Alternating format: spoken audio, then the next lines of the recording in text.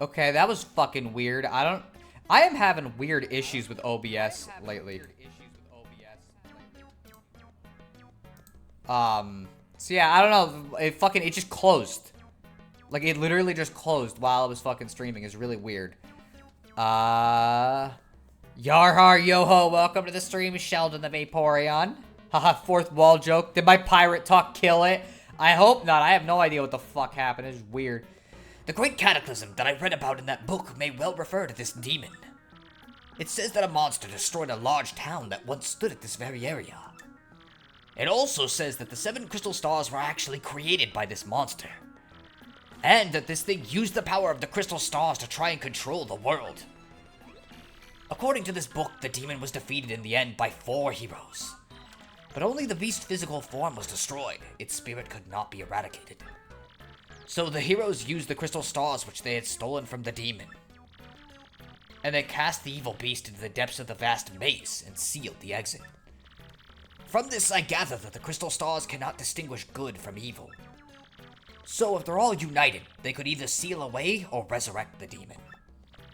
It seems that who wields the crystal stars determines if they're used for evil or good. I guess we ought to consider not collecting the crystal stars then. It would be awful if we found them all only to have them stolen for evil purposes. Does anyone think it might be better to just destroy them once and for all? Yeah, probably.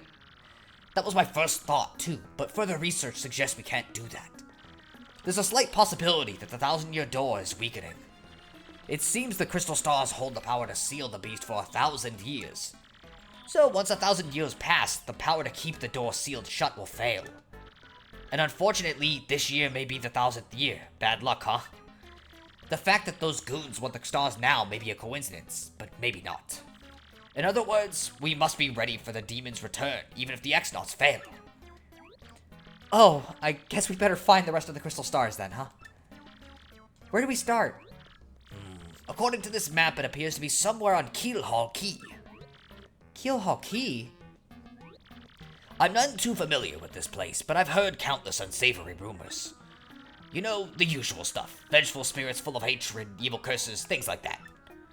I'm sure the sea salts down by the harbor know more. You should head there first.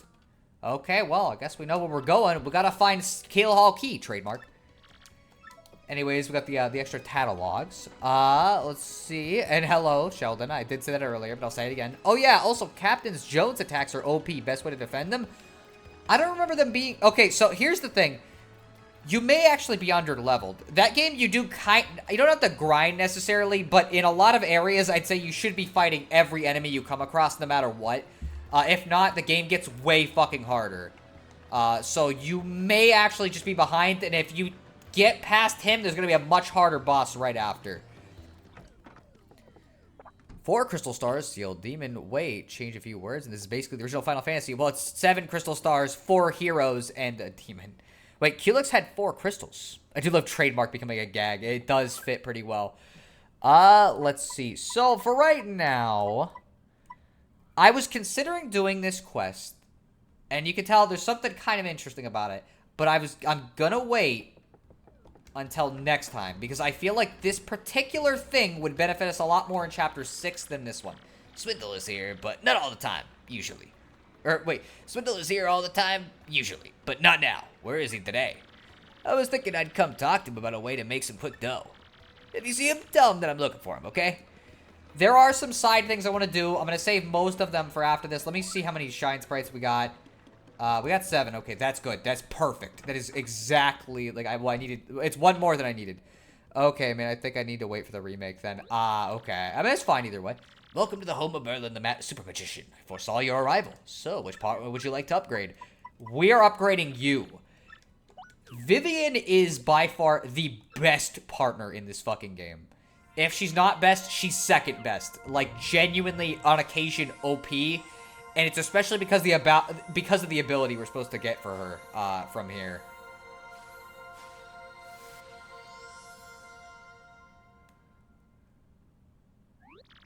Care to power up more? Not yet.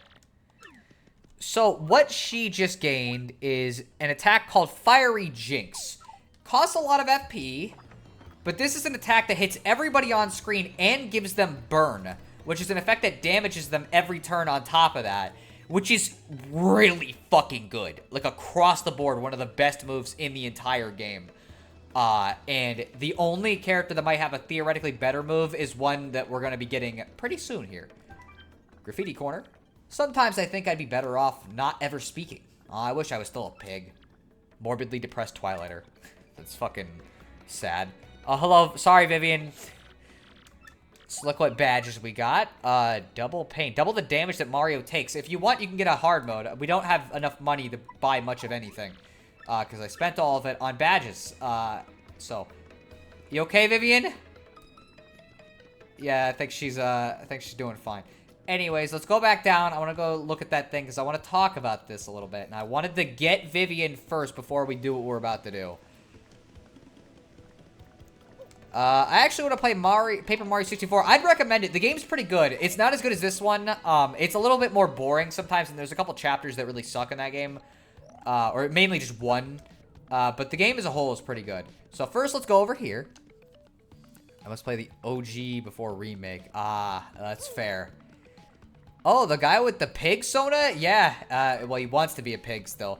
Fuck it, I'm playing Paper Mario. You should. It's pretty good. It starts slow, I should mention. You don't get action commands until the end of the prologue, which is really weird. But the game gets really good. You're stuck in a Mario RPG. The thing is, Super Mario RPG, the original, requires you to grind a little bit more. Crystal stars, huh? Those are what you need to open that door. Well, I haven't been down here that long, so why would I know that, huh? So you might notice kind of something interesting about this area. This seems a lot like it was a structured town of some kind. And we just heard there used to be a town that was destroyed in a great cataclysm, and it's pretty heavily implied this is the town. Hey, Mr. Adventurer, you know, I used to have a partner named Pierre. But when he went broke, he turned to a life of crime. It was sad, really. I wonder where he is now. That's really fucking sad, actually, yeah. Sorry. And we could have seen part of this the whole time from that area. Yo, Eddie the Mask here, sports fan extraordinaire. Know about stylish moves? Just press A with the perfect timing during an attack to pull off a stylish move. If you do it right, the crowd will go just nuts. Or just go nuts, and some attacks have multiple ones. Each attack has different timing for stylish moves, but I'll share one with you. Try pressing A right when Koops' shell toss attack hits an enemy. Sound hard? Well, it ain't easy. That's why you gotta practice, yo. I forgot the game actually tells you about those. Like, I just remember it. Yeah, I know, I watched Chugga Conroy. Oh, okay, well, fair, then you have an idea. This is a very interesting room of the game, and I think a lot of people never find it on their first playthrough. And you'll find out why. The biggest advice I can give for Mario RPG Legend of the 7 Stars is something Sonic CD once said: believe in yourself. It looks hard, but you can survive. I recommend just stockpiling items, especially ones that restore flower points. And also, you know, leveling up a bit. You don't need a ton of levels for Mario RPG, but you do need some. I never really grind in that game. I just heal with Peach all the time and give her all the defensive items. Later bosses take a while, though. I just like fighting the enemies, so I don't mind it. I can't wait to see Culex in the remake. I'm very interested in what they're going to do. This is a special refuge for all where we cultivate information. Herb Tea's place. Sit back and enjoy yourself. I know stuff too, seriously. Like, when the wind blows, the cradle will fall. I just don't know why it falls, because no one tells me. He's referring to this guy because he knows stuff, but we'll talk to him last. Information is priceless no matter how old you are, man. Know why? Because we're all made of info and live on info. Catch my drift? This NPC is really interesting in terms of what they do. Howdy, my name is Wonky, and I just know stuff. I may not look like much, but I know a thing or two. You better believe it. And who knows, the stuff I know may be even stuff that could help you. So if you want to ask me a question, just speak up and ask away. Something you want to ask, old Wonky, right? If you pay me 5 coins, I suppose I can tell you about the Legend of Rogueport. Oh man, we don't have a lot of coins. You've heard about the legendary treasure hidden beneath Rogueport, right? Apparently, it's a vast fortune of that ancient, forgotten civilization. Most people think that's just a silly old myth now, of course, but not Wonky. According to my sources, it's the real deal. Huh? Who are my sources? Well, I can't really say, can I? That, my friend, is what's called a trade secret. And that is that. If you need anything else, just ask old Wonky. He gives you a lot of fucking weird lore about this game's world. Like, this one was not correct, and some of the things he knows are not completely correct, but there's usually some basis in them. Like, what if you fight Culex in the Switch remake and it fucking breaks your fucking Switch because of how insane it is? That'd be great, but I doubt they're gonna do that. Why? Because he's fat. I mean, he's more round, but like, I guess that fits. Made of info and live on info, so you're a Google AI. Maybe. I can't do many because I forgot I spent all my fucking coins. You know about the Pit of 100 Trials down here, right? Well, somewhere down there is an item called a strange sack. That thing's great. If you've got it, then you can hold up to 20 items. And you know what that means, my good friend? Easy adventuring. No adventurer should be without one. Take it from old Wonky. And that is that. So I can't get any more, but some of the lore I do just know off the top of my head. Like, he is the one who reveals pretty much outright that this area was the old city before it got destroyed in the Cataclysm.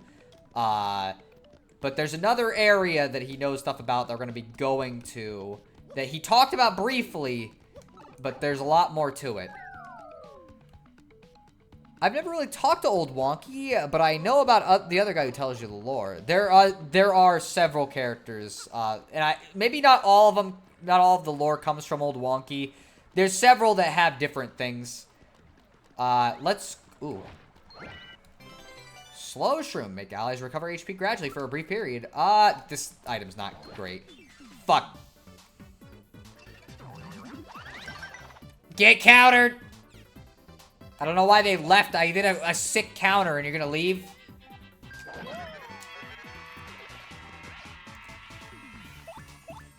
Okay, let's go. Fun fact, that's actually a Nintendo... It's actually a Nintendo-made game that if you enter a certain password, it can actually brick your console. That's Metroid NES, so don't use certain passwords. I did not know that was like a real thing. What the fuck? But can Wonky tell us about Loom, TM? I don't even know what Loom is, so probably not. Gradual Syrup. I don't really like the gradual items, I'm going to be honest with you. I kind of tend to think they're a little lame. Give me a sec. Is there... I think that's just a wall. I think it's just like a trick of the lighting. I don't know if we can break stone yet. These give you fast travel points between the areas, which I'll go unlock because we're going to need them at some point. Oh, the items respawn. That's actually kind of cool. Anyways, let's go. And we'll get this part over with because this area makes me uncomfortable. I can't wait for RPG Remake and how they're gonna fix it because some bosses take forever, like Mac. Again, I don't think I can defeat most of the bosses in Mario RPG in like a minute. Like, if you're fighting all the enemies you come across, you kill them, like, super quick. I'm talking about the Roof Lady. Oh, okay. I do need to talk to them, too. Loom is another LucasArts game. You might remember the one Pirate and Monkey Island, who tells you about it. It's literally all you can get him to talk about. I did not know that's what he was referring to. I do want them to make the battle system more fun, to be honest. I hope they make it a little less basic, because it is really basic, even if I like it. For that matter, can Wonky tell us about the secret of Evermore? So, we just dropped down a pipe. And, that enemy did not fucking die. I forgot, we still have Hammer Man on. So, let's switch with Vivian. I'm not gonna be doing this entire thing. But this is the Pit of 100 Trials. Oh, man, that didn't kill him. Huh. How much fucking health does this guy have?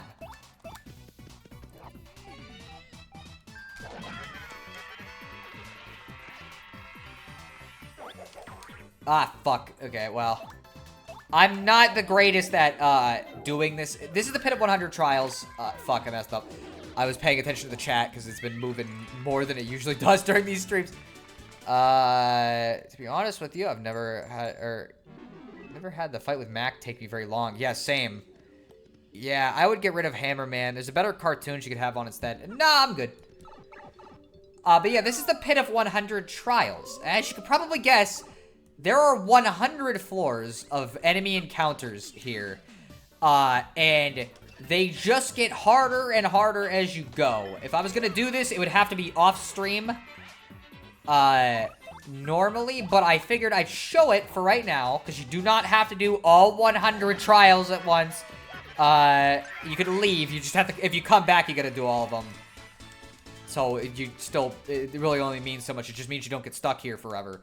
But, I wanted to talk about this area, because I think this is a very unique little thing for me.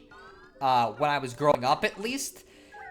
I found this area by accident. You know, it's kind of one of those things where you're just exploring. You know, you want to see all the cool stuff a game has to offer. And I fell into this and had no fucking idea what it is. And it scared the shit out of me. The idea that, like, I thought, okay, well, it's probably like 10 floors or something. You know what I mean? Like, realistically, it can't be that long, can it? And when it just kept going and going and going, it got scarier and scarier. And for some reason, ever since I was a kid, I watched this VeggieTales thing. It was like Larry Boy and the fucking Rumor Weed or something. It was this VeggieTales, basically, but it was Larry's superhero alter ego. And there was one part where he goes underground and gets stuck down there. And it fucking horrified me for some reason, the idea of getting stuck deep underground where nobody is. And so this was, like, one of my worst fears in a game. And it's like, this is just a thing that I fell into without even fucking knowing. Yeah, I get the idea. Pit of 100 Trials is like this place in the first Onimusha. I can't remember what they're called. Yeah, probably. When it kept going and going and going. So the Energizer Bunny, not exactly, but I get the joke, yes. I don't think I'm going to stay very long. I don't want spoilers. Also, Cave Story stream when? I may do one at some point. Also, right now, there's not going to be any spoilers. Not until we get out of the Pit of 100 Trials. So, you don't have to worry about it yet. But, eventually, you'll probably have to. Man, the Goombas in this fucking area are, like, they have a lot of health. But I don't know when exactly. I want to finish the 2 things I'm streaming for right now first. And I thought you wanted me to do Pikmin 2 as well. So, like, but yeah, so there's some interesting lore about this area, too. That I found out when I was a kid that made me even more worried. So, said powerful entity that threw Rogueport into Cataclysm years and years ago. This is essentially their torture dungeon where they threw people they didn't like, and just basically slowly killed them no matter what they did. Like, that's the entire purpose of this, is just a fucking torture dungeon in a Mario game.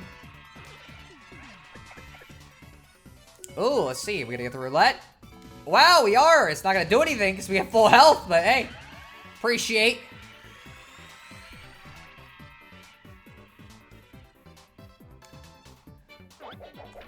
Aw, oh, fuck. Took damage. Remember when the Energizer Bunny outran Darth Vader? I do not, because I never saw that. How many trials are you gonna do? Surely you're not doing all 100 right now. Well, I said I'm not doing 100 right now. I'm just going for right now. 100 trials would need to be, like, at the end of the playthrough, after we've already leveled up enough, because, like, it would be very difficult to do this all in one go. I do have Pikmin 2, but I prefer Cave Story. Oh, okay. Well, maybe I'll do Cave Story instead. Although I gotta figure out how to get a hold of it first, so might get it on the Switch or something. Because I don't actually have a copy of Cave Story. But yeah, so I think it's very fascinating that this side area that really could have just been the challenge dungeon of the game that never goes explained has, like, actual lore behind it. And this actually would carry through to the next game in the series, Super Paper Mario, where they would have another thing like this. Although that one was much more of a pain in the ass. Because, well, yeah, I guess, how much does that do exactly? That one kinda makes you do 3 runs of it, which is a pain in the ass. See, that's not how I remember that. I recall Vader's lightsaber dying before he used a bad battery, or because he used a bad battery brand. Okay, that makes sense. Legally for free. I mean, like, yeah, there probably is. I think that it used to be free. I don't know if it still is, but just buy it on the Switch or eShop or Steam. Okay. Well, I might go with that. Oh, that's a curd shell. Well, we didn't have enough items, item space, so.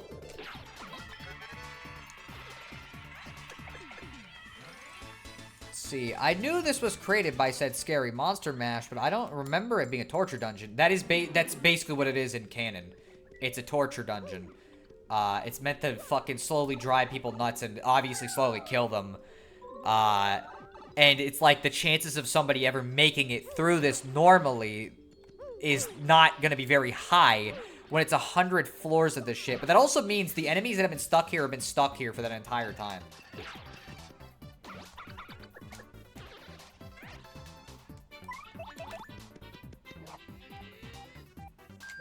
Alright.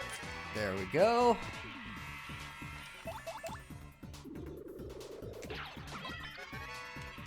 That might be a different commercial, or maybe I'm wrong. Again, I've never seen this, so I have no idea. Either way, Vader is yet another random person who is menaced by bunnies. I'm noticing it's coming up. What floor are we on exactly? Level 8. Okay. I don't remember what floors have, like, particular items. I know every 10 floors there's an exit. Oh, wow, that counted as me hitting him because I technically jumped on him? That's really funny.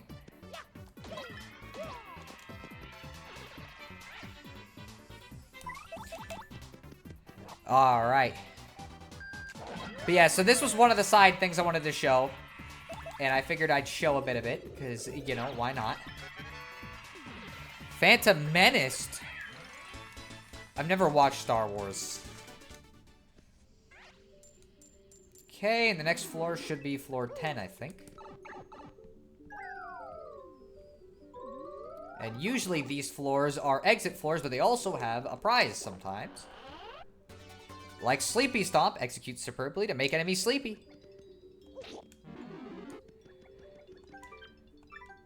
Let's see. I don't know if I'm gonna go further. Let me see what's later, because you already kind of get the idea. And I wouldn't be against doing this. I've actually never done it. Like, I've always been too scared to do it. But I don't want to do it right now. Your door pit. 100 trials. Rewards. Let me look it up, because I know what's at the bottom of it.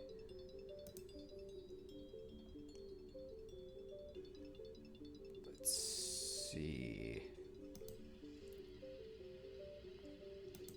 Do they have like a little prizes? Okay. Fire dive, zap tap. Man. That would be really good. Oh, man. I might stick it out for a bit longer. I know it's risky. I'm sorry. If only Vader had a bad Energizer knockoff, then it would be Attack of the Clones. Oh my gosh.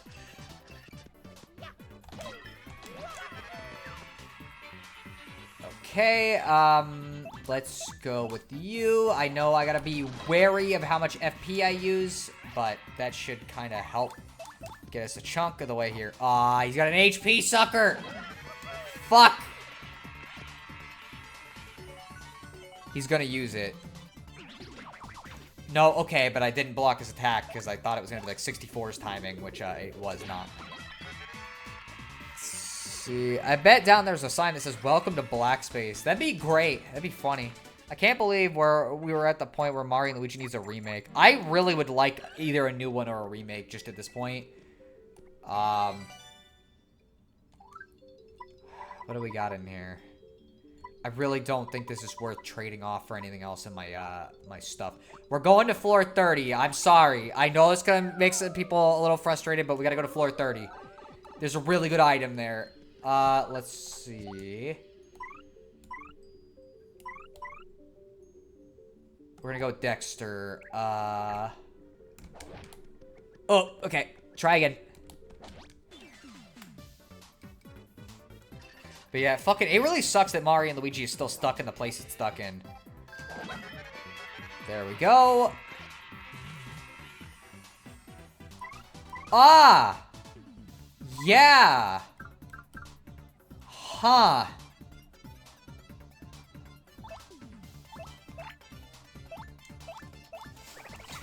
I probably need to take Hammerman off, but, like, I really can't help it.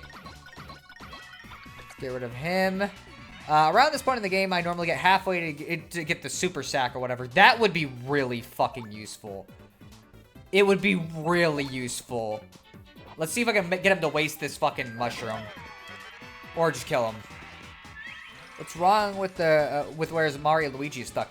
The Mario and Luigi series, the RPG series, has been dead for years. because, like, Paper Jam, the 5th entry in the series, didn't sell that well, and then they made 2 remakes on the 3DS when the Switch was already out, which did fucking horribly. And then Alpha Dream, the developers of it, went bankrupt right after. So, the issue is that we can't get another one of those games for right now. Unless they, actually come back. Why do you have Hammerman on anyways? Because it's good. Here, let me do this first. Earth Tremor!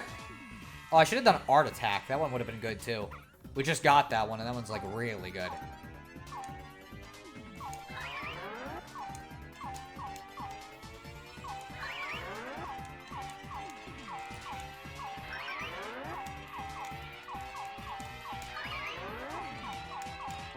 Fuck. Either way, if we're going longer, that means I don't know what Nemo gets to stick around for a little bit longer, so I guess that's good for him regardless.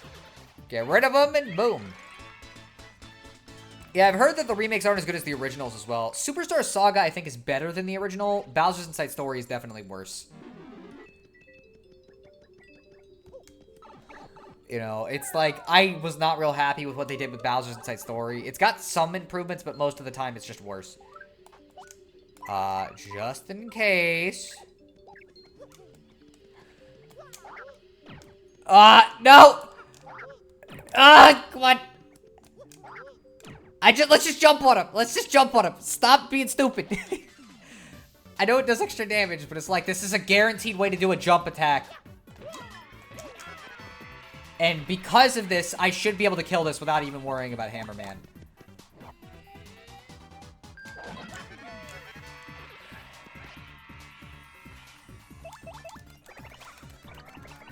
Hey, wait, if they're doing 3DS remasters, then we can get some Mario and Luigi's, or is that too much to ask Nintendo after the Thousand Year Door remaster? I don't know. Like, the interest might be there. I think they're gonna wait to see how Mario RPG and Thousand Year Door do. Because it's like, obviously, if they don't do that spectacularly, then they may not actually want to continue doing actual Mario RPGs. But, like, that being said, Origami King sold pretty well, and that wasn't even, like, a real Mario RPG, so... let's see. I'm trying to think. Yeah, I don't think we're gonna be able to hit him, like, irregardless. He's too fucking... Oh, that did count! Oh, that's such a sick fucking trick. Oh, man, okay, huh. Huh. Yeah. Can't really do Art Attack either now, can I? For right now, let's appeal. Get some of that star power back, because we can use Sweet Treat to refill if we need to. Make my star grow. Oh my gosh. One good thing about this, it solves your money shortage problem. You know what? That's true. Don't shoot him. Stop. Okay, we're good. I don't think we're gonna be able to kill them still. So let's keep refilling, because this shit's very useful to have. Oh, wait, I could have hammered him! I'm so dumb. I'm sorry, guys. He's not on the... He's near the ground, so you can hammer him. Okay, well, whatever. Sorry, Yoshi. But yeah, this'll help a little bit at least. Yeah, but Superstar Saga doesn't have that good of a remake, that good a remake of the banger battle theme. I actually thought they did a pretty good job with it. I think the problem is the original theme is it's rooted in how GBA soundtracks can be made, and so it's like, no matter what they do, they cannot make it sound right. Like, it's just not possible. It's like remixing a Genesis track with modern stuff. Like, you can't really do that and make it sound right. Level 15, so we're halfway. Let's see. Speaking of remasters, I've already heard rumors that they're gonna remaster F-Zero GX. I would not be surprised, considering that, like, they are clearly doing something with F-Zero, because F-Zero 99 came out. So, you know. I'm gonna try Gulp, and we're gonna see if that gets rid of the guys.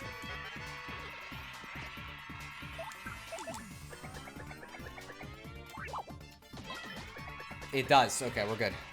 But yeah, Again, we'll see if I'm interested in a real F-Zero, but I am liking 99 a lot. Let's see, whenever I think about Origami King, I always think about the crazed Mario fan who has a crush on Rosalina. Oh, yeah? Oh, that fucking guy. Oh, man. That is such a funny-ass thing. I can't believe that guy's like a real person. Hammer time! It is indeed hammer time. We're using it a lot, too. Oh, man, he's got a super mushroom, huh? Hammerman has been pretty useful so far for this, actually. I know later parts of the trial, if we do this, like, at a different point in the game, it's gonna be nuts. Because if I want to do Hammerman, some of the enemies later are just completely floating no matter what. I don't know if that's gonna get rid of him. Nope, but he'll use his freaking mushroom and waste a turn, baby. It's a good strategy either way. But yeah, fucking that guy. I think it's funny how he's only known, like, as just this notorious figure now. But he's such an obscure YouTuber. Like, I don't even know how people came across him. Well, finally, F-Zero fans got a game. Too bad it's a Battle Royale, but Punch-Out fans need some love. We've not had a game since 2009. I mean, to be fair, the Battle Royale is really fun, and it's like the first time people seem to have actually been interested in playing an F-Zero game, because I don't think F-Zero fans realize this, but the series never sold very well. And so this is a really good way to introduce it to new people that may not give a regular F-Zero game a try. Okay. Let's see. I just kind of wish they had named it something else, because I'm so tired of being reminded of that stupid cartoon. I don't think it's that... I don't think it's that big of a deal, but I guess that's just me. Let's go with Earth Tremor again.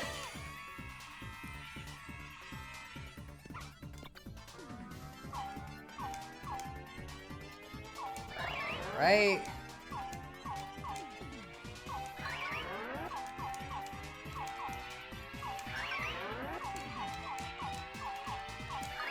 Okay. Oh, we got all of them. Let's see. That guy is that infamous? I guess he is. Like, it's the only time I've ever heard about him, and it's just from fucking, like, people talking about him a lot now. He's starting to get referenced a bunch. Who's this infamous person again? He's this YouTuber who, like, he uses the character King Ollie from Paper Mario, the Origami King, as his avatar. He does a lot of different kinds of videos, but, like, his most notorious one is a video on Family Guy where he just goes fucking nuts about how bad it is and all that shit. You know, the typical cartoon reviewer stuff for Family Guy discussion. Ooh. Huh, yeah, that is a problem, isn't it?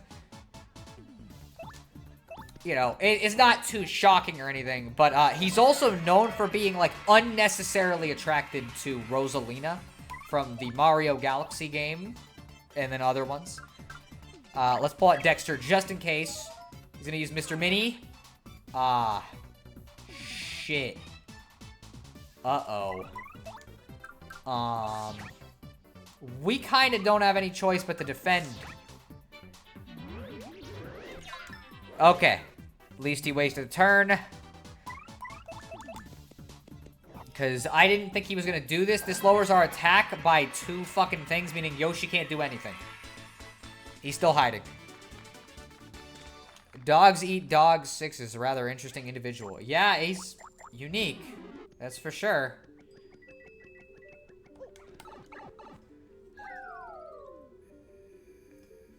But yeah, that's the YouTuber we're talking about. I didn't think that many people knew about him. I just like watching rant videos.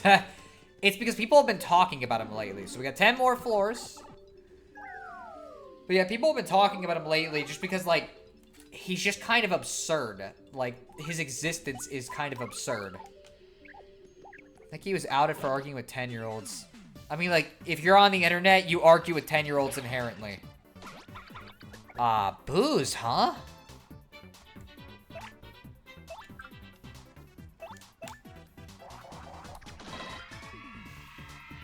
Ooh, they didn't get rid of any of them either. Let's see.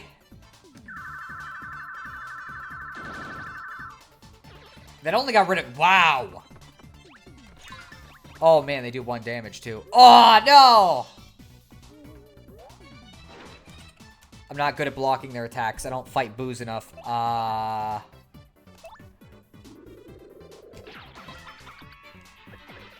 Okay. Huh. Interesting. Wow, yeah, this...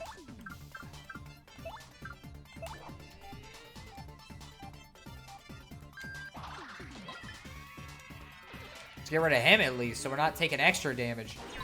Okay, didn't do anything. Good. Okay, let's switch. We're gonna use Sweet Treat for right now to get some extra stuff. Why Dogs Eat Dog 6? That's just his name.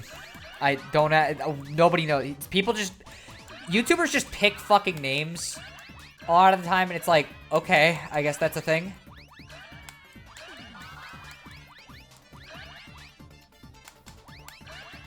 Okay, well, we got a decent amount. I think we're pretty much full up on most things. And we got some extra FP, so that's good.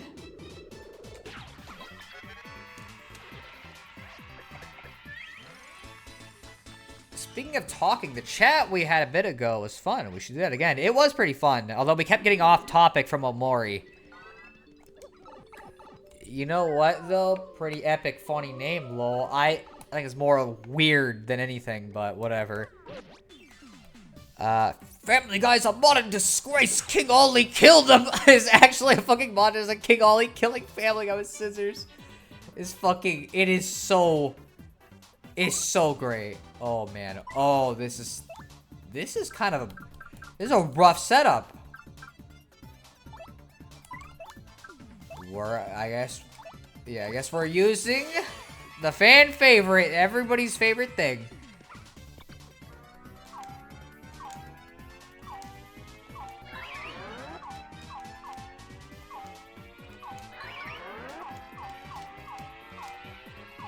Because they have items to spare, and this is going to make it very challenging.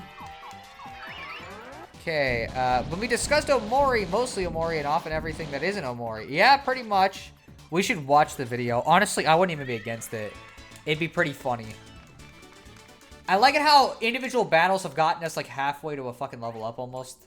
And we've only been getting 1 EXP per fight, because for some reason, like, the game just will not give you much EXP in this area. But yeah, so let's see. Not you, that's for sure. Let's go with you. Alright, let's get him.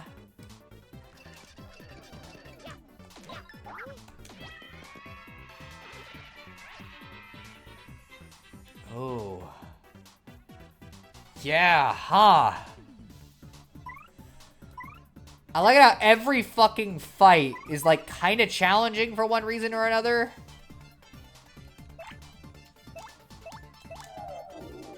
Okay, let's try this. So bombs are interesting in that you have to be kind of careful with how you deal with them because they will blow up on the next turn. If you don't use a ranged attack, you take damage from it. Oh, whoa, I forgot they attack super fast in this one.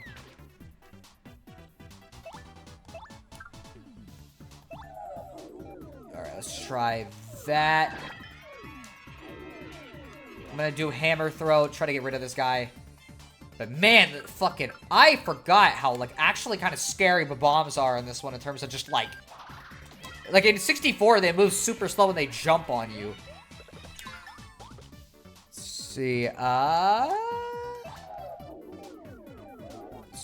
do this.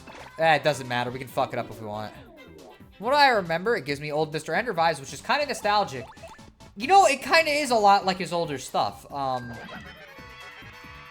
Boy, he's a YouTuber and a half, isn't he? This Pin of 100 Trials is better than the Master Trials of Breath of the Wild. I don't know if I agree with that necessarily, because it is really just, like, fights. But I think it's cool that this exists as, like, a challenge you can do. And again, like, honestly, I wouldn't be against doing this as just a stream. Like, we just sit down and we run through the Pin of 100 Trials after we beat the game. Just so I can say I actually did it for once.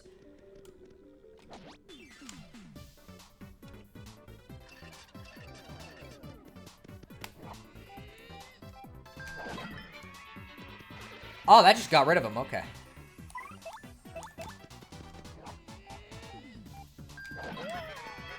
Also, I kind of think this pit is fun in this game, but just kind of because I really like the battle system in this game. Oh, no, why'd you go dizzy? Oh, this could be a problem. Again, I've always just been too intimidated by it to do it. Oh, man. Oh, man. Oh, this is a problem. Oh, man.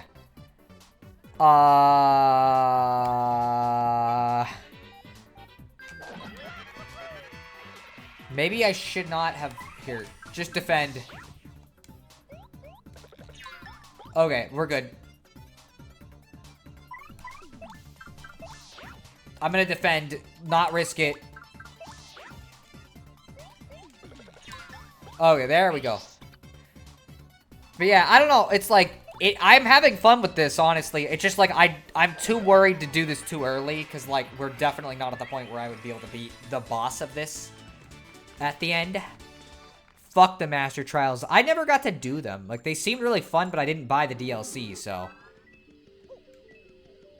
Let's see. Level 24. Alright, we're getting closer. Do it, dude. Do the pit. Well, again, I might just not right now specifically as the whole thing. Oh, man. Why do these have so much fucking health? This might be a good opportunity, I guess, to show off an ability. But also, if I'm gonna do this, I may want to do this. I know we're gonna waste some FP, but we're getting closer to the end, so I don't mind using some. Okay, this could be really tough, because this is not a GameCube controller. Fuck, I'm sorry, my brain's messed up. This might not be a very good attack in this playthrough. I'm so used to how, like, the GameCube controller is set up that I actually wonder if I can do this. You know what I mean? Like, literally my brain, the second it was like, press X, it's like, well, wait a minute. Because I don't know where that X is compared to the game controller right away. Because I just have never played this on anything except a GameCube controller. Do the video, swing your arms from side to side. I watched that show as a kid a lot. I was a big fan of it. I'm not swinging my butt from side to side. That's, it seems a little sus. Let's use Sweet Treat instead for right now. The buttons would mess with me there. Yeah, like, the second I had to do it, brain just shut off completely. I might have to actually, like, practice it or something.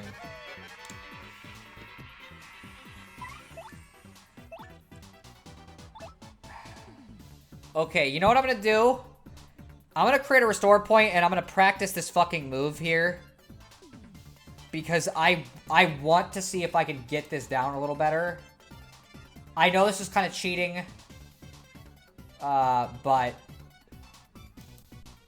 I don't care. So I did a save state. So, we're just gonna try and do this a little better. Let me open up everything so I can actually see you guys.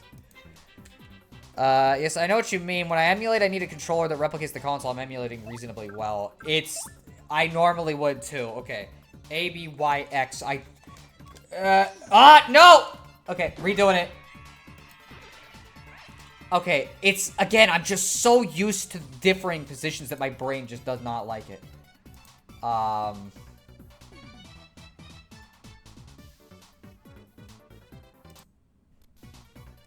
Okay, we're gonna try again. Please let me, like, actually be good. Do the Cheeto, swing your codes from idea. Oh my gosh. Okay, let's try this again. Okay. Man, okay. No, stop the current emulation. Bro, that was, like, pitiful. Like, genuinely, I don't even know if I could actually make an excuse for that, because that was just, like, bad. For some reason, I just cannot process the fucking... the Y and the X. It's like, my brain just does not want to deal with it. Okay. Fuck. Okay. One more try. I'm gonna give it one more try. If I can't do it this time, I might have to just give up on using Vivian. Because I can't believe I'm having this much of a problem.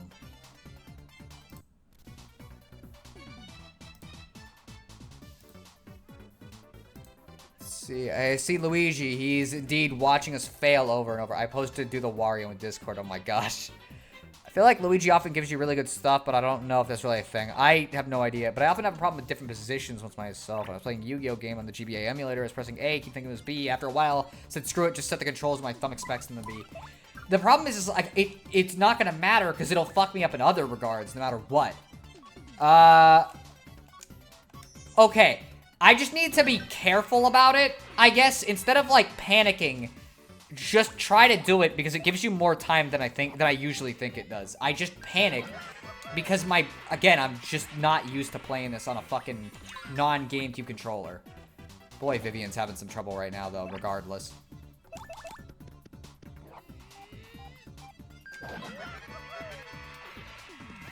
Okay. Boy, that was a fucking mess. I'm gonna have to get used to it, too, is the thing. Because, like, eventually, they're gonna remake this, obviously, now. And it's like, if I don't get used to this, it's gonna be a real problem. But, man, it kind of fucking sucks. Like, trying to figure this shit out.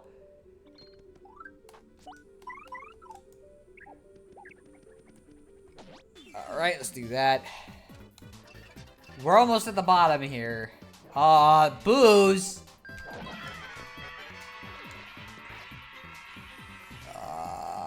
Let's see. You got extra defense, too, so I'm not real worried. I'm gonna need to do Sweet Treat here.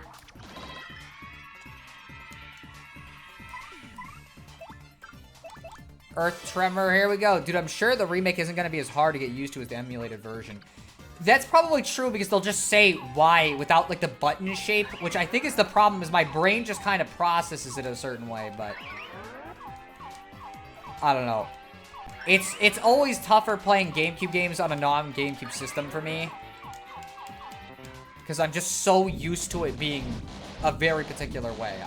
Especially with this one, where it's never been re-released, so I've never had an opportunity to learn it any other way. Yeah, because the GameCube controller is so unique. That is the problem. It really... I think they have Switch equivalents to the GameCube controller. I probably could buy something like that, but still. GameCube swag, it is swag. Let's do that.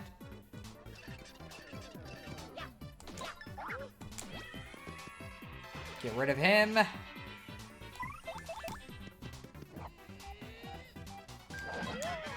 There we go.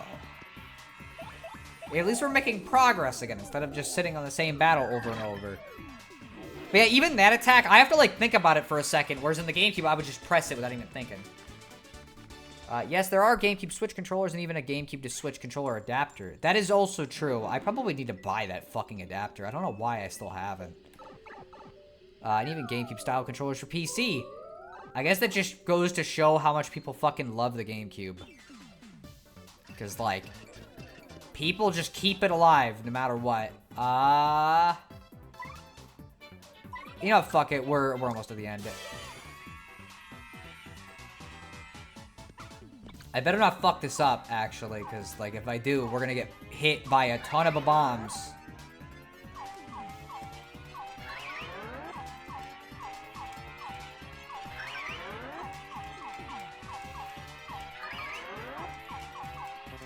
Man, that one's weird to pull off on emulator. That or it's just weird to pull off in general, but it feels like the emulator is messing me up more than it would be. Although I guess I'm not perfect at the GameCube controls either, so I don't know. But yeah, like when I play a SNES game, I can use a PlayStation controller because they're very similar to a SNES controller, but if it's something like an N64 or GameCube, I'd rather have the real thing. I had to play Mario RPG 1 on a GameCube controller originally because I had it on the Wii Virtual Console, and that's the only controller I had to play SNES games. Alright, this is what I came for. Zap Tap. Do damage to enemies that touch Mario in battle. This badge is really fucking good. One of my favorites. And we just so happen to have 3 badge points, too. Wow. Oh, wait. Okay, no. So we can't escape every 10 floors. We can get out. So we'll leave this fucking torture dungeon. Finally. But yeah, fucking... This is a really good badge. Like, really good. Let's see. And then you find a Korok seed. That would be really funny, but I doubt it. I probably could have just, like, gone through there. I don't know why I didn't just do that. Hello? Okay. There was a thing in the way, and I couldn't see it. Legends say if you mess up Fiery Jinx too many times, you'll become a cartoon disgrace. Really? What legend is this referring to specifically? Alright, let's go up, and we'll go talk to those sailors now, since we were supposed to do that a while ago. And, instead we ended up fighting a bunch of enemies. And while we're here real quick, let me go open this up.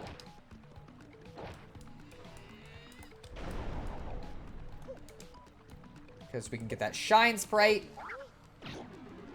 So these are fast travel points, as I said earlier. This will let us get to a couple different places. It will be horrifyingly relevant later. And you'll know what I'm talking about when we get there. I'm not looking forward to it. I don't know what I'm saying. I'm just dumb. So at first revisiting Breath of the Wild was really nostalgic, but after a few binge sessions, I started to remember why I got bored of it. It's not that it's bad or anything, but it has issues, and I think I realized I'm not big on open worlds. I really loved Breath of the Wild in my first playthrough, but the thing is, I think it's because I just really liked getting to fuck with shit all the time and find alternate solutions, but I also loved how hard it was, because, again, I didn't know how to upgrade armor in the game, because I wouldn't pay the Great Fairies, because they weirded me out. So the game was super hard, and I fucking loved it. Also, Vivian, I don't remember her having this thing with her tail, but that may be the case of a graphical effect not coming through very well on modern displays, because I know that's, like, there's sometimes things that look really cool when it's done through CRT that look really weird through, like, modern shit. So you're still telling me this? No, I think it was a different guy, actually, but whatever. So I could go, well, I guess we could go talk to people in the port. Why not? It means the Legend of Spyro, obviously. I don't know. What? Keelhaul Key? Oh, that place is absolutely awful, I've heard. Not long ago, ship after ship went there hunting treasure, but none ever returned. I bet they met a bad end of the bad end of the Pirates King's curse. Those guys were dumb. Keelhaul Key? You mean the island where the treasure hoard of Cortez, the Pirate King, is hidden? So, you want the treasure, huh? Fine, but keep an eye out or the pirate curse will get you. Keelhaul Key. That's the Cursed Island. Don't get mixed up with that place for your own sake. No matter how much I work, life never gets any easier for me. You know what I mean? There's gotta be a way to just go poof and get rich, you know? Poof. Well, I might have a solution for you. You ever heard of a pyramid scheme? No. See that ship docked there? She belongs to Flavio, the merchant trader. You don't sail too often, though. Mostly he hangs out at Podley's joint at the plaza. Oh, hello, Bomb. Oi, you! With the mustache. What's with the stink eye, eh? You got something to say? Right then, ask me anything. I'm like an encyclopedia, I am. I can answer anything. Oh, Keelhaul Key? Listen, mate. Don't ask me about that place. I got no need for a curse from the Pirate King. Seems like people are not particularly very interested in it. We can get on his boat, but we cannot commandeer it, unfortunately.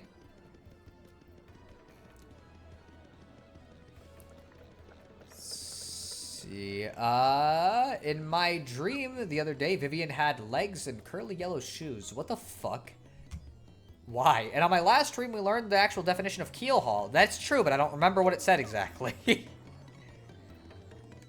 We have seen Flavio, by the way. You might not remember. But earlier on, we saw this guy singing about his jewel. But of course, first we got other business to attend to, because there's an important guy I'm going to talk to. You're not going to sail west, are you? No idea. Well, I headed to Circuit Break Island and got me a marvelous compass piece. You wouldn't believe it, bro. Talk about thrills, chills, and kills. I mean, spills.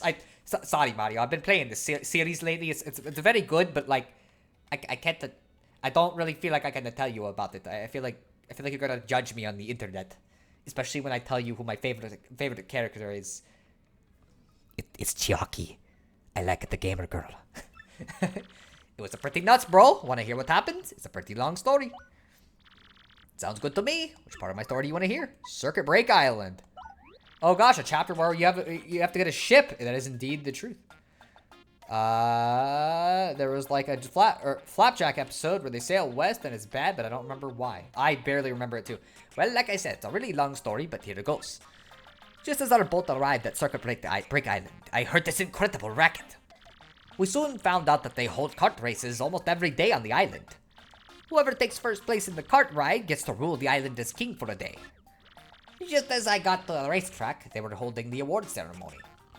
I couldn't believe my eyes. Right there on the trophy they gave to the winner.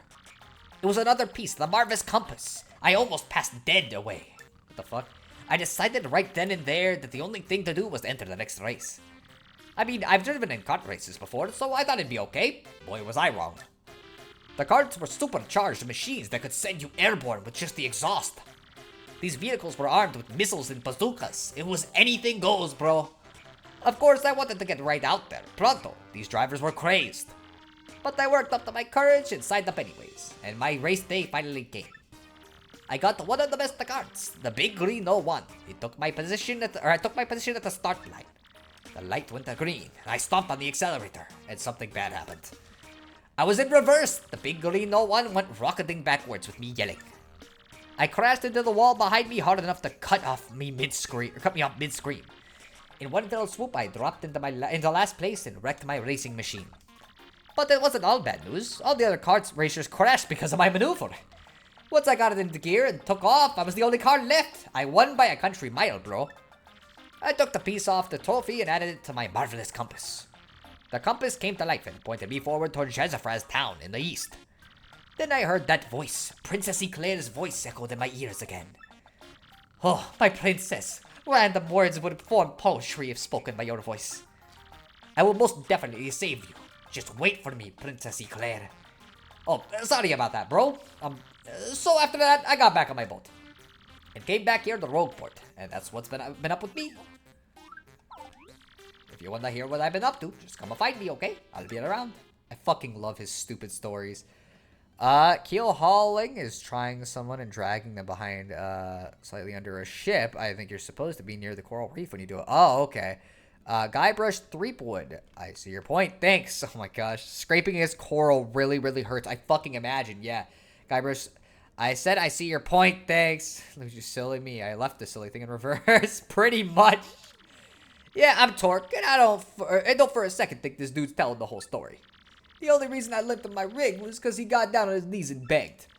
And what happens? He's in it for 1 second before he completely totals it, idiot. I'm not letting this dip out of my sight until he repays me his 5,000 coin repair costs. Oh boy, sorry about that, Luigi. I cannot help you. I gotta figure out what voice am I giving this character. Let's see. Monetary wealth gives me freedom, yes. And freedom gives me wealth of spirit. And yet, why is it that a man whose life is unchained must always long for yet more, huh? What is missing from my life? This tears at my very insides. I must know. What do I lack? Probably thrills. Thrills, you say? I suppose one does need some thrills every now and then. There is nothing like the feeling of being alone in a mountain, shivering to death. No, foolish Flavio. Not chills, you silly man. What I mean are thrills. Oh, wait. Hold the horses. This is it.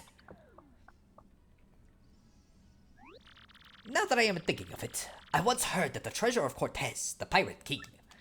Yes, this is the answer. Oh, such happiness for me. A hunt for the pirate treasure. Why, that just shrieks of romance and thrills and emotion and even more money. Do you not know the tale? The Pirate King's treasure, hidden on Keelhell Keel?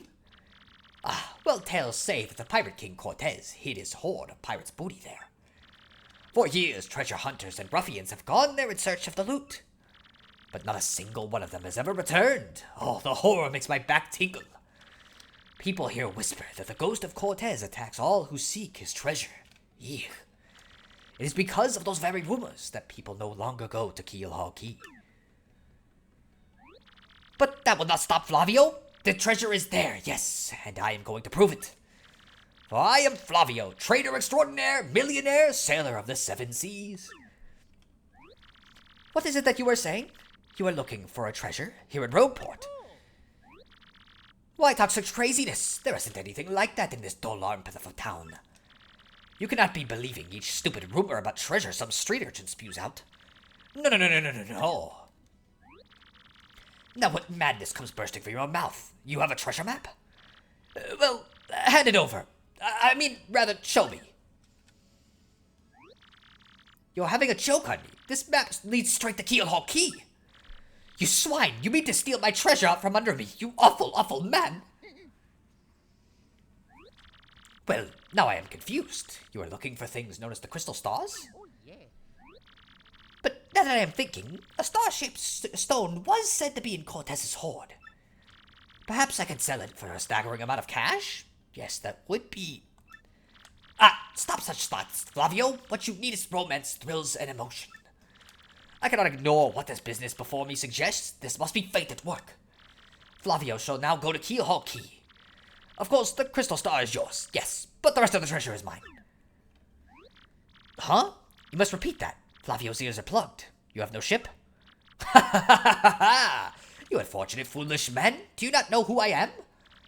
I will have a ship ready in no time, and it will be massive and glorious. Splendid, splendid, splendid. Let us begin preparations immediately, shall we?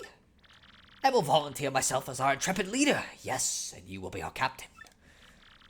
Danger and adventure tickle my nostrils. Come to the harbor right away.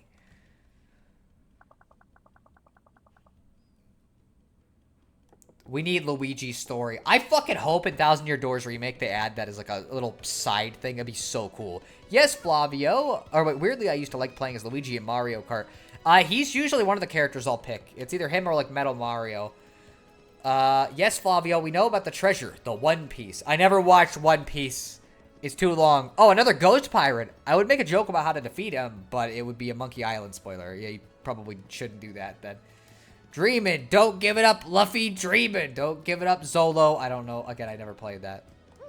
Actually, playing as Luigi in Mario Kart explains a lot about my last kart session. Yes, so does you, huh? Well, sadly, a slight problem seems to have popped up. But feast your eyes on this outrageously fantastic ship. She is a fine vessel, no? She is the SS Flavion, the queen of countless ships in my personal fleet. The raw majesty of her hull, the pomp and circumstance, none can be compared to her. Behold the elegant curve of her prow. She cuts to the very soul, don't you agree? But she is not just a beauty. She is a savage beast on the water, tops among sailboats. But above all, I tell you, this proud ship can... yes, did you speak? Yes, of course. The problem is that, the problem that has sprung up, I had completely forgotten about it. The SS Flavion, she bewitches me. Yes, well, here is the issue. We have no navigator. He ran off, the dog. The navigator, of course, is the highest-ranked helmsman. They steal ships, you know. Now, here is the real problem. The waters around Keelhaul Key are deathly dangerous. We need an absurdly skilled helmsman for our navigator. It is, how you say, a pickle. Oi, Flavio! Heard you talking there, sir. If you don't mind me saying, I might have a solution. Do not tease me, Papach. If you can solve a problem, then spit it out already. Well, sir, I've heard talk of a legendary sailor living in Rogueport. Yes, I think he's called Admiral Bobbery. A salty old sea dog, by all accounts. But he's said to have the helmsman touch, sir. He can make any ship bow to his will. Thing is, there ain't a soul what's seen him on the seas of late. Passa-boom! Problem solved. Let us scout out this Bobbery fellow and bring him on board. As is customary, my captain will handle all the negotiations. That would be you, Mario. That does sound fair to everyone, does it not? No complaints. Aye, aye, sir. Aye, aye, aye, aye. Sounds fair, sir. Good plan. Then it is decided. You must find this Bobbery and bring him here. Our fortune sails with you. Maybe I should have given Flavio a different voice, considering I gotta give Bobbery like a similar voice. I'm not trying to... Pleased to meet you. Your acquaintance. Man, I wonder who this mysterious man could be. Let's see. I read the first few chapters of One Piece manga, but I got bored of it. I just have no interest in it. It's too long. I just wanted the One Piece wrap. Ah, I see. Think I'm gonna leave. Bye. Also, cave story, please. See you later. I don't know what name I have, and I'll consider it. It's possible. Bye-bye. Flavio should sound like Antoine from Sat AM. I don't know what Antoine sounds like. Let me... Let's see. Sonic, Sat AM, Antoine.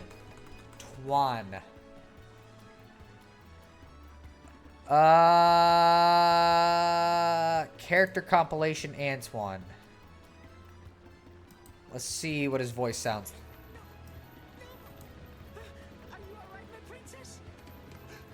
I don't know if I can do this voice. It's like a Carl Weezer voice. How does the chat feel about me trying to give Flavio a Carl Weezer voice, I guess, basically, is what Jispy is telling me to do. Antoine has an exaggerated French accent. Let's see. I know where Bobbery is. Who the heck is Carl Weezer? He's from Jimmy Neutron. He's locked. You can't open it.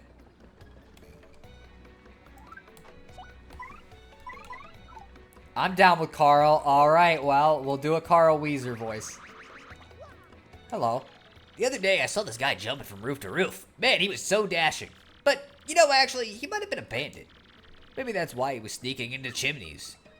Interesting. Sneaking into chimneys, huh? Whoa, it's this part in the trailer. I don't know why they singled that out as the part to show in the trailer, but they did.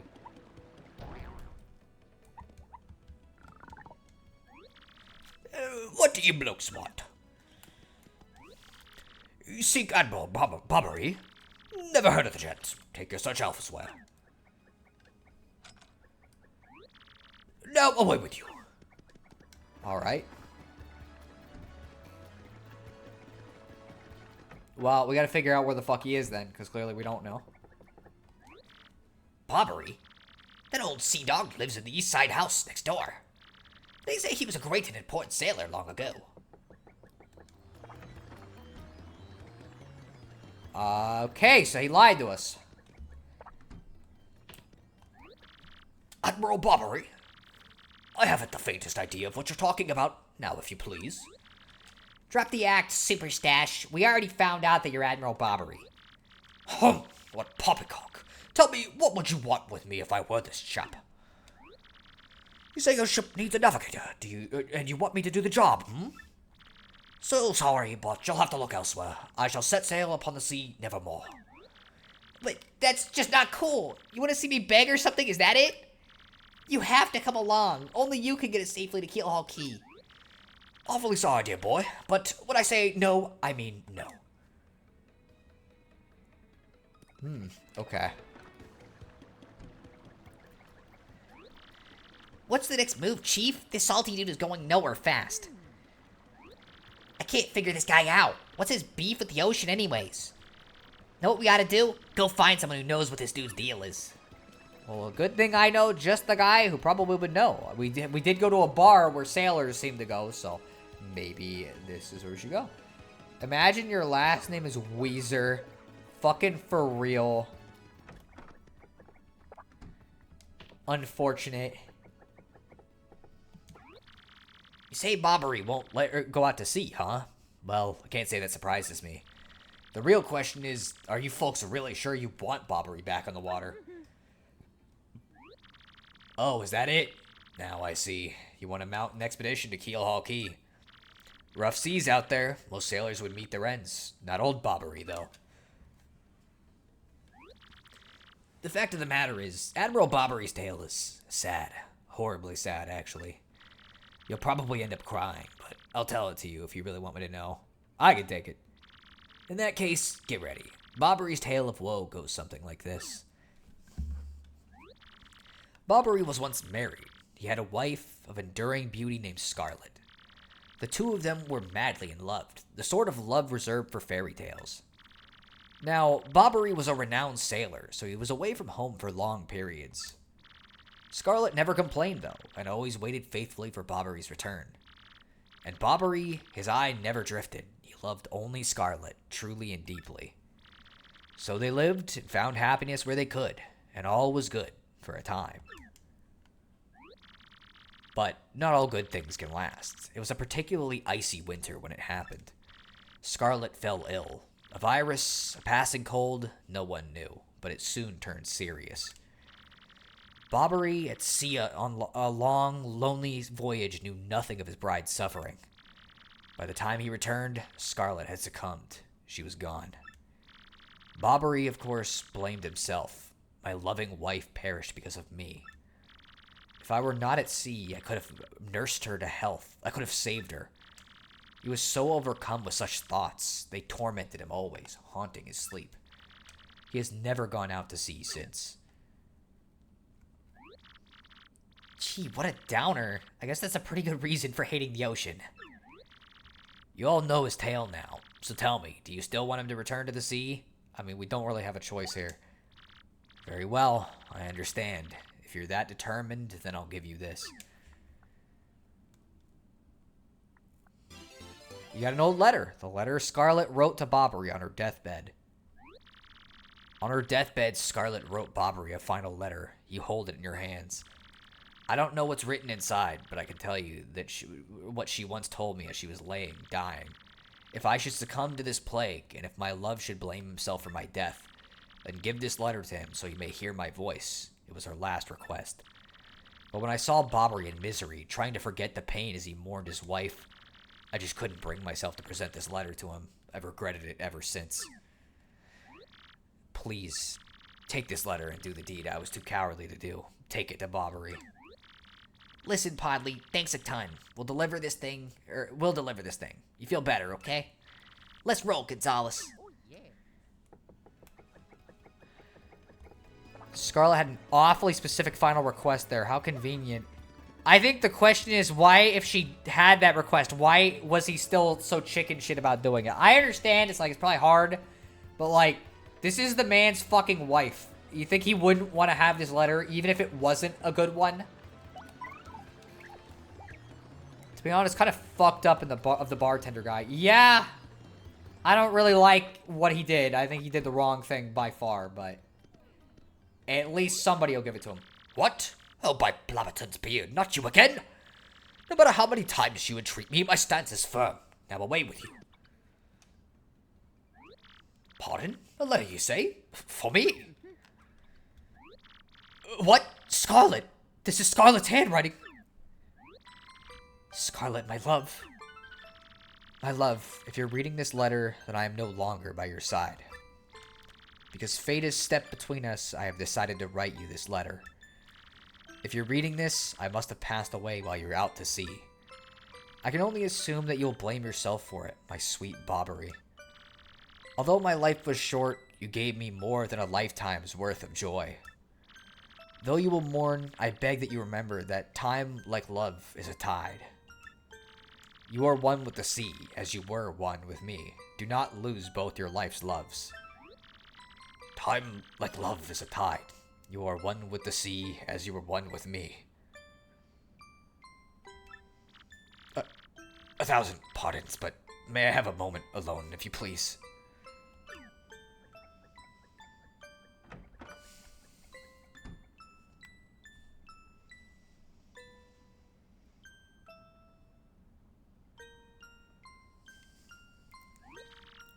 Yes, love, I was happy. My sweet, sweet Scarlet. I love you still.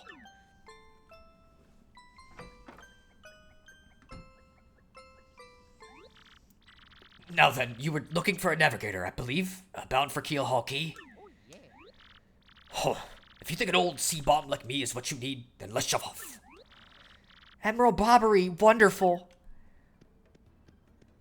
Well, this shit's fucking honestly really sad.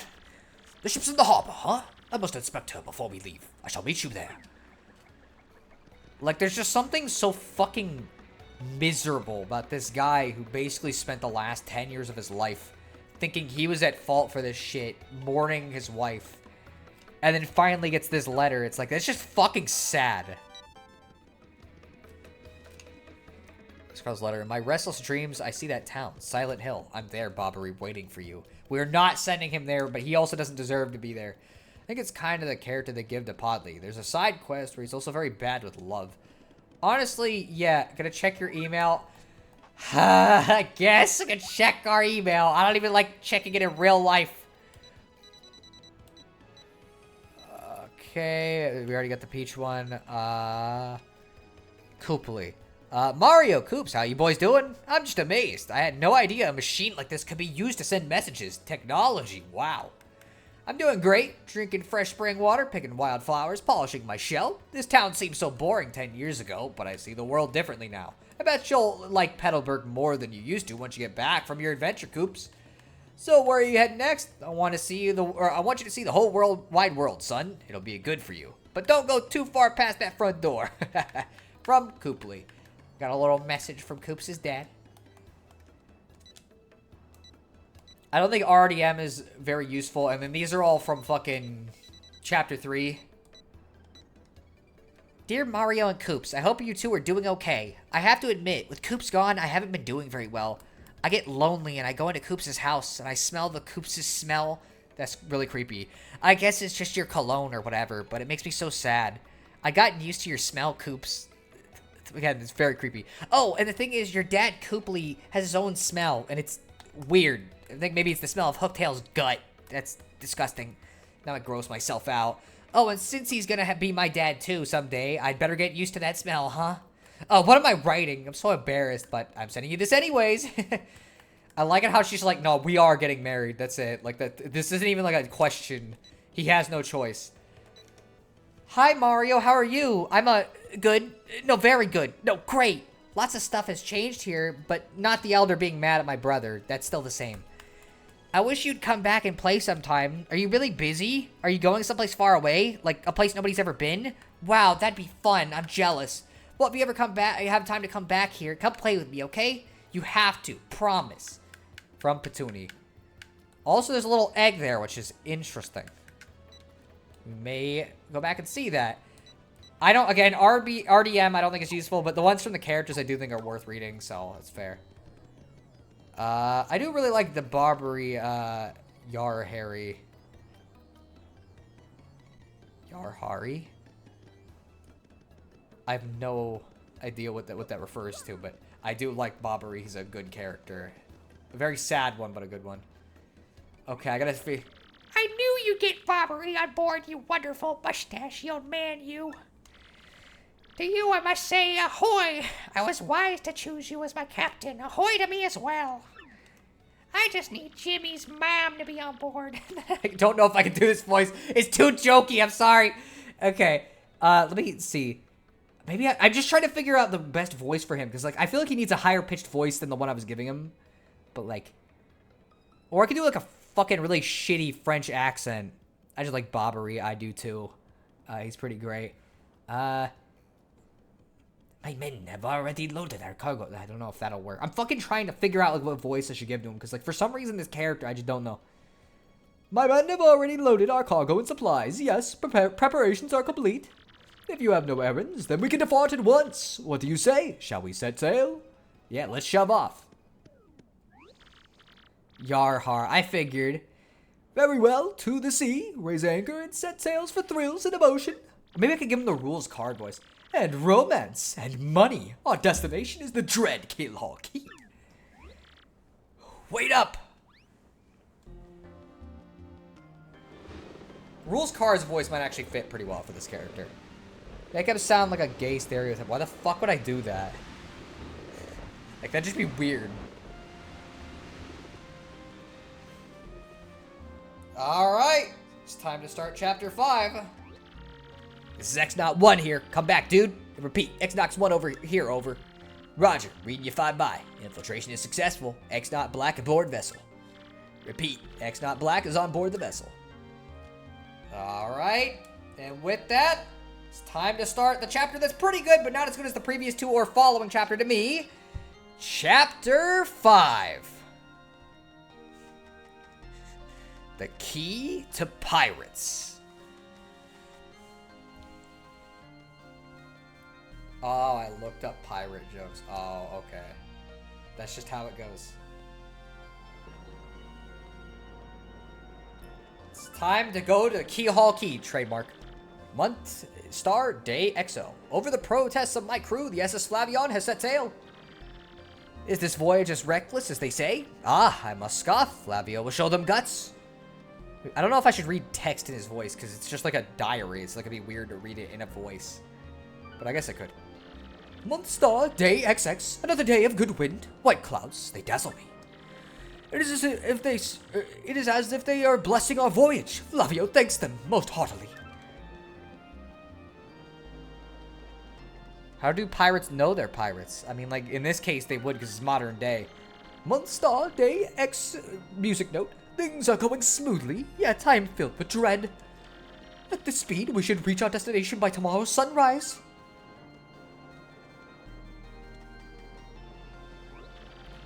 Skull Captain casts his gaze. Red Jewel shines and plays. Boom Bossa Boom Festival. The Stash Brothers' best of friends. 3 times red, Stash lands on his end. Blue Stash's belly 4 times is whacked. So let's hear those fireworks go boom. At the Boom Bossa Boom Festival. I don't know how that you would sing that song. Yes, now we are talking. Flavio told you, did he not? Nothing to fear, no.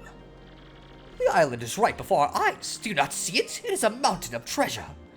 Oh ho ho, I feel fabulous. Shall I tell you of my many tales of raw bravery? No, it is no trouble at all. There I was, locked in a deadly combat with a sea serpent. Yes, but even then I smiled, for I knew I'd prevail. Great, he started again. A tale of bravery, right? I heard this one yesterday. There's nowhere to escape to. We just have to listen until he's finished. Yeah, if you interrupt him mid-story, he'll absolutely lose it, too.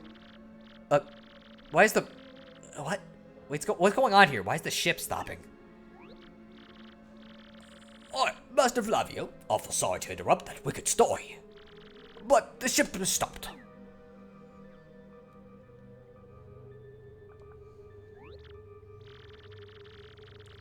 Oh, stopped you say to me after interrupting a story of passion and fury. Well, it is your job to keep the ship moving, yes? So take care of it. Oh, aye, Flavio. I'll get on it right quick. What a tick. They think, therefore they are. You're grounded, Sheldon.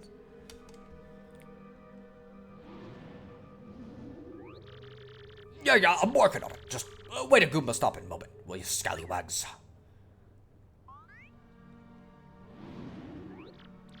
Alright, quit shoving, eh? I'm working over here. I said quit shoving. What?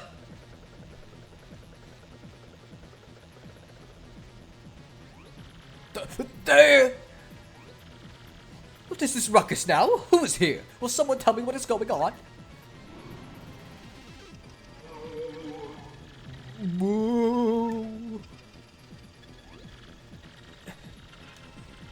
No, they're upon us, the pirate ghosts.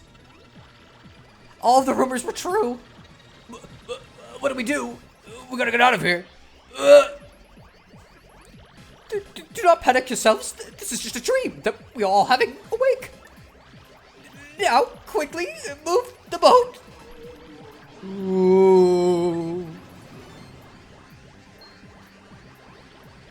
Oh, ghostly owing things. Are you really the savage pirate king? Help me! Buck up now, everyone. Remain civilized. Relax. Don't panic. Relax, I say. You simply must take it easy. But what? Excuse me. Listen, everyone. If we can form an orderly line without shoving, forget that. Move a path. Make a path. Bobber, you look alive, man. We must get out of here. Abandoned ship. Every rich, marvelous merchant for himself. It didn't work. Where do pirates keep their valuables? In a jar. Oh my gosh. I did homework and did a copy everything while looking, and Kissing was distracted a bit because of that, but I got it done. Okay, whatever. Anyways, welcome to the stream. Took me 2 years to log in. We're playing Thousand Year Door Chapter 5. Fortune from disaster. The kindly sea washed us ashore. What a strange irony that this island was our intended destination all along, no? And yet we mourn. We have lost 3 crew members, including Admiral Barbary. It pains me to think they were taken away by the Pirate King, that ghostly thing. What happens to us now, ah? We may be lost without hope, stricken in the wilds. 1 star, Day X Heart. We have made a semblance of civilized life here. The ship's flotsam washed in, and now we have salty bread and other salty things. We can live for some time on the salty bounty of the sea, but then what, I ask? 1 star, Day 00. We have built a few huts from the washed-up timbers. Ah, poor sweet SS Flavion. At least the shanties keep out the wind and rain. We still have no sign of Barbary in the others. My heart, she doubts. Still, despite my fears, we must continue to hope that they are alive somewhere. 1 star, Day OX. 3 days on the isle now, and the huts are all finished. We have carved a life out here, though we all dream of a return to Rogueport. Oi, Captain Stash! There ain't much, but we finished a wee hut for you to rest in. Come have a look. Good to know. Oh, hey, I've seen this DuckTales episode. It's actually a remote-controlled drones with lights on them. It is not. That ship had a bad case of blue balls. Jispy. I don't know about that. Hello. Wacko, I'm Wacka. We've got some good weather today, right? Makes me feel like nothing bad can happen on a day like today, Wackadoo.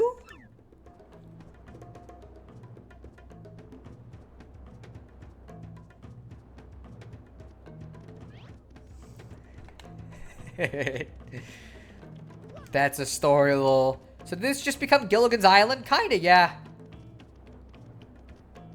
Please, Mole, quit stealing my pun opportunities. Well, I could have punished him for that, but I didn't. Captain, please help us. Flavio and Papatch are in a huge fight.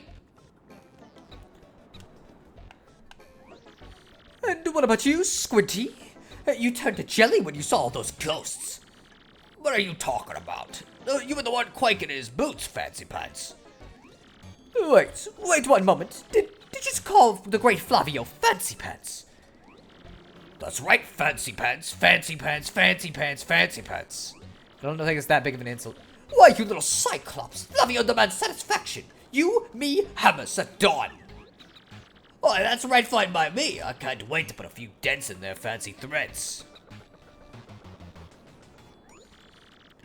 They're here! Fucking immediately. Captain Stash, goes to back.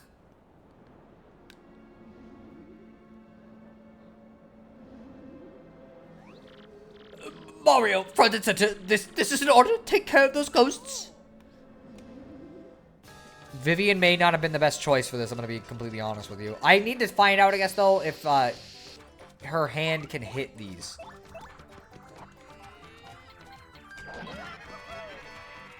We'll find out.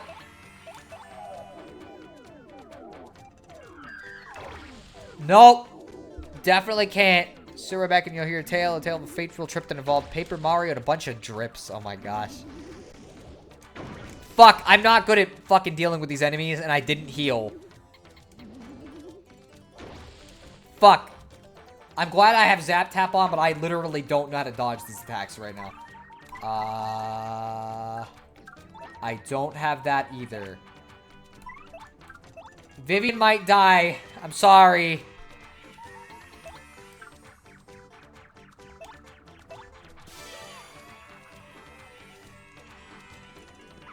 She's gonna have to take the fall, I guess.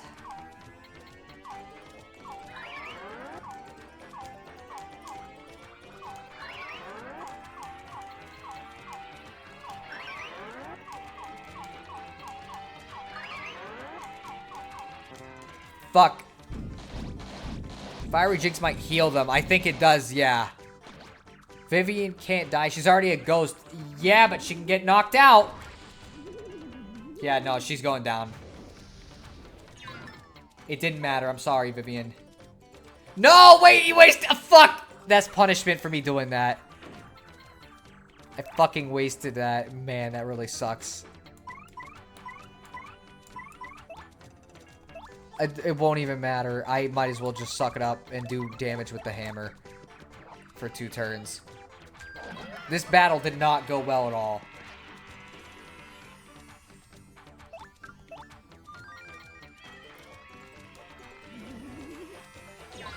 There we go, finally.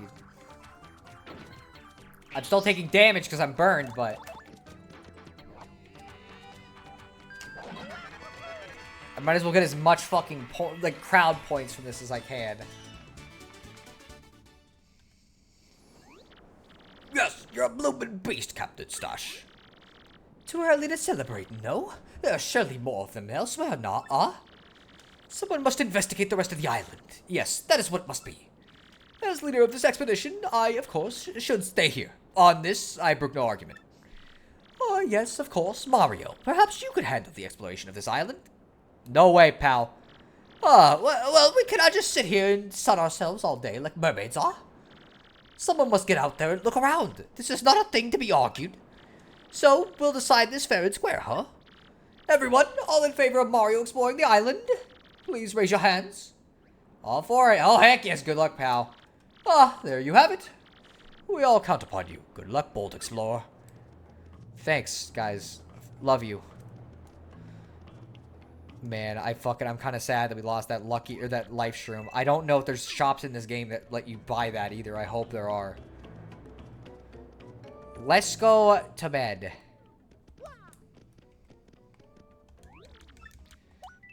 Why do I have to give you money to stay in the frickin' bed? It's not even a good one.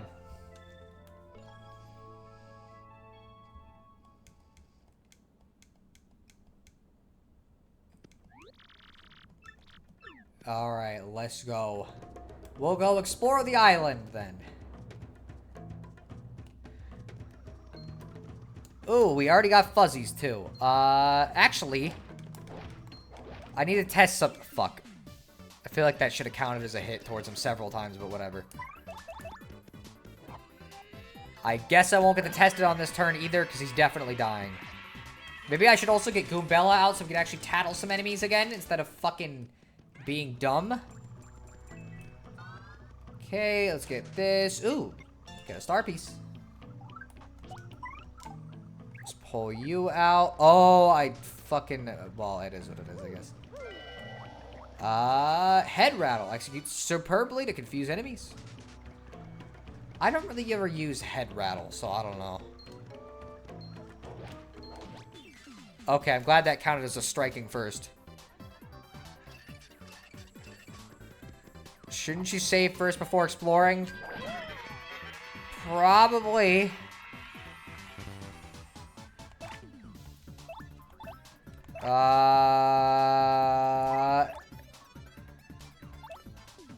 Fuck, I'm gonna defend just in case. I want to test something out. And I'm gonna tattle this while I can. There's definitely somewhere you could buy life shrooms. I feel like there is, I just don't remember. That's a fuzzy flower, a flower fuzzy. Wow, what a totally pretty fuzzy, don't you think? Max HP is 6, attack is 3, and defense is 0. This thing attacks by boinging in and sucking out FP. How uncool, we need FP. Once it charges up its own FP, it uses magical attacks. We better beat it before it does. Oh, I just got it. It's a flower fuzzy because it sucks your FP. Flower points, duh. Ah, no! That's not fair. That's the wrong person. Fucking cheater. Fuck you.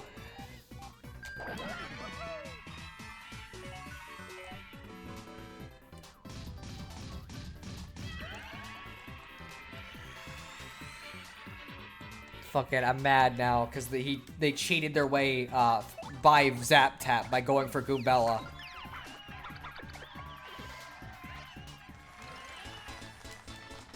We're getting a level up, so it doesn't really matter, but still. Alright, so, let's see. I think more FP would really benefit us for right now, so let's do that. So the Flower Fuzzy wanted to harass Goombella, sus. I'm finding out a lot of people want to harass Goombella, so I don't know. Not sure why, she's a fucking Goomba.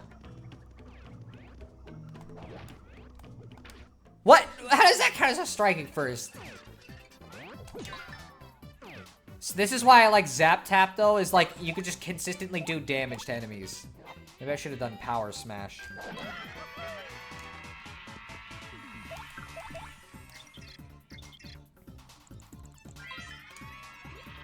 That's a putrid piranha. It's a poisonous piranha plant. That color is totally sickly. Max HP is 8, attack is 3, and defense is 0. It bites and it attacks with super rank poison breath mint table 4. If you get poisoned, your HP will slowly go down, so, you know, try not to.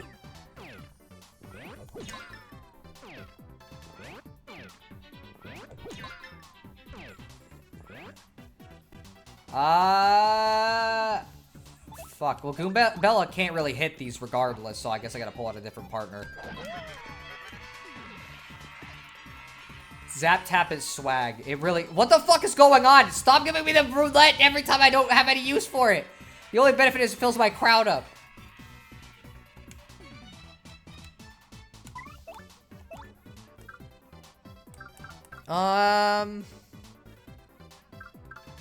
Frick. I guess anybody will be able to do it from here, so I'll just do Vivian.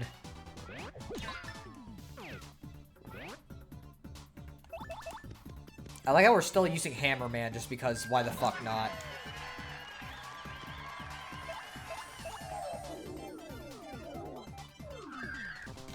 Fuck, I messed it up. Again, Y and X for some reason.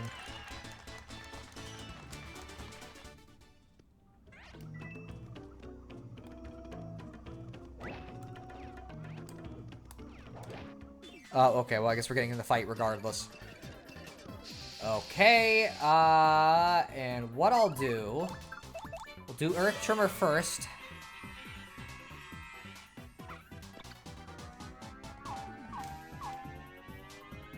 And then I'm gonna try Fiery Jinx. We'll see if it goes well or not. Because the only way to know is to keep practicing with it. Man, I cannot get that last one suddenly.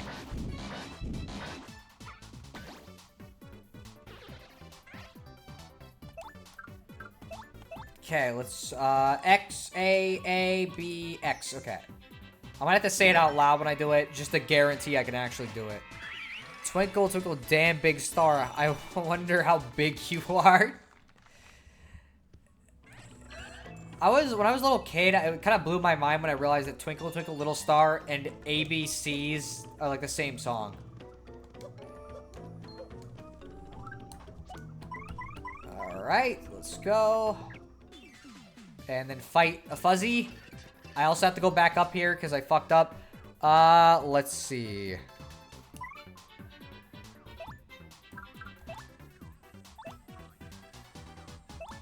Let's get rid of one of them right now regardless, but...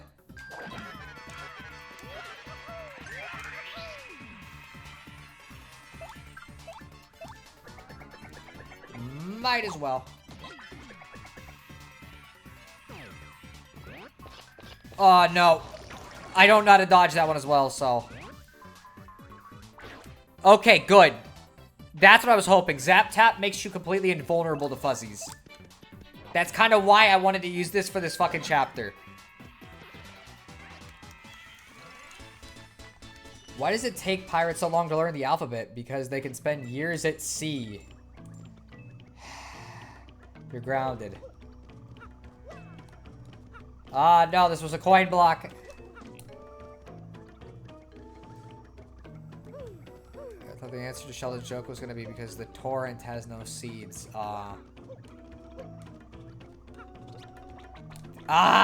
Different kind of pirate there.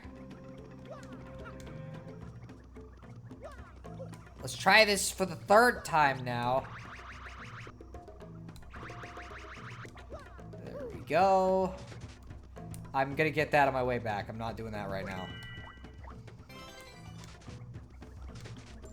I'm not grabbing that either. It's not worth it. One coin is not worth going back. There's a secret block with a jam and jelly in this room. Oh, okay. You're gonna have to tell me where then, because I have no idea. These cursed ghosts blast it all. Oh, wait. Okay, I know who it is. My blubber is blotches. Is that you over there, Mario? You're alive, old boy.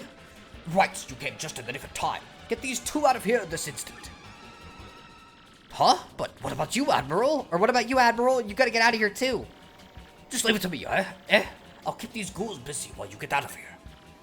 Flee, that's an order. Let me do what I must do. No, away with you.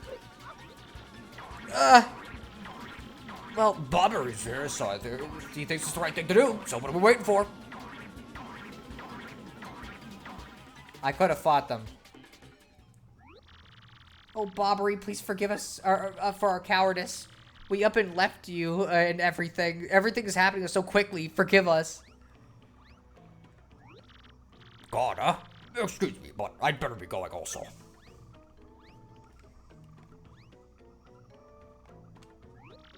Alright, you, out there in front of the TV. Yeah, I'm talking about you. It may be pretty obvious to you who I really am, but no telling Mario or else. You out there in front of the TV. Did the guy go nuts or what? It's fucking dumb. Oh, yeah, fuck. You gotta be careful about how you do that. Let me get these bushes real quick, and then we'll go down here like that.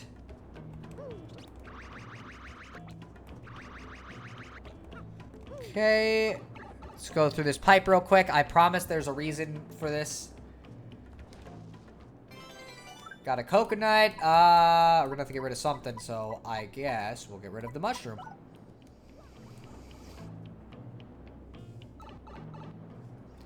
I don't need that right now because I think that's just a, or is that a badge? I'm pretty sure that's just an item. Because it is in 64, so.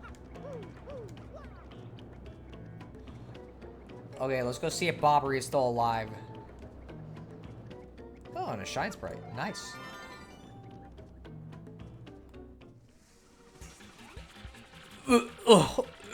So this is how the legend of a sea meets his end, huh?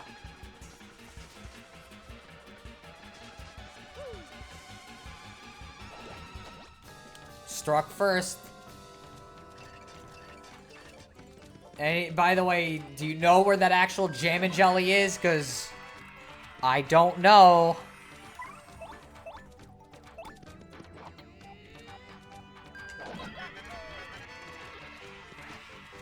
Okay, I'm pretty sure he can eat this.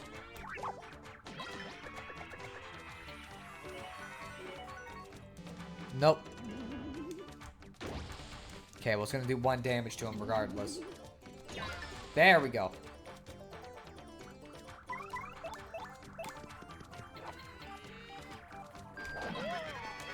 Get rid of him. I guess I'm gonna have to use Gulp again. But not like it really matters, because we can just refill on FP when we go back. And we've been getting more than enough coins to recover any losses. Oh, the pain of it all. Oh, Mario, old boy. Ugh. I guess those blokes got me a bit better than I thought. Mario, please hear my last request. I must thank you for taking me out to sea one last time. But there was one thing I need before I rest. Chocola Cola. I was saving that one bottle, my last memory of Scarlet, to celebrate reaching here. I saw it among the flotsam drifting towards the island, so it must be there somewhere. If I might have just one sip before my final voyage. Oh, get me that Chocola Cola, old boy. That is the plan. I guess we could use this too. But that's gonna cost more than the other method.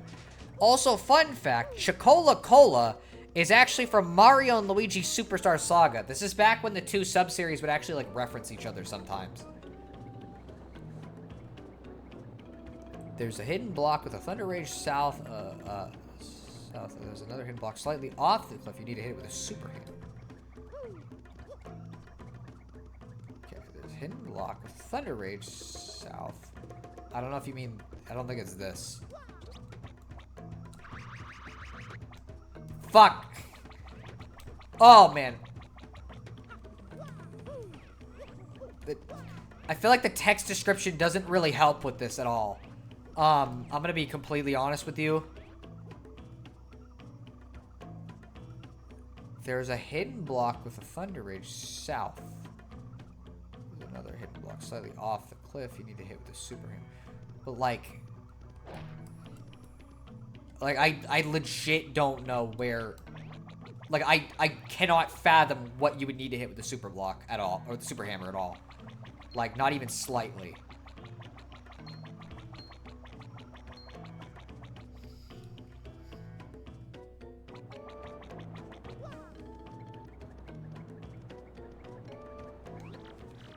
Ah, you are still alive? Well, we have some fortune left. Such relief for Flavio.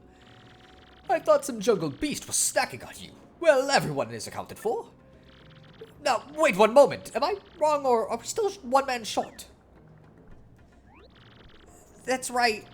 Bobbery sacrificed himself to save us from the ghosts. Please, we gotta go back and help him. What lunacy burst forth from your mouth? The Admiral lives. With fortitude. Mario, front and center, I entrust you with the mission to save our dear Admiral. What is this you say? Chocola Cola? Well, why would I have that? But, yes, by the way, Flavia was merely curious. What do you need it for? What now? The Admiral may soon perish, and he wants to drink, and it's his last wish. Ah, so, what we are dealing with here is a sort of last request, am I correct? Well, Flavio has no choice. I found it on the beach, but for this noble cause, I yield. However, the Chocola Cola is part of my, our supplies, which we need to survive. So I will need you to find something to eat to replace this. On this, I do not budge. Yes, I am sure there is something on this island that would be a suitable replacement. So what will you give me in exchange for the delectable Chocola Cola? Make it good. I am the editor of the Foppish Gourmet Weekly, so I know my delicacies. Let's give him a coconut. Ah, ha! A coconut, is it not? Well, that is island fare, but somewhat cliched. Ah, well, perhaps I had set my hopes too high for a foraging non-gourmand such as you. Well, here you go. Take the Chocola Cola and give my regards to the Admiral. Tell him to waft the bouquet, swizzle it gently, and savor all of its fine fizziness. That, okay. Let's see, it's on top of the cliff structure is hard to explain. That's what I just did. Okay. I will go to the Discord. Let's take a look at this. Oh, it's like... Okay. So it's like near the weird palm tree. You gotta hit like a block kind of off-center. It's a little weird. Wonky tells you about it, apparently. It wouldn't surprise me. Give me a sec. Might as well do this. This is another one of the trademark 1,000-Year Door backtrack fests that people scream about that is not that bad unless you run into a fucking fuzzy like an idiot like me. But otherwise, it's like, yeah, no, these backtrack fests are not very much. There we go. Fortunately, the fuzzies do move kind of quick. And the only reason why I think this one might be slightly more annoying is because I feel like the purpose of doing this a couple times is really stupid, and because these enemies are kind of hard to deal with. And so this one, honestly, I think is way worse than the Twilight Town one. Purely on the basis of it just being kind of... There being too many enemies that move very quick. Which I guess in some sense isn't bad because, like, we need to level up, but... Because we have to do this trip a couple times, it's kind of like, okay, well, I'd rather them not have piranha plants. Okay, thank you.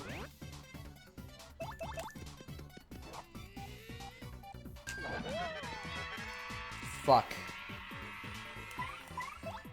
I don't like how he could hit me, but I couldn't hit him, but okay. Okay, well, that one was more fair then.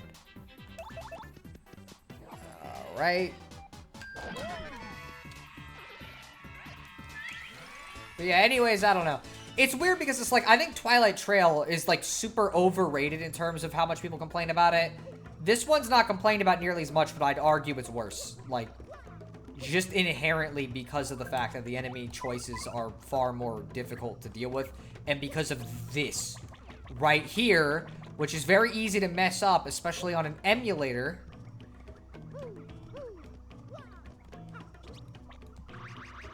You can always, like, technically do that, but that's risky if you press it before too much. Because it's, I think it's about, like, around here. We'll move a little forward, and that's how we find it. I'll look at the image again if it doesn't work in a second here. We gotta go back down. Oh! Okay. Jam and jelly is a very good item. Definitely worth having to do this again. Fuck. Man! I like how I defended this game, and then this is like absolutely the worst example of backtracking, and then right after I keep hitting every enemy. What does Jam and Jelly do? It gives you 50 FP. So like you can gain 50 FP back. It's a very, very useful item for that. It's come on! This part, I don't know if this is me or the emulator. I've never had this much trouble getting across this. Like, I'll mess it up every once in a while, but not this much. It feels like it's not activating when I press it sometimes. This part is kind of dumb. Yeah. This is kind of why I say I don't like this chapter as much as the other ones. It's still really good before and after this, but this part kind of sucks. I'm gonna be real.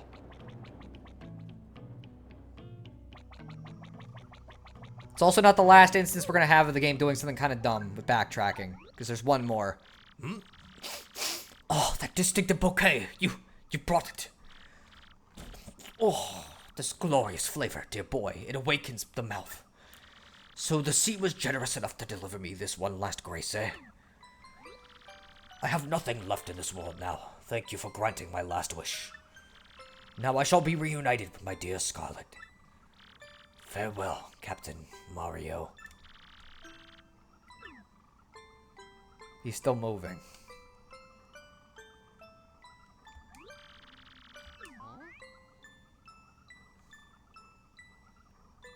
Is there a snowman on the little ledge beneath the bridge? Yeah, it's an item. I'm just not getting it. What? Pirates. Where are those pirates? Not quite with it yet, huh? What now? Oh, Mario, old boy, it's you. Your adventures in the afterlife you have adventures in the afterlife as well. Capital. Hey, you're still alive, you nutcase. Yes, well, really? This isn't a tropical paradise for the fallen sailors. Oh, right. Now I recall, Mario, old boy, we still have work to do. You'd better take me with you, I should say. I'm sure my sea legs and explosive personality will be rather useful, eh? Bobbery joined your party. If you couldn't guess by the unique design, yes, he's a partner. Bobbery's abilities, a primer. Press X to make Mario throw Bobbery, who will then walk a few steps and explode.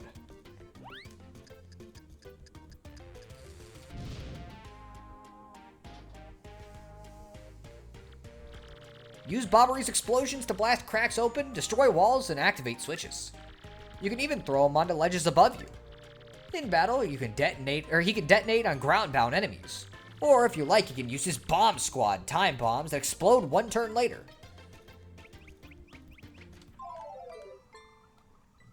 It's just that same, it's just that you do that same little climb 4 times in a row. Pretty much, you can cut out one of them by grabbing the coconut. But like a first-time player is not going to know about that. So it's like, oh, whoops. It's kind of like, okay, well, was this necessary, really? Does this really benefit? And like the trips back are not that bad. Unless you're fucking being dumb, basically, like I do sometimes. But it's like, you know, it literally is just, you know, why? Fucking, I told you. This is why I don't like this backtracking in the game. It's the only time the game just actually gets kind of stupid.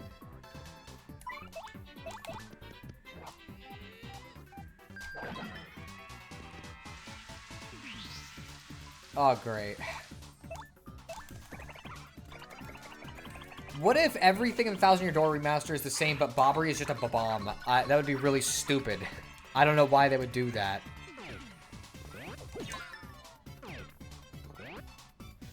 And I get to use an extra turn because Yoshi can't do anything to these guys.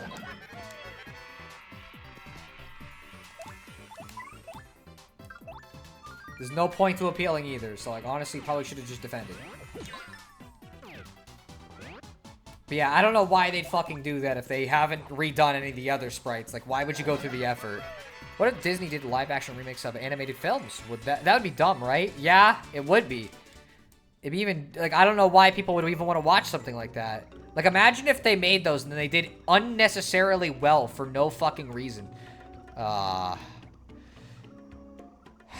Do I go back up again to get... Yes, I do. I'm already not happy with this part. I might as well just get all the frustrating shit out of the way now. Okay, let's not try to do this any cool way. Let's do it the worst way possible. I gotta hope I don't fucking miss this.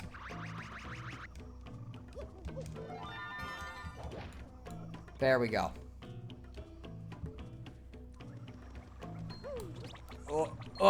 Okay.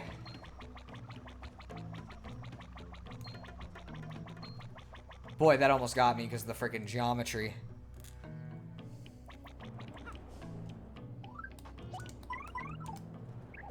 Alright, let's go talk to them again. Oh, hello. Hey, isn't that Bobbery? He's alive. He's been alive all this time, really? Unless that's his ghost. Good old Bobbery is safe. Yay! I thought he was a goner for sure. I almost threw up. I was so worried. Oi, who's that behind you? Why, that's Bobbery, that is. Welcome back, old bomb. Ah, it is Bobbery. Welcome back to you. Do you know how worried we were? My stomach has been most upset. I must worry about everyone here, but who cares for Flavio? No one. Do you know how hard that is for me to sit here in safety and worry so much? I do not know what is out there waiting to lurch in its snack upon me. We do not even know how to get home for the sake of blue brighty sea. But no more yelling. This is the time to pull together and work as a team. Flavio, old boy, I must say, you talk rather too much. Such insolence! Ugh. I growl at you like an angry jungle beast. I oughta. So in any case, Mario, about the crystal star you spoke of earlier. There was a rather odd rock to the far east of the jungle with the skulls carved into it. Called an old sea bomb's intuition, but that skull rock smells suspicious. Hey, Bobbery, you want to know what really smells suspicious? Flavio's armpit. Fucking dumb. Oh, it smells like low tide. but seriously, you may be onto something with that skull rock. I say that's where the treasure is. Well, anyone could figure that out, you mutinous joker. I mean, how obvious. I was already saying in my head that the treasure is certainly beyond that rock. And as such, I will continue the noble duty of protecting this camp from invasion. Captain Mario, carry on. I am sorry to make so many requests, but, you know. Flavio, you old cash grubber, if you want treasure, why don't you go get it by yourself? Oh, well, yes, Admiral. You see, Well, yes, you have a point. Let us decide this fair and square, shall we? Listen to me, everyone. Who thinks I should go along to investigate the skull rock? Oh, heck yes. Yeah, take it, please. Have fun out there, jerk. Off with you. There you have it, Flavio. Fair and square, eh? What? No, not fair. Flavio hates you all. Flavio will join you for a short time. So now he's in our party. He doesn't attack, if you're wondering. Right? We cannot use him in battle. What if Slender ate a lot and then wasn't Slender anymore? Would he change his name? I doubt it.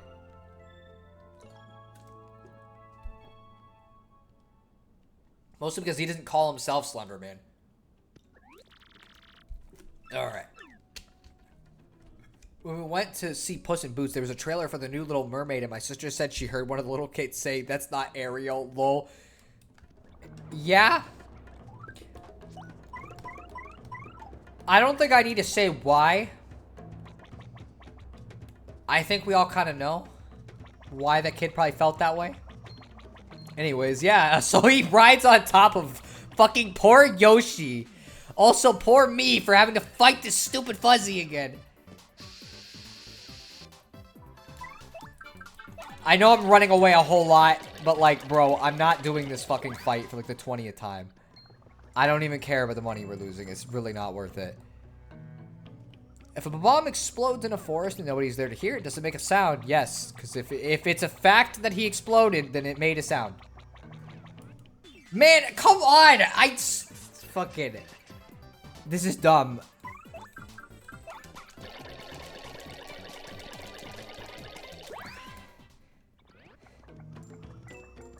This is the only time... This is the only time I've ever genuinely agreed with the backtracking claims about this, it being really bad. This is atrocious. There goes like 20 coins or more just to not have to fight all these enemies again and waste a bunch of FP. Skull Rock, I bet Peter Pan is fighting Captain Hook there. Is that actually the place? There's still one more fucking fuzzy. Oh, no, okay, it's gone. Dude, I just realized Flavio's nose is like the One Piece guy. Oh my gosh. And that guy is Jason Griffith. Oh my gosh. Getting hung up on scenery. Oh gosh, I'm getting Breath of the Wild flashbacks. I don't know. Finally, the fucking chapter can be good again. After fucking, like, literally 20 minutes of bullshit. I don't know why everybody complains about Chapter 4 when this is, like, 1,000 times worse.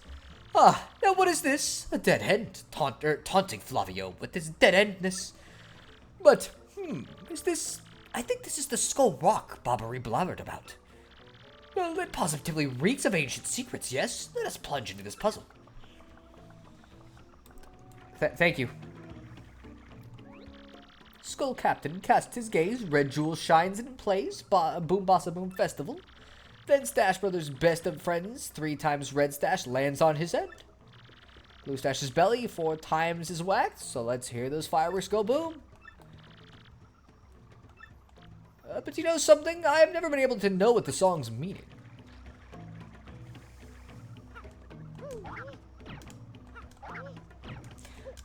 Let's try that.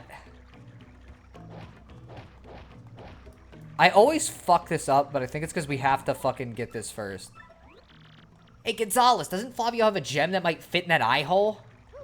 He might.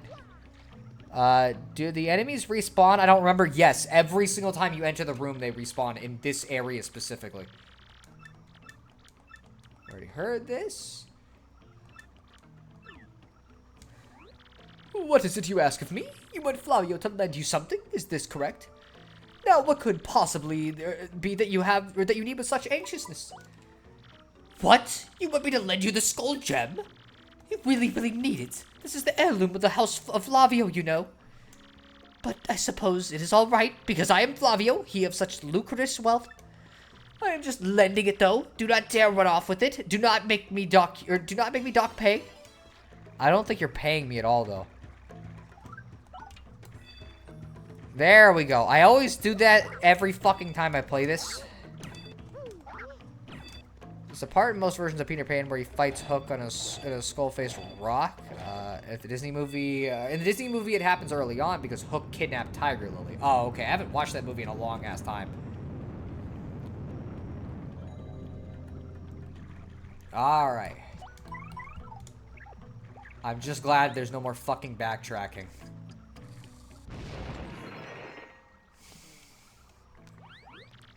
Oh, such excitement! The cave entrance!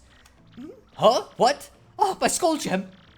Mario, what were you thinking? That gem was a part of House of Flavio. Oh, what a happy day! I have my skull gem back. My jolliness has no end. Now then, I'm sure you're all disappointed, but Flavio must be heading back now. I cannot let those back at the camp worry about me further. You two understand, yes? So, let me know when you find that glittery treasure, alright? See you later, Flavio. No more fucking backtracking. But what about G-rated backtracking? Just be, firstly, you're grounded. Secondly, honestly, I'm gonna say it. I'd rather do the really shitty bullshit side quest backtracking that we're gonna get to in Chapter 7 than do that again, comparatively speaking. Because it's so much worse. Scoffing at danger, my brave explorers enter the cave. Will they actually find the Pirate King's treasure? I tremble with anticipation. That is the question.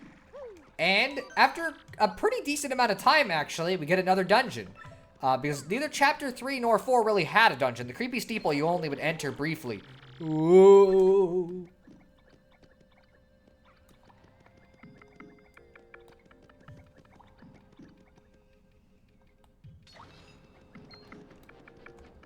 Give me a sec. Okay, just making sure. of something. I think he should be able to hit these guys. That is really dumb that they make the enemies respawn when they normally don't. It's not normally the rate that they do in this particular area is the thing. So, it's one of those things I hope they fix in the remake, because it's like, it is really annoying. Okay. Let's hold down A. That's a very good basic attack. And because of that, Bobbery is actually one of the best partners as well. Vivian's also great if you don't fuck things up like I do with this controller right now, but, you know, it is what it is. We're going to be using her in this chapter, don't you worry. Ah, fuck. Oops.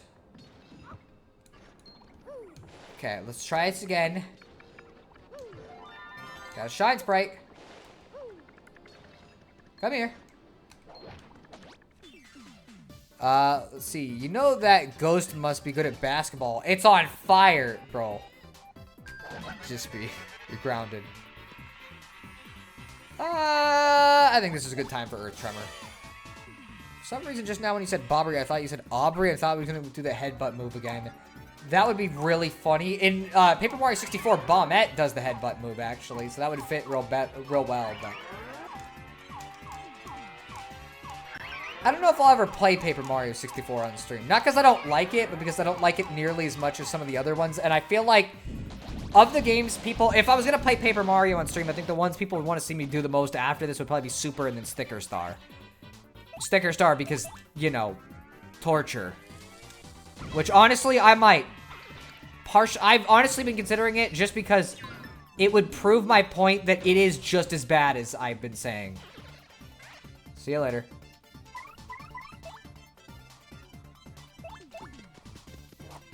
I got a mystery friend request on Discord. It's the first that's ever happened to me before. Huh. I get them randomly sometimes, and I usually just think they're from, like, a server I'm in that I don't talk to that person or whatever. Alright, so this is one of the things where Vivian is definitely going to be useful for. Because she negates all damage and hazards, even ones that would be environmental. Ooh. We're going to be hearing that throughout the chapter. Yeah. Oh! Fuck! I read the chat while I was doing this, and, like, by the time I was looking back, it was already too late. Okay, let's try that again. Maybe not fuck it up this time. I'm not as worried because we have a lot of... We're getting close to a level up, so... What the fr... Okay, I need to hammer them. You cannot jump on them. Because, like... And blocking that is seeming to be very difficult, even though I feel like I'm pressing it with correct timing.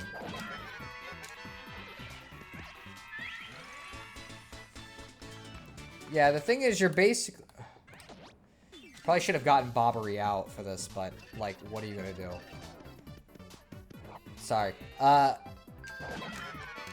the thing is, you're playing this basically because it's a game you have that other people, namely me, can't play ourselves, but Paper Mario 64 is one that I can play thanks to the Switch. That is true. It's also just, like, in general, 64 is just not as interesting as Thousand Year Door or Super is.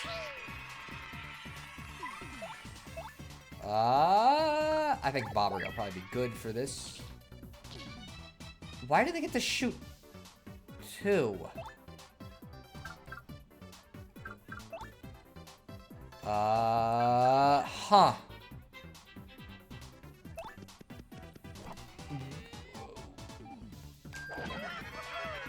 I don't really have a good solution for this. I'm gonna be honest. Like, I really did not plan for this. So we're taking damage.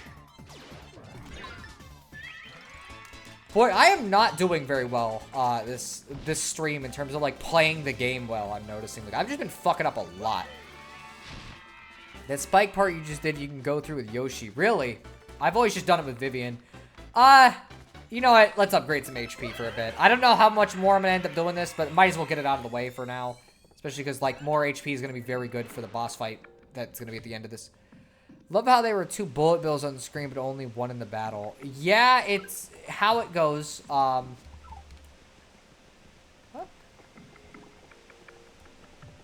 I think I do need Yoshi for this, actually. Because I think if I... Nope, definitely not. I should have just jumped. Because for some reason, Yoshi lost all of his height. So, I probably should have just jumped. It was very clear I could have made that across. It's this that I needed Yoshi for. And I just panicked because of that. We cannot do anything with this. There's a winch here that raises the sluice gate. You will need a handle to move the winch. Let's see, before that I had no idea. I love learning things like that when seeing other people play games. Oh, I learned that from when my sister played this game. Huh, okay. Well, I had never heard of it, but...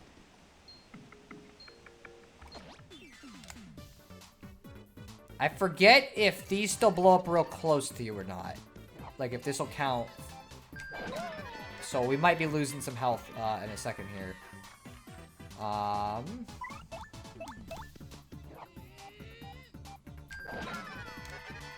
Okay, that'll get rid of him. Let's have Yoshi defend. Ooh. I'm not even gonna risk it. This is what this is good for. Oh, it didn't kill him. Oh, man. Okay. Does not work like regular bob-bombs. I don't usually fight the big bob-bombs because when I was a kid, I was worried about them. And then I was like, oh, we're so fucked. We're so fucked. Oh, man. Oh, this is bad. I fucked up really bad. Doing badly on a stream for a game you're good at, join the club. Yeah, but, like, this is worse than I think I've ever done with this game. It's weird. Guess you gotta handle the situation. Oh, my gosh. You know, I don't know if I mentioned this before, but one reason I didn't get into the Paper Mario games when they were new, you said once these games were badly advertised. That's true. I thought these were platformers for the longest time. No, that's the thing is they always advertise them as, like, weird platformers or games with, like, goofy gimmicks. Like, oh, guess what, guys? Mario can turn into a paper airplane. And, like, that's how they market this. Or Mario can go 3D in this 2D platformer Paper Mario game. And it's like, yeah, but that's not the reason you would ever play it. The main appeal of the fucking game is that it's fucking super dark for Super Paper Mario. But no, they advertise that you can turn 3D. You can turn the world 3D. It's like, great, thank you. Oh, fuck, I did not mean to do that. Again, it's what happens when you read the chat when you're fucking trying to focus. I'm pretty sure if you use Fiery Jinx, they'll immediately blow up. I need to do that next time then. I probably fucking remembered that. I just don't... This is one of those chapters I don't play as often because I'm not as into it as the other ones. You know, like I tend to more like it's a good one, but I like the previous two and the next one like way more. So I tend to forget a lot of stuff about this one. But also, I just kind of tend to avoid a lot of the enemies in this area. Mainly because I'm a big baby. Oh, come on.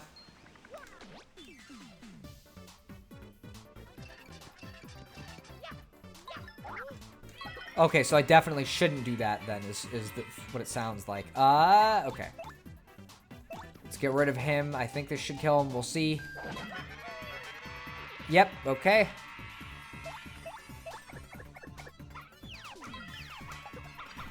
Okay. It was only after they became hard to find that I learned they were RPGs. Yeah, that sounds about right. The thing is like, this game in general used to be fairly cheap. You could find Thousand Year Door for like 20 bucks at one point. And it only became really valuable later on, basically after Color Splash got announced. Because right when it got announced, people they were super pissed because people didn't like Sticker Star, but Sticker Star sold really well because nobody realized at the time they announced it that there could be, you know, like a bad Paper Mario. We just thought it was going to be another one, and it ended up being fucking garbage. So people weren't vocal enough, and Color Splash gets made, and people are fucking pissed and start talking about this, how this is like the greatest fucking Mario game of all time. Ooh, turn back. Ooh, go no further or you will never leave. But yeah, so suddenly, after everybody started talking about this game, it became super valuable. Because everybody realized, wow, shit. this might be really good, or in some cases, it just is really good. And it's just funny, because it's like, this game has always been a fucking masterpiece as far as I'm concerned. But nobody found out about it until it was way too late. And now, because of all the people talking about it over the years, we somehow convinced Nintendo to actually remake this, which I can't believe. I'm still in shock, because it's such a not Nintendo thing to do. Firstly, why the fuck remake Thousand Year Door specifically, even if people want it, because this is Nintendo, and they don't give you what you want, they give you what they think you're gonna want. But secondly, Nintendo never remakes the sequel, even if it's way better. They always remake the first one, and that's it. And that's what's fucking stupid. I don't know if... You know what? Let's test it. We'll see if this blows them up. Yep, it did. That's what happens. I had to test it.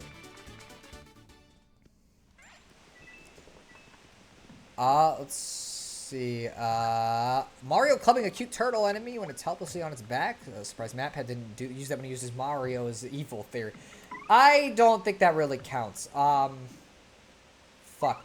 This actually puts me in a weird place because none of my partners are particularly that good for this setup now. I learned about paper because of Chugga, Paper Mario. That's fair. I played this game specifically when I was a kid. Like, it was the first RPG I ever, like, really fell in love with. I had played Pokemon, and I liked it because it's fucking Pokemon, but, like, this was the first one I played that, like, genuinely made me realize I didn't just like playing games because they were goofy or whatever. I liked this because it was just, like, such a fascinating, fun world. I loved the characters. I loved everything about it. And so it's the reason why I played RPGs in the first place. Grotto Key. Like Zoing, see me and Scooby aren't scared of this. Oh my gosh.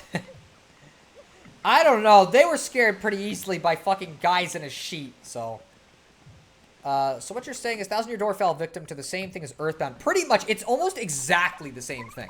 It's a game that came out, it sold better than Earthbound, mind you. It was a success, it was a sales success. But because it was a GameCube game, only so many people got to play it. And because at the time Thousand Year Door came out, it was like NES and then later Super Nintendo nostalgia that was around. People didn't really care about this, they only cared about Super Mario RPG. That was the only Mario RPG that mattered to people. And so years passed by, this game was super cheap, but then after a while, you know, people start hearing about it. They're like, well, wait a minute. I heard this game is really good from a bunch of people who played it, and it just continues and continues and continues, and eventually it becomes just this, like, fan favorite. And then that combined with the series just dying out, essentially, caused it to become incredibly valuable. Not Yoshi. I don't think you can get through this one with Yoshi. Caused it to become incredibly valuable. Oh, fuck. Okay, I didn't do it early enough. Let's try this again.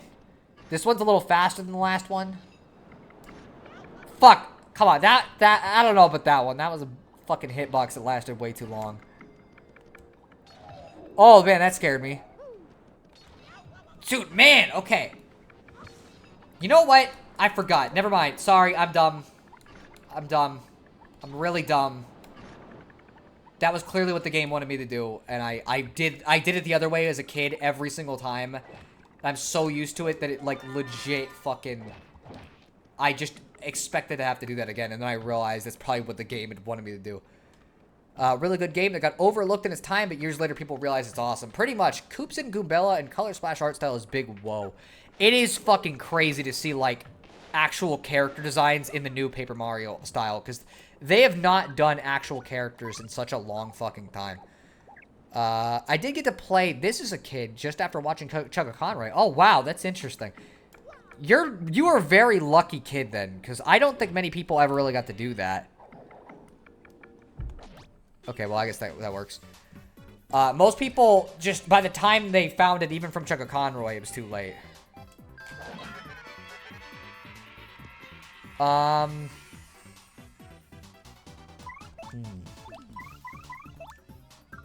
Man, I don't have enough for Art Attack, but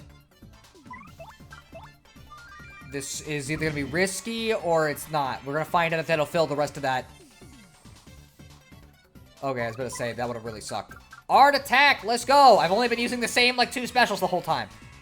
Mainly because I don't like power lift, because I don't know how it works. I always use it like once in a playthrough and then fuck it up.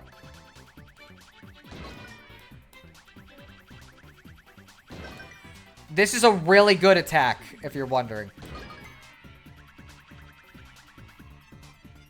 Dead. Let's see. I was never a huge fan of Pokemon. I liked the anime for a bit, and a lot of movies are still good, especially the Japanese, but the games had trouble. I had trouble enjoying.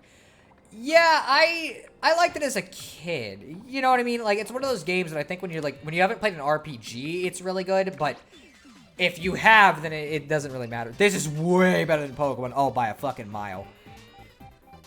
Yeah, so this is the actual purpose of Super Hammer. You can hit a chain of enemies with it, you know, so it's like, theoretically, it can be really useful for that. Fuck. I hope these guys don't have more than... We're gonna find out. But yeah, no, this fucking blows Pokemon out of the water. Like, if somebody had to be introduced to RPGs with some, like, somewhat simple mechanics, I really think this is the best possible option for them. Because it's just, like, it's just a genuinely good RPG with a fun story, but it's not so complex that you can't approach it, but it never gets so easy to the point of being, like, baby basic. Like, even though I've played it a bunch of times, I at least need to kind of think about what I'm doing usually, a little bit. Guess you can now say Sonosara is on a roll. I guess so. Also, you might be behind by a bit. That or I'm reading these chat messages kind of late. Oh, I forget. What exactly? I think you just do this. I knew it was you just break it. It's like, okay, it doesn't want me using the super hammer. Mario RPG has like its own mini fan base separate from the other Mario RPGs. Yeah. Oh. Huh. Funny. That's a very funny joke. Man, okay. I gotta hammer him. But yeah, it's weird how, like, each Mario RPG series has, like, its own fan base. And one thing I never liked about the other Mario RPG, or the fact that it's like this, is that, well, most people can just enjoy both Paper Mario and Mario and Luigi and Super Mario RPG. There are some people that are just elitists and, like, will get really, like, uppity about which one you prefer. It's like, oh, you like the Paper Mario games better? You got bad taste. Mario Luigi is peak by far. And it's like, bro, they're both great. Why do we need to fight? Why can't we just like all of them? I love all of the Mario RPGs that are actually good. So it's like, I love the first 4 Mario and Luigi games. I love the first 3 Paper Mario games, plus Origami King I also enjoy okay. You know, it's like, I love Mario RPG 1. This is the problem when you fucking have Hammerman on. You gotta play a little funky. But yeah, so I don't know. It's like, I just think they're all good. I think they all have their appeal, too. I like how Paper Mario is kind of more strategic in how you have to plan out the battles, whereas Mario and Luigi is more, like, action-based, you know? It's like, oh, okay, I gotta make sure I fucking, like, dodge all the attacks and shit with good timing. And so, I don't know, they both have, like, a slightly different appeal, but they're both good turn-based RPGs. I thought the bosses after Chapter 4 were really hard. They do get harder. That is the thing. I really hope Vivian's stuff works against this next boss, because if it doesn't, it's gonna be a problem. I don't know about that one. I'm not sure if that should count. I don't know. I'm gonna need a different partner, because clearly it's not fucking, not ideal in every way. I don't know if the bombs have defense, though, is the thing, and if they do... Or not, but... Well, wait, they have 4 HP... Fuck. Well, I guess we're gonna find out.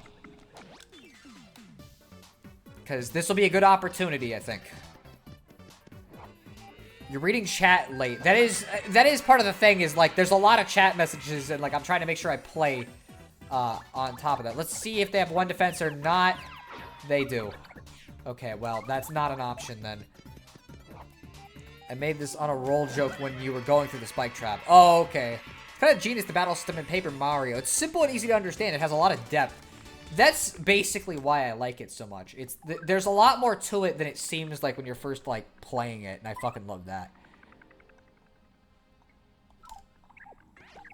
Okay, what I'm gonna do... I know I said I was gonna use Hammerman. We'll use it. I need to take it off for this specific fucking thing because it is making these fights very difficult in a way that it wouldn't be. So we'll just take it off and we'll put it on after. But yeah, it's a good battle system. Oh, I might have to step away from the computer for a bit. Okay. How long are we talking? Like a couple minutes or like a while, you know? This is what I want to know.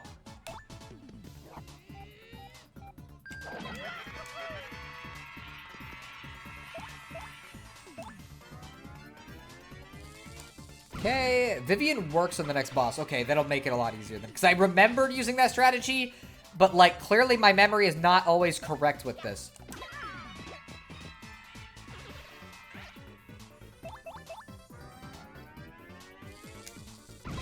This is the best strat for right now.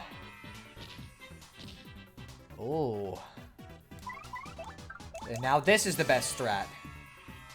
This kid beating the Chapter 5 and 6 bosses took a bit. I think I had more trouble with the Chapter 5 boss, but both of them are kind of tough for, like, a Mario RPG, that's for sure. Like, if I was going to pick the most challenging Mario RPGs, it would probably be, like, second. I think Partners in Time can be a little bit more difficult, but that's because Partners in Time, just in general, is kind of, like, nuts with certain parts. Specifically, its final boss is, like, really fucking hard. Alright, let's go. Oh boy, here we go.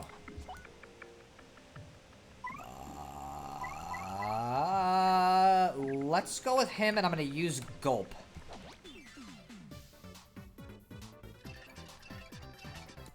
Oh, man. I should not have wasted Art Attack. Oh, no! Oh, this isn't good. Oh, man. Oh, this is bad. Shit. Last time I played this game, though, I did end the boss of Chapter 6 in 2 turns. It took no damage. It was awesome. That's fucking awesome. Oh, man, I might need to use something. Well, I don't know if it's gonna matter, though. Confusing them is not gonna stop them from doing shit. Shit.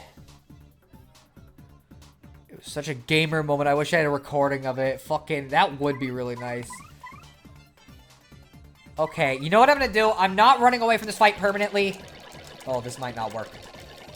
Oh, barely. Okay, so what I'm gonna do, I'm gonna walk a little bit over here. Oh, fuck! I didn't mean to do that. I just want to, like... Okay, whatever. We lost some coins for it. Let's try this again. Without that shit, hopefully. That would be really nice. Because that fog basically guaranteed we were going to take a shit ton of damage. Okay, so what I'm going to do... is I'm going to Earth Tremor these guys first.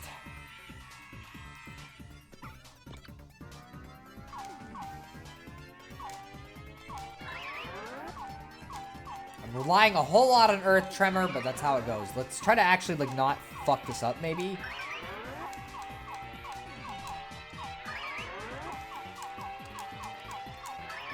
There we go.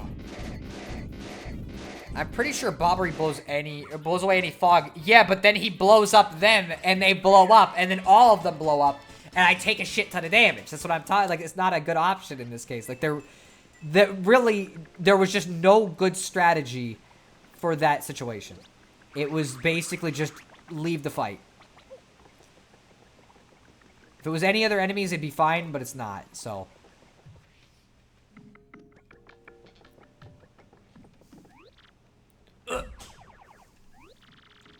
Oh, sweet, sweet salvation.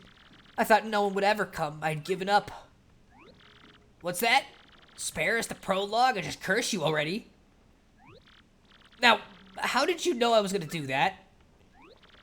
No, seriously, hang on a sec. Can't you just listen to my spiel for a little bit?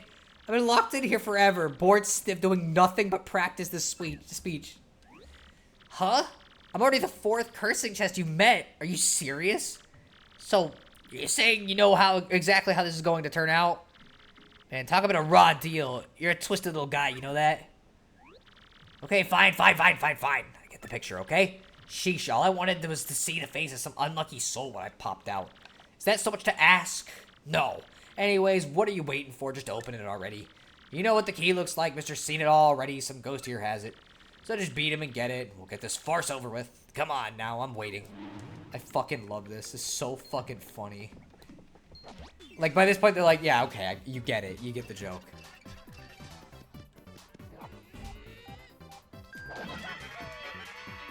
What did I miss? I see you found another cursed chest. Yes, one who's very sad because we already saw several cursed chests, and so it's not happy that we're not going along with its joke anymore.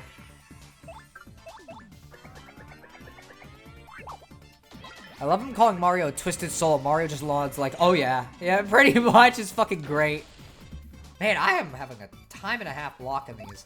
I guess I've never been good at blocking this, though. So, like, I guess it's not a big shocker.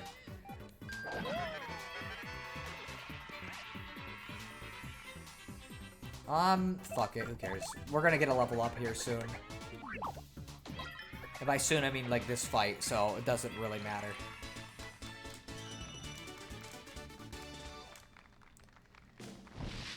There we go. Level up. Got 2 level ups in this fucking cave. It's been a really good cave. The thing is, I haven't been using as much, but I'll do another BP level up just in case for right now. Maybe FP would have been more useful for the boss fight, but whatever. Black key. Let's get this fucking very clear badge, too. Got P down, D up. Drop the damage Mario deals and receives by 1. Yeah, whoop-de-doo. You got the key. Party time. Now, let me out already. So what is BP? It's badge points. It's badge points. That's how we equip badges, you know? Alright, here we go. So it's just itching to get this over with. Ahem. Oh, he fools.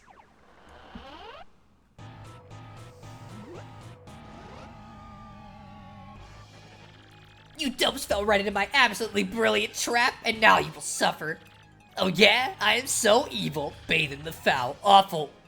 Wait, what was next? Oh yeah! You fools will be cursed forever for your appalling stupidity.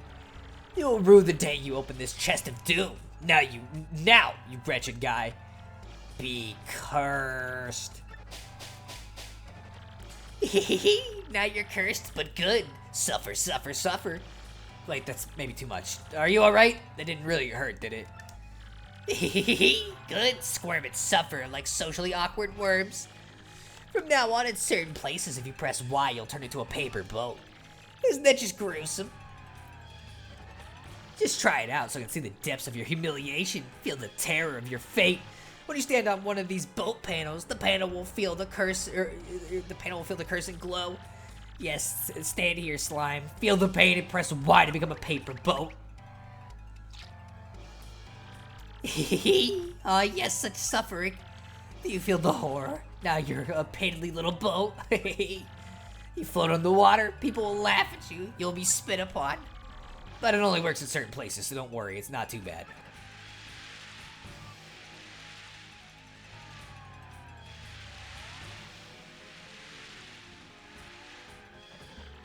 When you want to return to normal, approach the panel and press Y. Now, try it, worm.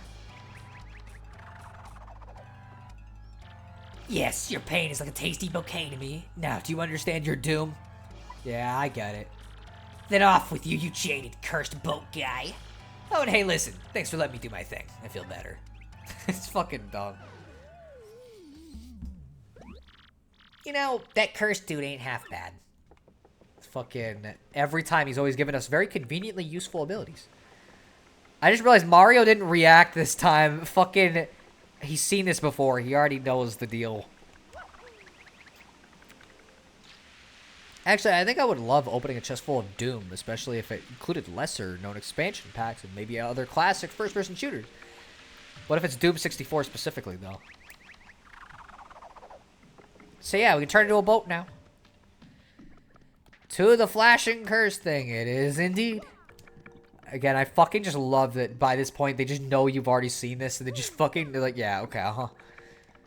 Let's see, so I'm guessing I should not watch a speedrun of this game just yet. Probably not, no, because, like, I mean, like, you'd get spoiled for shit later on. If you want to enjoy the full experience, a speedrun's not exactly a good way to experience a game. Especially not an RPG with, like, a story.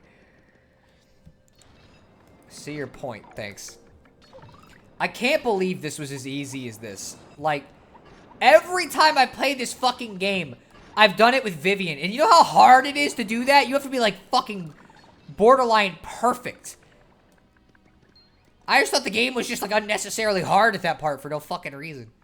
It would be disappointing because I already have Doom 64 twice on the real N64 and once on Switch. Ah, I see. Give me a second here. Go up.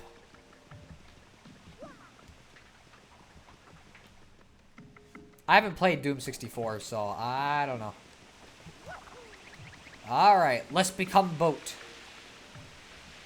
I don't think we can go in waterfalls, but I'm gonna go over here. We can go down. I'm gonna wait for a second though first. Also, I think we have to do something with that over there. But give me a sec.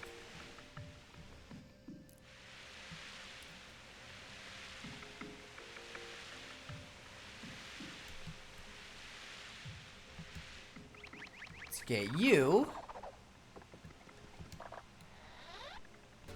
Defend plus P. Boost your allies' defense by 1. That actually might be useful. How much does that cost? 5, huh? Well, coincidentally, we have 5. And because the boss is definitely not going to be useful for Hammerman, we're not using it. I'm pretty sure speedrunners in this game sometimes include Flavia watching Peach shower. They do. That said, a chest that includes that along with other Dooms, plus like thousands of fan-made levels would be fun. Probably, yeah.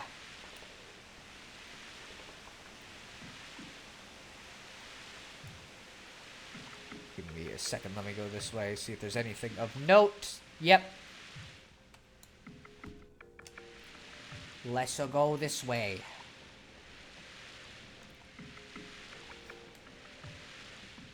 You know, I knew we'd be sailing in this adventure, but I didn't think it'd be like this.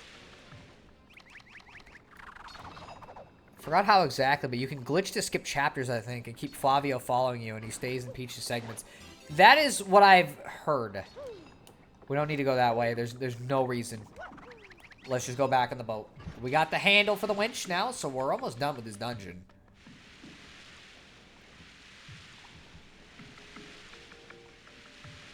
Alright, let's go. Also, basically, Doom 64 is a game where if you like the classic Doom games, you'll probably like it as well. That's kind of what I've heard about it, but again, I've never played it, so, you know, limited knowledge on how to interact with it. I might have had to go back that way, actually, so let me go do it. Let me see if there's anything back here. I don't think there is. Okay, well, it's worth checking. Not a big deal. Because we'll just sail slowly over there. Going back, Sheldon, don't you dare. Especially because this is backtracking only because I fucking went the wrong way. Not because it's the game's fault, necessarily. Like, it clearly wanted me to go the other way. I just thought maybe I could do something else back there. And I wanted to check that one little area to see if there was anything. Which there wasn't. But still. Okay, I'm going to test out Sheldon's thing. Man, I can't believe you can do that, too. Snowstar is having a just be playing Monkey Island moment. Not really, like, I know what to do. I already got the winch and everything. I pretty much figure stuff out. It's just kind of a, hey, I didn't know if there was anything over there that'd be worth my time going to do. So it's a little different. Gate handle, here we go. And that'll open up this little gate. Whoa. Whoa, that freaky voice is making noise again. The ghost must be nearby. Probably. I know I'm supposed to do something, but I can't remember what. Well, again, like, I remembered to do it. Like, I got all the stuff. It wasn't like I got stuck. It's literally just that I didn't realize you couldn't get back there that way, because I thought there might be a sailing thing. And again, I wanted to check to see if there was an item in that little cranny. Because sometimes there is, and it's like, I've never checked that when I was younger, so it seemed like a worthwhile thing to check. At least you didn't spend an hour stuck because you misremembered an item location, unlike some people. That happens sometimes with certain games. It depends on what it is. Alright. There's a couple different places to swim. Let's see if there's any particular reason. It doesn't look like it because we're not moving. I'm going to check this way too. I don't think there was anything, but I'm going to check anyways. Nope. It looked like just what it was. A wall. How much did the pirate pay for a peg and a hook? Shit, I'm trying to think of what that would be. An arm and a leg? And an arm and an eye. Yeah, no, an arm and a leg. That might actually be the joke. Oh, yeah, it is. Wow, okay, I was right. I probably should have been looking at what I was doing, too. That probably would have helped. But I was trying to figure out the pun before I saw it. So, you know. I did it. Gotta avoid the waves.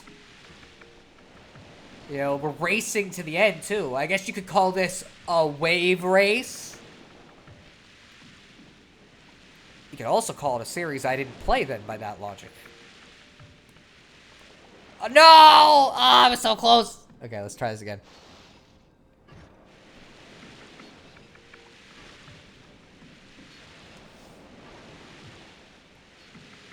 I should have just backed off for like a second. That would have been way smarter, but I jumped the gun. And that's what happens when you don't have patience. Okay, well, why did I go this way? This was clearly not the... Whoa, okay. Whoa. Hello, sir. You're very much giving me a pattern that's complicated to dodge. No! Frick. I knew it was going to happen. Okay, let's try this again. Third time. It's a charm. Wave Race 64 is legit one of my favorite N64 games. I just have no interest in those kind of games. This is what happens when you look at the chat. Was the GameCube one the last Wave Race game? I think so, yes. Now, there is a series I'd like to see get the Battle Royale treatment of some sort of modern port. I mean, I think Wave Race 64 is on the Switch, isn't it? Or did they not do that yet?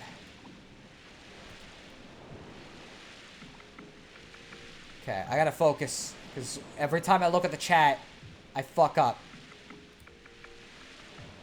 This pattern was a little more generous, but I'm saying that and it'll... No! I was literally about to make a joke that right at the end it's gonna fucking come up out. I've never had this much trouble with this section, man. Again, I do things fine and then I play stuff on stream and for some reason I'm just fucking horrible at them. The game's taking pity on me, I guess, and gave me a long stretch without any fucking waves. Okay, it's fucking... Please, please. Okay. This part is actually reminding me of that one level of Battletoads. It kind of felt similar, honestly. Yeah, Wave Race 64 is. That's what I figured. Also, his boat part is kind of awkward to fail. Also, his boat part is kind of awkward. I fail on it. Yeah. Hey, someone's coming. There, floating on the water. Where am I? Huh? What? I can't breathe, guys. Is that a boat? Hey, over here. Save us, please.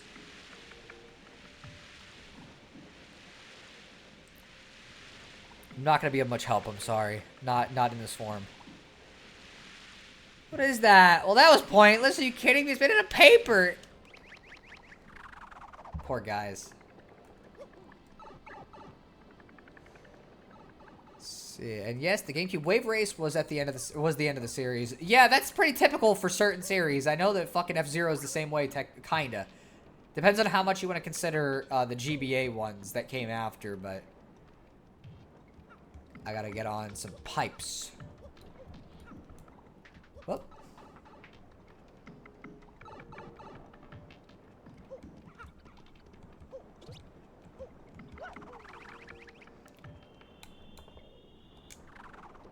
Go on this one first. Then we'll go on the next one.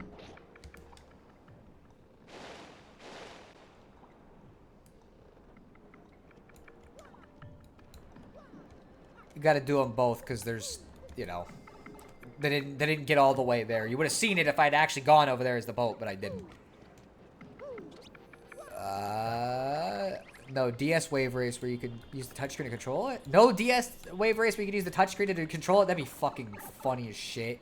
And I'm glad they didn't do that at the same time.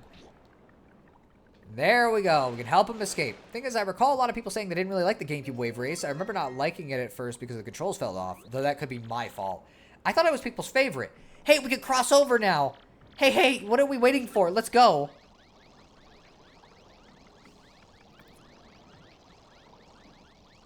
They sure do love a lot of sprites on screen at once. Also, you might recognize a couple of those figures in there.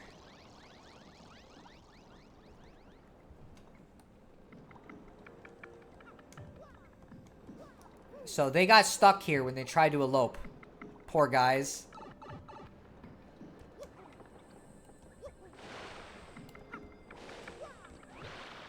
I don't know how you did it, but you saved us. We came here looking for that pirate treasure, and then, well, our ship got surrounded by ghosts on the ocean, and we all ended up here. Hey, aren't you Mario? It's me, Don Pianta's daughter, Francesca. And Frankie's here too. After my dad forgave us, we set out on a trip. The ship we were on got a little too close to this island, and now look at us. Still, I'm amazed the rumors about Cortez were all true, which means he's nearby. Hey, so, by the way, why are you here? Don't tell me Daddy had you come all the way to take us back. What? You're after the pirate's treasure because it might contain a crystal star. Well, I think the treasure is right in there, watched by Cortez's spirit. Yeah, I'm sure you'll be able to take care of him, though. You look tough. Besides, Cortez is the one that trapped us on that raft, so smack him one for me. Frankie and I are just so in love anytime, anywhere, no matter how dank. Hey, pudding pie, cool it, will ya? I mean, come on, babe, everyone's watching. Let's see, no Wii Wave Race where you tilt the Wii remote to control it. That also seems like it'd be the perfect thing. Whoa! Whoa, can I surprise you? Yeah, sorry about that. See, I actually followed you in here, but I got lost along the way, and, well, anyways, I followed this path, and I finally caught up with you, and then... Listen, just forget it, okay? I'm sure that crystal star is inside the pirate ship. And the pirate King Cortez is in there, too. I'm pretty sure. Yeah, probably. No big deal, though, right? You can take him, big guy. We're counting on you. Boy, I know I sure am. So was Grotus. Okay, great. Thank you, sir. See, I need to play Wave Race Blue Storm again. I have a real copy, but I have not played it much. I mean, you should give it a shot then. Let's do this, just in case. Also, fuck Breath of the Wild. I see so many small details in this game, and I kept thinking you should click on them to get an item or hit them with valuable gemstones. I don't think that's really a problem with Breath of the Wild. Let's pull out Goombella, I guess, to know how much... Ooh, you ignored my warning. Come inside the door and be lost in darkness.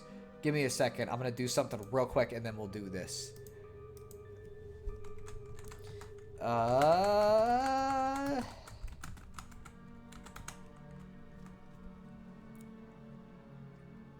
Okay, let me...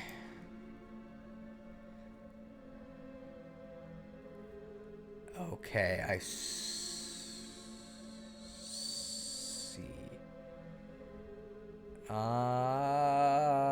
Okay. Alright, I think we should be fine. Okay, we should be good. I was just looking at something real quick. Should I... The problem is I don't remember the health of something from the fight, but I remember the health of Cortez himself. So, I don't know. Cortez, I'm gonna be a pirate king, Luffy. I'm gonna be a pirate king, Michael Jackson. I'm gonna be a king of pop. Oh my gosh. Yeah, what I meant is I'm having that effect where you play a certain game so much you keep thinking about other games plays by... Do you keep thinking other games play by its rules? You know, like Tetris effect. I guess you could do that, yeah. I just can't wait to be king. I think it's a little different too. Ooh, come into my...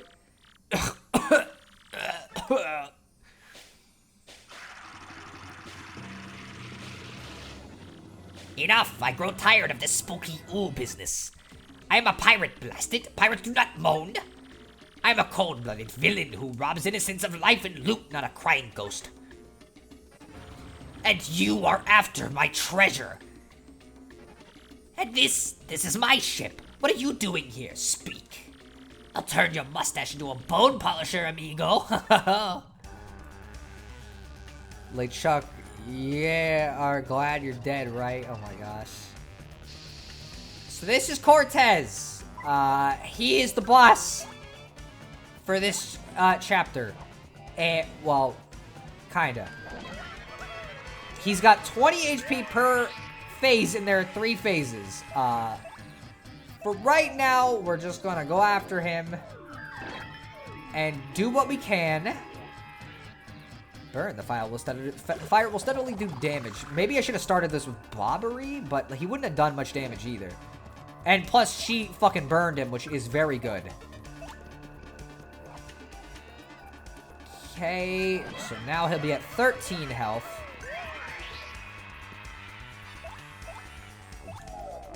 This will get him to 16 if I do it right. And then he'll be at 17 with one. Well, no, he might be at 18 with the amount of damage he's got. Fuck. I did not dodge it.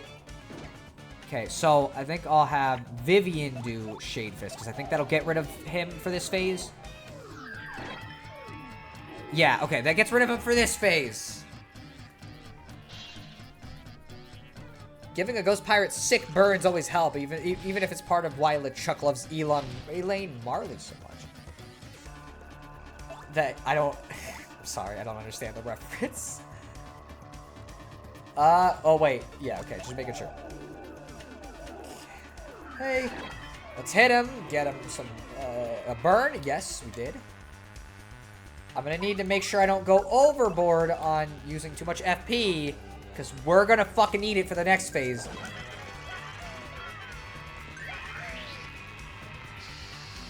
Okay, now he's gonna do something.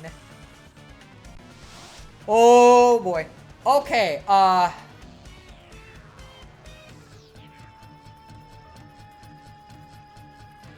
shoot. Okay, I might need to use Veil.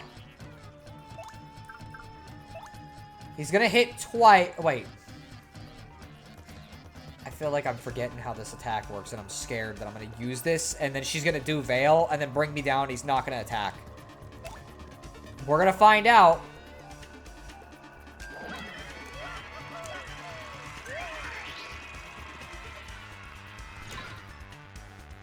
Okay. Hide in the shadows. Okay. Let's go. Under the ground. Okay, he'll hit twice, but he shouldn't be able to do that with the powerful fucking damage this time. Okay. And then this turn, I should be able to get rid of him, I think.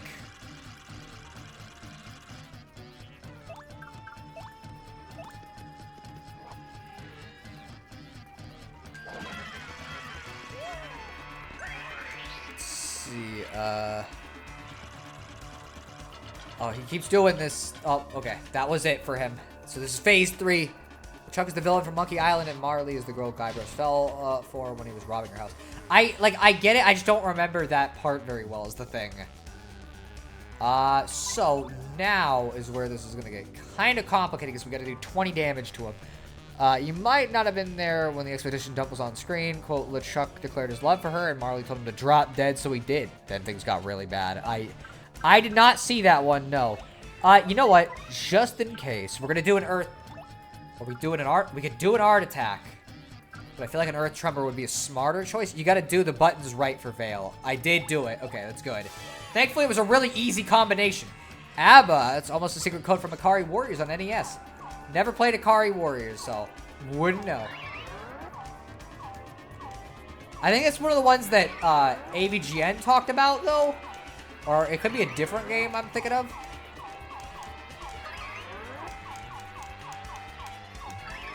Alright, we're getting something here. This should at least do some damage. Alright. This fight was not as hard as I fucking remembered it being. Like, we're doing pretty okay. Okay, 3 damage aside, we're doing okay. 1 damage,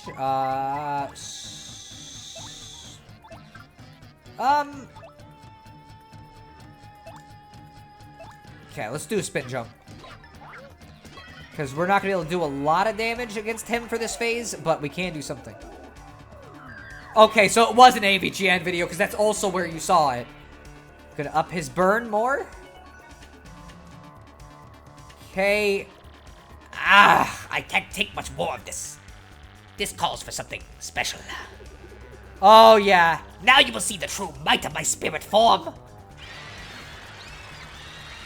Get fucked, you piece of shit. Fuck you.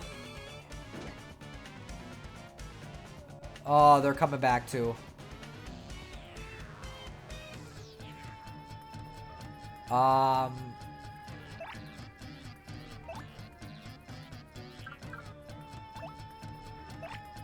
haven't actually needed Fiery Jinx yet, because Earth Tremor works very well for this.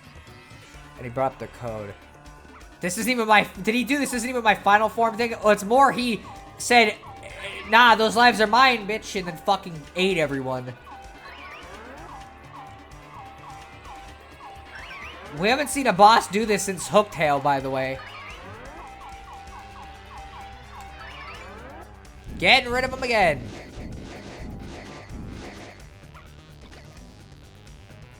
Done skis.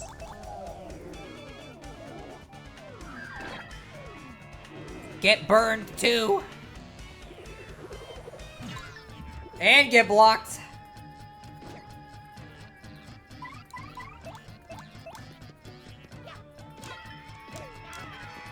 Got a style on him real quick.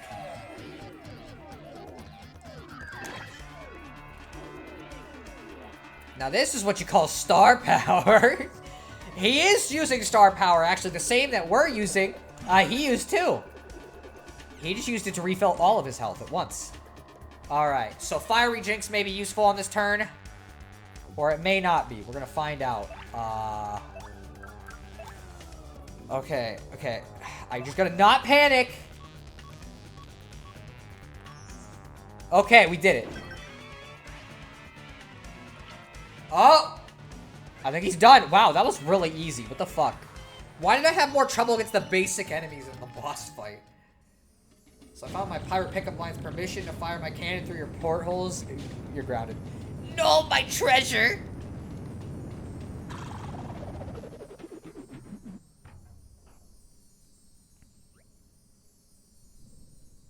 I am done for. Oh, you are foolish, amigo, for I am not dead. Well, technically I was already dead, but my spirit endures, tied to my treasure. So you cannot do anything to me. I do not live, amigo. Still guarding this treasure for hundreds of years is almost as boring as death. What? You are not even interested in my treasure. Then why are you here? Huh? Do you want this, amigo? This little rock over here? Are you serious? Well, that's no big deal. Here, take it. What do I need 1 or 2 extra gems for? I did not really like that one anyways. He just fucking gives it up. Swag got him. You got a crystal star. Your star power is now 6, and Mario learned the special move, Sweet Feast.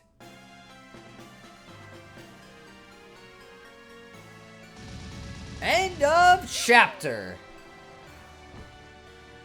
It'd be funny if the treasure was like figurines of anime waifus or something. I feel like this is not the era they would have done that. Cortez, Scourge of the Seas. Mario soundly defeated the fearful spirit and claimed the Crystal Star. Perhaps the peaceful citizens of the world no longer need to fear Cortez and his fellowship. The only problem remaining is how Mario will escape this isolated island. And could there be another problem still hiding beneath our hero's nose? Perhaps. I do like the blue one. It is a very pretty one. Oh, no cut to Peach, huh? Weird. Well, that should do it. If you don't need anything else, away with you, amigo. Month star, days, circle star. And then I heard something my ears could not believe. We had actually discovered that legendary treasure of the Pirate King Cortez.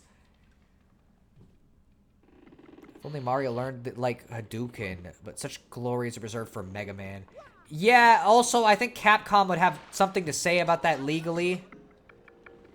But we're taking a damage point regardless, but it's not like I'm not going to go to the fucking star thing over there anyways. Alright, let's go. So yeah, I wonder if there's going to be one last little thing.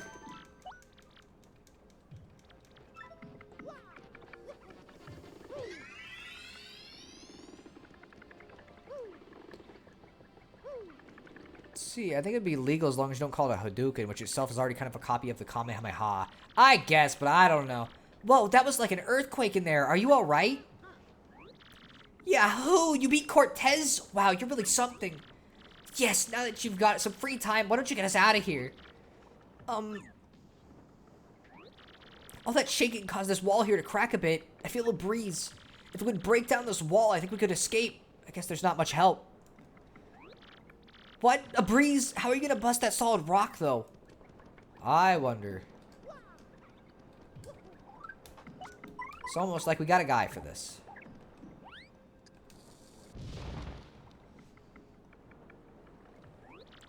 Ha! It worked just like I said. Well, me first. Come on, everybody. Let's get out of here. This damp cave air is just not good for my skin. Let's go, Frankie. I mean, Mario also already throws fireballs, but it's kind of different. Magma Dragoon does it in X4. I mean, like, again, X4 is Mega Man still. You saved our lives, man. I'll never forget you, but I need to leave now. Fair. I would probably want to leave at this point, too. If you'd been sitting here for that long, it's like, boy, my fucking legs would be cramping up something fierce. Oh, and here we are. Look. We're right at the beginning of the island.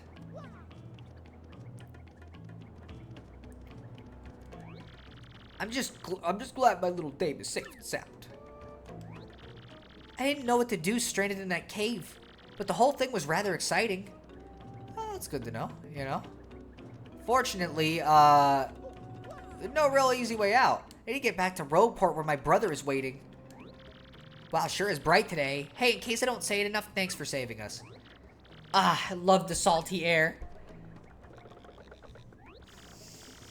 Ah, Mario, welcome back to you, my stalwart captain. So, have you found the treasure? How is our little expedition faring? What? The spirit of Cortez was guarding the treasure? Oh, wait, sorry. He was guarding the treasure, and you beat him, but you left all the treasure there. Ugh, what were you thinking? Were you trying to be nice?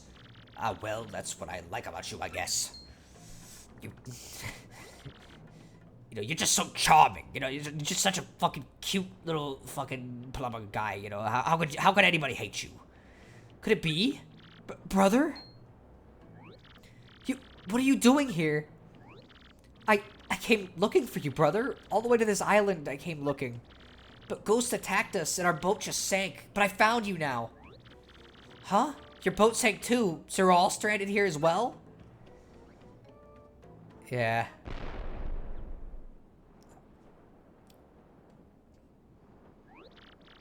What? Hold on, huh? What was that?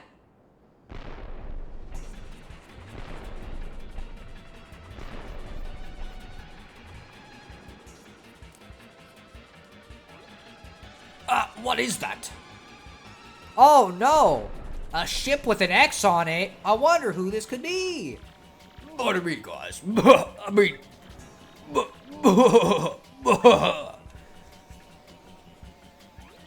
I'm so sorry to surprise you.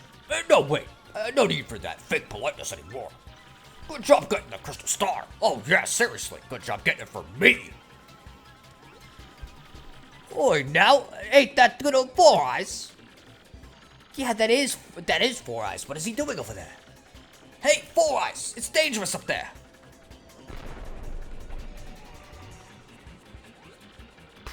What's with this lukewarm reaction, huh? Dramatic entrance here. Oh, whatever. I'll spell it out for you idiots. You may have known me as Four Eyes, but I'm actually... the great Lord Crump. Oh, man, did I fool you. I was the mastermind in the shadows running this voyage. It hurts to be this good. Now, Mario, enough of this. I'm on a schedule here. Hand over the crystal star. Because you know what'll happen if you don't. Starboard cannons, port cannons, fire, fire, fire! Yikes, Four Eyes was a pirate the whole time. Madness. Oh, wait. What are you all standing around for? Cannons, people, we must flee. Look, we're sailors. We're not much good at for anything without a ship to sail. Wait. I have it. I'm a genius. We have a ship at hand. And a fine one, I must say. Mario, take me to Cortez. Yes, my brain remembered what you said. You said that Cortez had a ship. If the legend is true, then we should be unstoppable in that cursed ship. Flavio, what are you talking about? That's crazy. This is Cortez, the pirate king you're talking about here. Even if Mario did beat him, why would he lend you his ship, huh? He'll cream you. Cream you. Hey, I may be a coward and a cat, but I'll still lead you.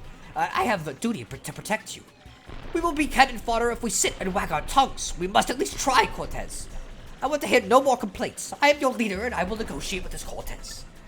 Now, Mario, take me to this pirate scum this instant. Alright, let's go. Desperate times call for desperate measures. Oh gosh, another thing making me think of Zelda. See a crack in the wall, place a bomb. That is indeed how it works, usually. It's textbook for you need to place a bomb. And I mean, like, I don't know why you would design a game that wouldn't have a crack in the wall for a bomb placement. It'd be pretty dumb if you didn't do that. And just had you, like, I don't know, guess and dump things wherever and pray. The X-Men became pirates. Curse those mutant binge raps. Oh my gosh. I'm gonna get going. Have fun. See you later, Sheldon the Vaporeon. Sucks that you couldn't see the last chunk of this, but it is what it is. Ooh. Oh, what? It is you again? Did you forget something? Cortez, I have to speak with you. Could you lend me your ship? What? What would possess you to let me lend you my ship? And who are you anyways? My name is Flavio. We are in big trouble. We could really use your ship. We must protect our crew from bad pirates that are blasting us to bits. So we just need to borrow your ship for the teensies little while. What are you talking about, muchacho? I do not rent this ship for pleasure cruises.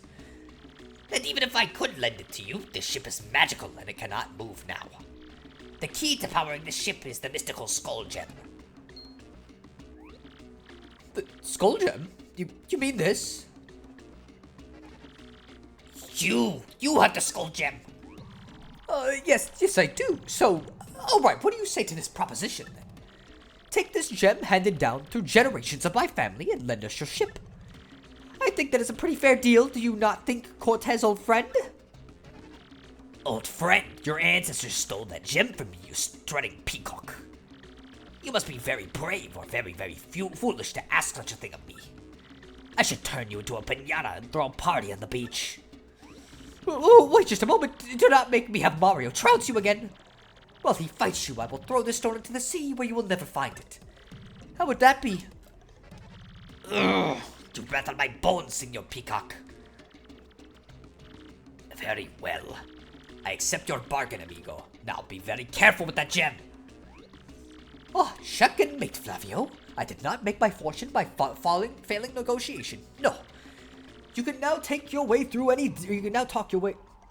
You can talk your way through any deal, I say. Now you take this. Let's see. Wow, Flavio became respectable all of a sudden. Yeah, kinda. Ah, now my precious black skull will sail the seas again. I was getting quite annoyed by the sound of cannons outside anyways. Now I can really stretch my bones and wreak havoc on the seas like old days. So, Mario, feel free to thank me anytime for saving us all. But for now, we say, let's go.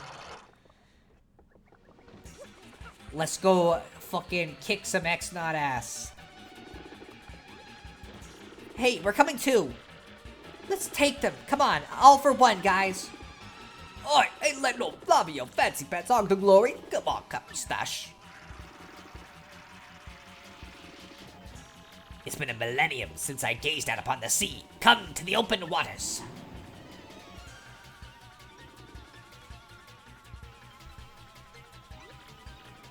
I got ammo to spare. How's that for boom, bossa boom?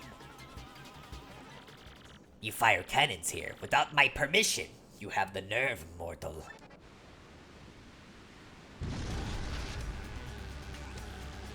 What the? This is fucking cool.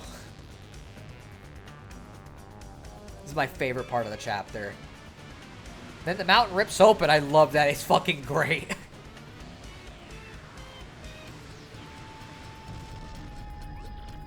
I'm gonna sink this radio ghost ship to the bottom of the ocean.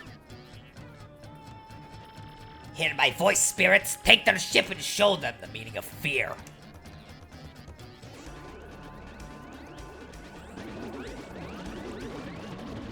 Mario, my captain, it is now your turn again. Get over there and duel that cat. Let's go, baby. You thought the boss fight was Cortez? There's another. I'm gonna turn you guys into wee seeds. Wait, that's not right. I'll turn you into seaweed. Enjoy. Alright, so how about we start going for these guys first. Get rid of them in one turn.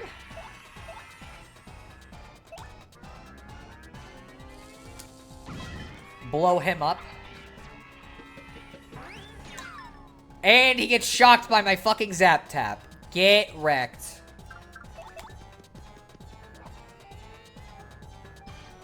I don't actually know how much health he has either, so this is going to be a complete guess. Oh, great. And we got fog. Might as well try attacking, I guess. Oh, and then fuck up the action command. Even though it's like the easiest one I could have hit. And then the fog came right back. But he missed, so it didn't matter. You know, Xnox just got here, and they're probably like, man, we've had a weird day. Ghosted wrestlers and more ghosts and that big turtle guy that keeps showing up. Yeah, it's probably a little odd. I'm glad that hit him at least. You're not gonna get off that easy, losers. Let's see how you like this. X-Nuts! Uh-oh.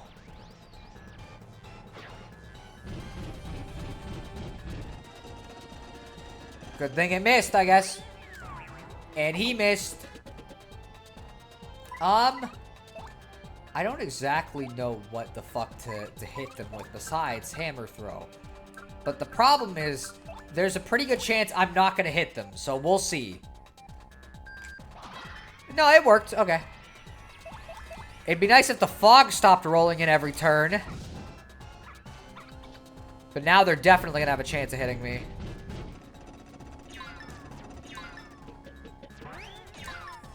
Nice.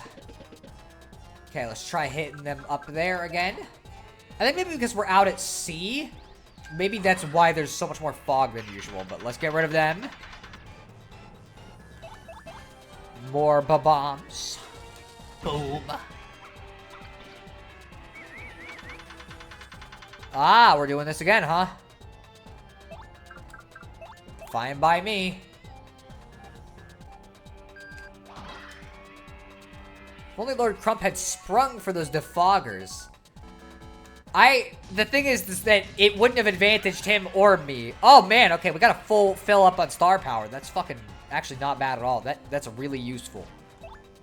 Because next turn I can use Art Attack and try to do as much damage to both of these as possible. Oh, I took full damage. Again, I'm so glad I have Zap Tap on. This guy is just getting fucked. Okay, Art Attack, here we go.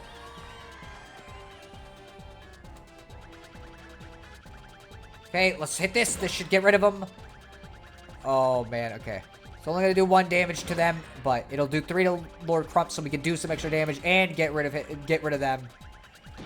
Okay, 3. Oh, okay. Well, he still did a lot of damage. I might have actually gotten rid of him, too. I might have beat the boss before his final, like... Oh, no. Okay, not yet. I forgot. He does indeed cheat. Man, this is no good. I thought it was almost ace for a second there. But you haven't finished me off yet, you sea urchins. I'm down, but I'm not out.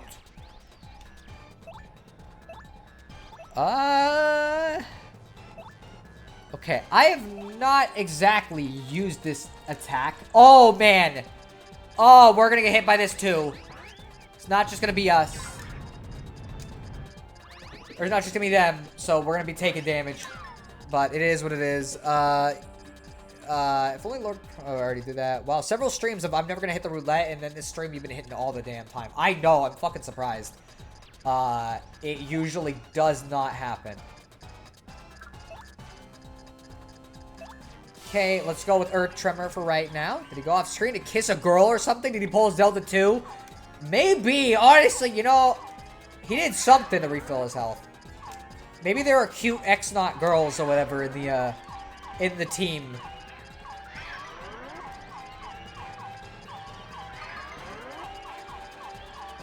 Fuck, I always messed it up. The choke. I guess so. I'm not, like, it happens. Also, hello, Unknown Force 69. What's going on?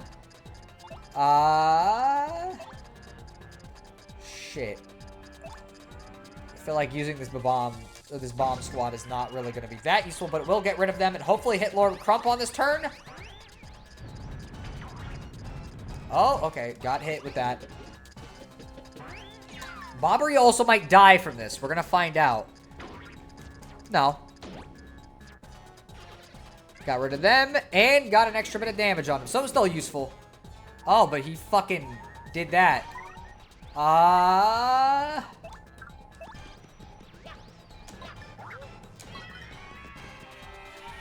Shoot. Okay.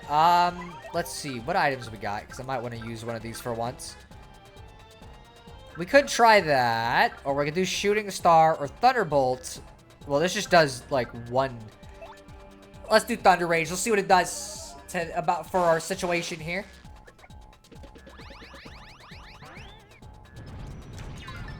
Okay, I got Bobbery to dodge at least, so that's nice. Boy, he really is not doing jack shit, though. It's all his minions, basically, that are doing all the work for him here. Oh! Shit, okay. I don't have Hammerman anymore, so I can't do 5 damage. And I took it off to fight Cortez, but it is what it is. Don't invite back more, please. Every time he does that attack, it doesn't do anything for... Man, really?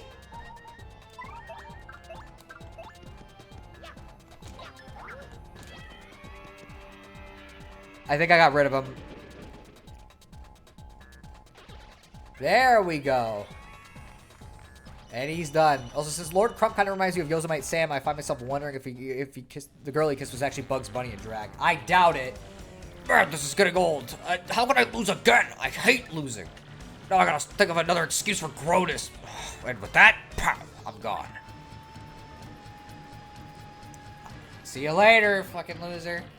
We've done it, old boy. I should say, we shouldn't be, or he won't be too keen on seeing us again, eh?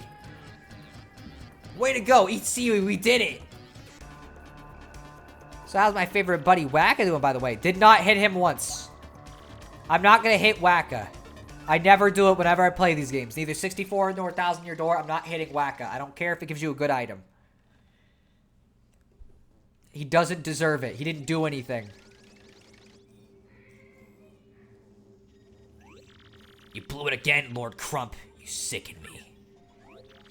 Look, I'm sorry. Seriously. We thought we had the guy cornered, but... Stop talking, Lord Crump. You just stand by until my next order. And Lord Crump, think of this as your last chance. Understand? Roger that. Then leave. Hey, you there. What is it, sir? Tell the Shadow Sirens to attack Mario again, and tell them not to fail this time. You got it, sir. I have 1 Crystal Star in my hands, and Mario has 5. I must take some measures. And guess where we are again? Time for some shenanigans. Tech called me in here again. I wonder what it is this time.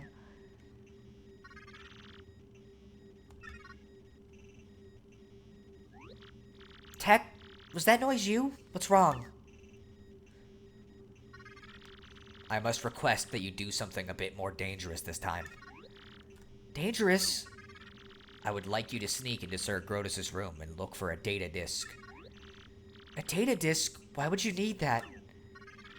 Although I can view all data on the network, I am unable to access the data of computers that are not linked to the network. Sir Grotus has information that even I am unable to view. But I must know it. I must know that information. But how will I get in there? Will I be disguised again? Not this time. No one other than Sir Grotus can enter his room. When Sir Grotus is elsewhere, there are guards outside the room that permit no entry. But there is a way. You will be fine if you act according to my instructions. I must tell you, I do not want to make you do such a dangerous thing. But now I have no one to ask but you. I don't mind tech. Really. Ask me anything. Well then, first leave the room and take the elevator up as you did earlier. Alright, we're back to doing this. Back to espionage. Wait, can I hear how you pronounce Yosemite Sam again? Well, there you go. Sounds like Peach is having some technical issues. I mean, yeah, because he's working for the people that are trying to fucking end the world, basically.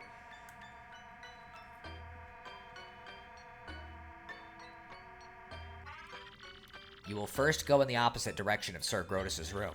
Exit the elevator and enter the room with the green lamp lit above it. I'm glad we always come out right when there's no X-Nauts at all.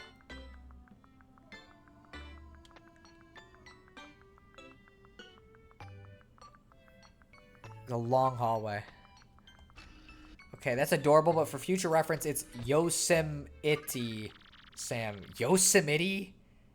I feel like Yosemite sounds less weird. Okay, now I will have you concoct a potion that will make you transparent.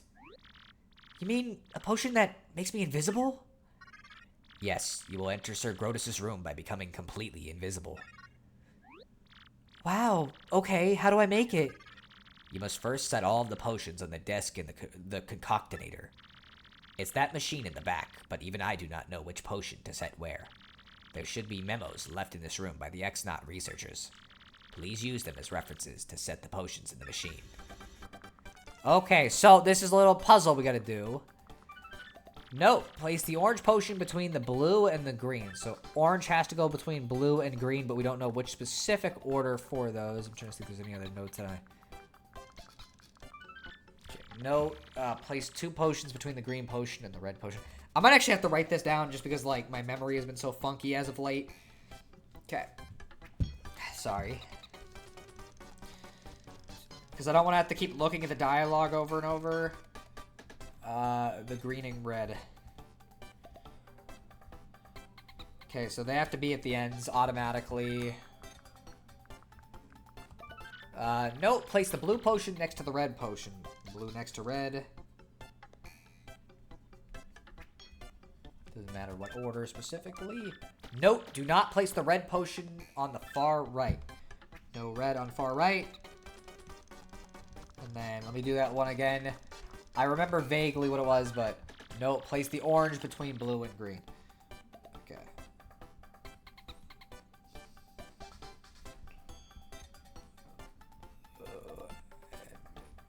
Green. Bro, you've never heard Yosemite pronounced before? No. Why the fuck would I have heard that? Also, I'm going to keep saying it as Yosemite because it sounds better. Oh, wow, this is one of those puzzles. Okay, I'm done bugging him about pronunciations until he solves this. Alright, so 2 between the green and red, which, means that red has to be this one, firstly, no matter what, because they said don't put it at the far right. So that narrows it down. Green has to be on this end. Okay. Oh, okay, just making sure I didn't do it. And then, let's see, blue next to red, so that means it's got to be over there, and then orange has got to be the third one. I'm pretty sure.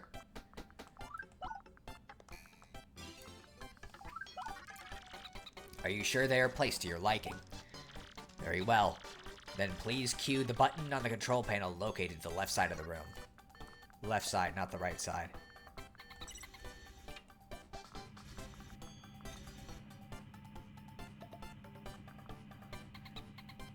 Okay. Please press the button where the beaker stops to dispense each potion. Okay. I like how that blue looks.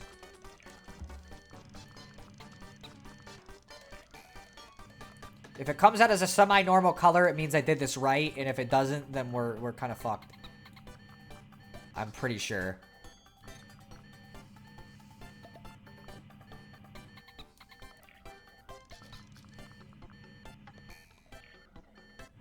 It does indeed look like a semi-normal color. I will heat the mixed potion in the beaker for 30 seconds. Press the button exactly 30 seconds after the heating starts to stop the machine. Okay. So we're gonna get. I'm gonna look at my thing and it'll say 25. So I'm gonna we're gonna sit here for that amount till it's hit 30 seconds. And I gotta look at the clock. I cannot look at the chat because I'll get distracted and I'll fuck up.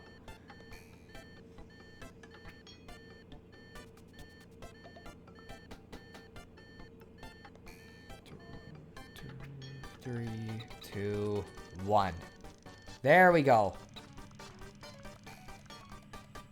I think we did it right. It's looking pretty normal, looking pretty green. And I'm glad it's not blue, or I'm glad it's green. Well, actually, no, that doesn't work. Never mind. By my calculations, it should be finished, but did it come out correctly, do you think? Yeah, probably. Very good. Then please drink it. All of it, if you please. What? Drink this? Is it safe? It smells really funky. Please, you must drink it. You have done it. You have successfully made yourself transparent. Congratulations. But I must ask you to take off your dress, however. Even the potion cannot make the dress invisible. What? That's indecent. No way. Oh, fine, I guess. If it's the only way. There's a lot of Peach getting fucking naked in this game for some reason.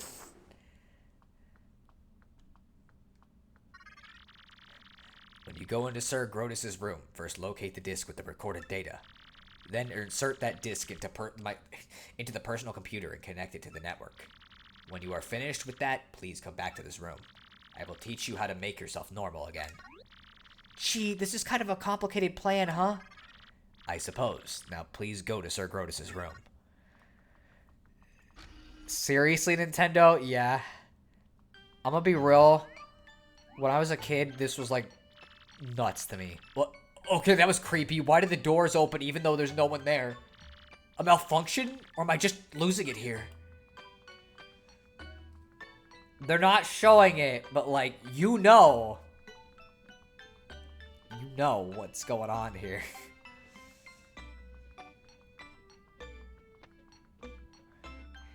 Again, for a kid, I never expected to ever see this in a fucking Mario game. Even, like, referenced vaguely. I know, obviously, you can't see anything, but the fact that they even vaguely insinuate that this is a thing is kind of the crazy part.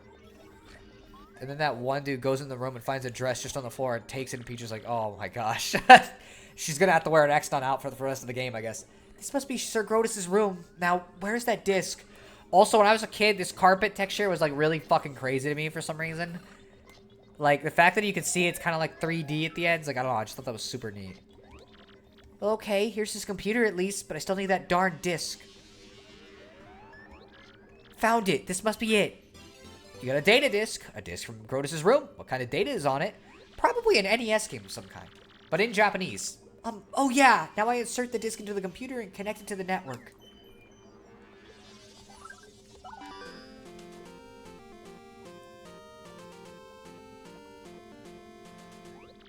I did it! Yes, I did it! It's working!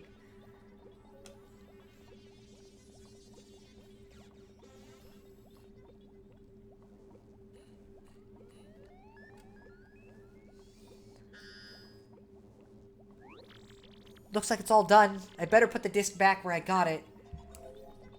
Oh, it's the Famicom disc system. Oh, hey, it's the Famicom Disk System startup screen. Yeah, I didn't know that when I was a kid. There, like I was never here. I just thought it was a cool little song, but like, yeah, fucking... This whole section is just wild. I'm really curious if they're gonna leave this in the remake. Like, I don't know if Nintendo's gonna be willing to let this one slide. I know, again, you can't see anything, but it's the implication behind it that I think Nintendo might be a little fussed about.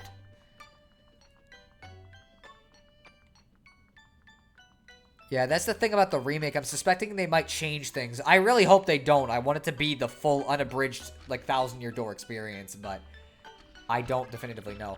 Thank you, Princess Peach. I was able to obtain the data I desired. Is that right? Well, I'm glad. Now I will teach you how to become visible again. It is quite simple, actually. Merely drink the green potion. You will revert to normal instantaneously. Okay, just hang on 1 minute. Yeah, it's probably a good idea. Otherwise, it's gonna be rated M real quick. Okay, now I'm ready. Let's see here. The green potion, right? We'll drink the green potion. What a relief. I was kind of worried that I might never become visible again. There was never any danger of that. Now please return to the computer room. This game is fucking wild.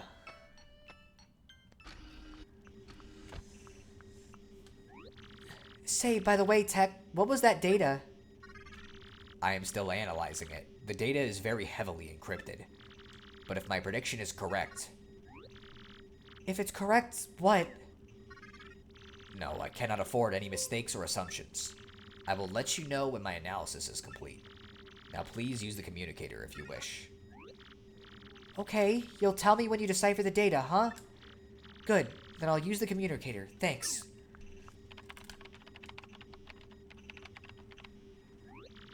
I've written my message. Would you send it? The message has been sent. We are done for now. Please go back to your room. Okay, take care, Tech. Thank you, Princess Peach. Why, you're welcome, Tech. Princess Peach, I will protect you. My guess is that it won't get removed because why would it? Nintendo's only gotten more chill about this kind of thing. I hope so. I just worry they might get weird because it's Mario specifically, and that there is an implication of nudity, even if none is ever shown. But I guess if they do the shower, then it'd be weird if they didn't fucking have that part. So, Troy, you think we gotta take Sonosar to the town of Yosemite? I'm good. That's not what I've heard. Oh, what is this place? Why is the light so weird here? It's spooking me out.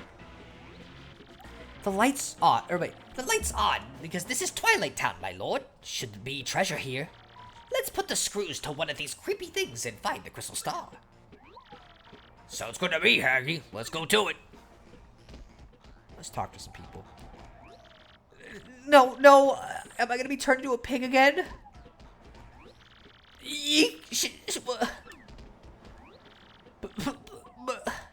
Huh?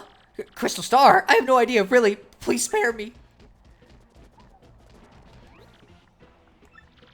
I'm dreaming. Yep, just a bad dream. Gotta wake up any second. This is fucking dumb. Oh, he's just choking. Literally. Well, let's talk to this guy. This fine fellow. Oh, man. I'm pretty sure Beldam said she lost her super bomb around here somewhere. This stinks, really. This whole deal is extremely bad. I gotta cowboy up and make a serious comeback here, or else.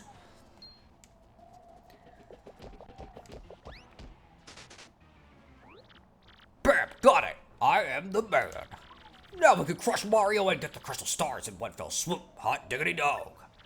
But look at the moon is still riding shotgun with me.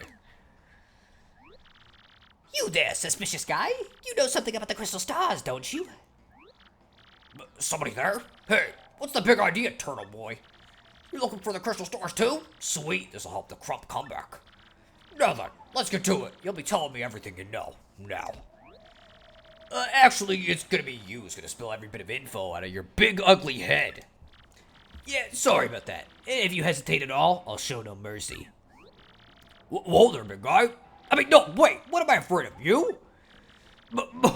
If you think you could take me, then try it, chubby. All troops, report. Yeah, you like that? Kind of a lot of dudes, huh? You feel talking yet?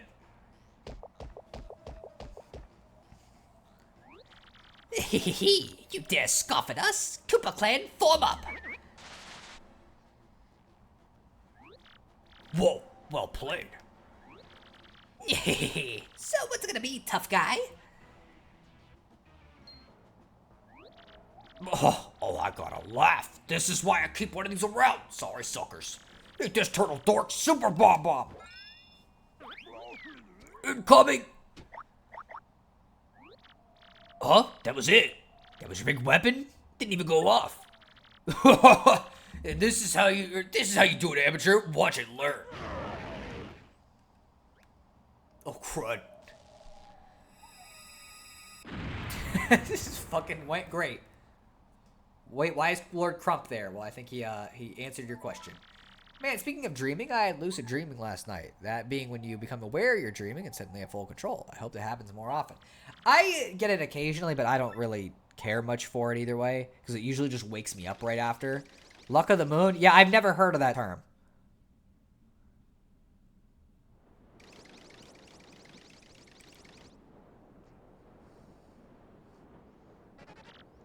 You have distinguished yourself in battle, amigo. You are worthy in my eyes. You may use this ship, the Black Skull, anytime you like. Many thanks to you. This ship can get us back to Rogueport in no time. Let us get away from this coconut pit and back home. Come, everybody. I can't wait to get home. We've been looking forward to this for so long. Returning home alive is all the treasure I need, for real. Now get this boat moving. Well, that is all there is to it then, am I not correct? To sea, Captain Mario. Mario. We're going to stay here. It's been tough at times, but I think we like this place. Yes, I think I can make a fine life here with my sweet Frankie. Hey, Mario, give my regards to the boss, will ya? Yeah, I'm gonna stay here. It's a right nice place to live without any ghosts, eh? Yes, very good. They'll be rather happy here, eh? Let's be on our way, I'm sure they won't run out of food and fucking starve to death. Ready, amigos? Cast off. I'm interested in lucid dreaming because I've had weird cases where my dream affected reality, so I wonder if I can manipulate that. I doubt it, but like, it is what it is. Either way, we're heading, not home necessarily, but to Rogueport. 1 star, day 0. And thus our adventures came to an exciting end, eh? The ship sailed smoothly on to Rogueport, and soon we saw the harbor off our bow. I did not find the treasure, but I am satisfied nonetheless, strange though it sounds. For I have found something even more precious than doubloons, yes. Even now I hear the crew readying to dock. The time is ripe to close this journal. To all who wander the seas, Flavio's blessing upon you. Flavio.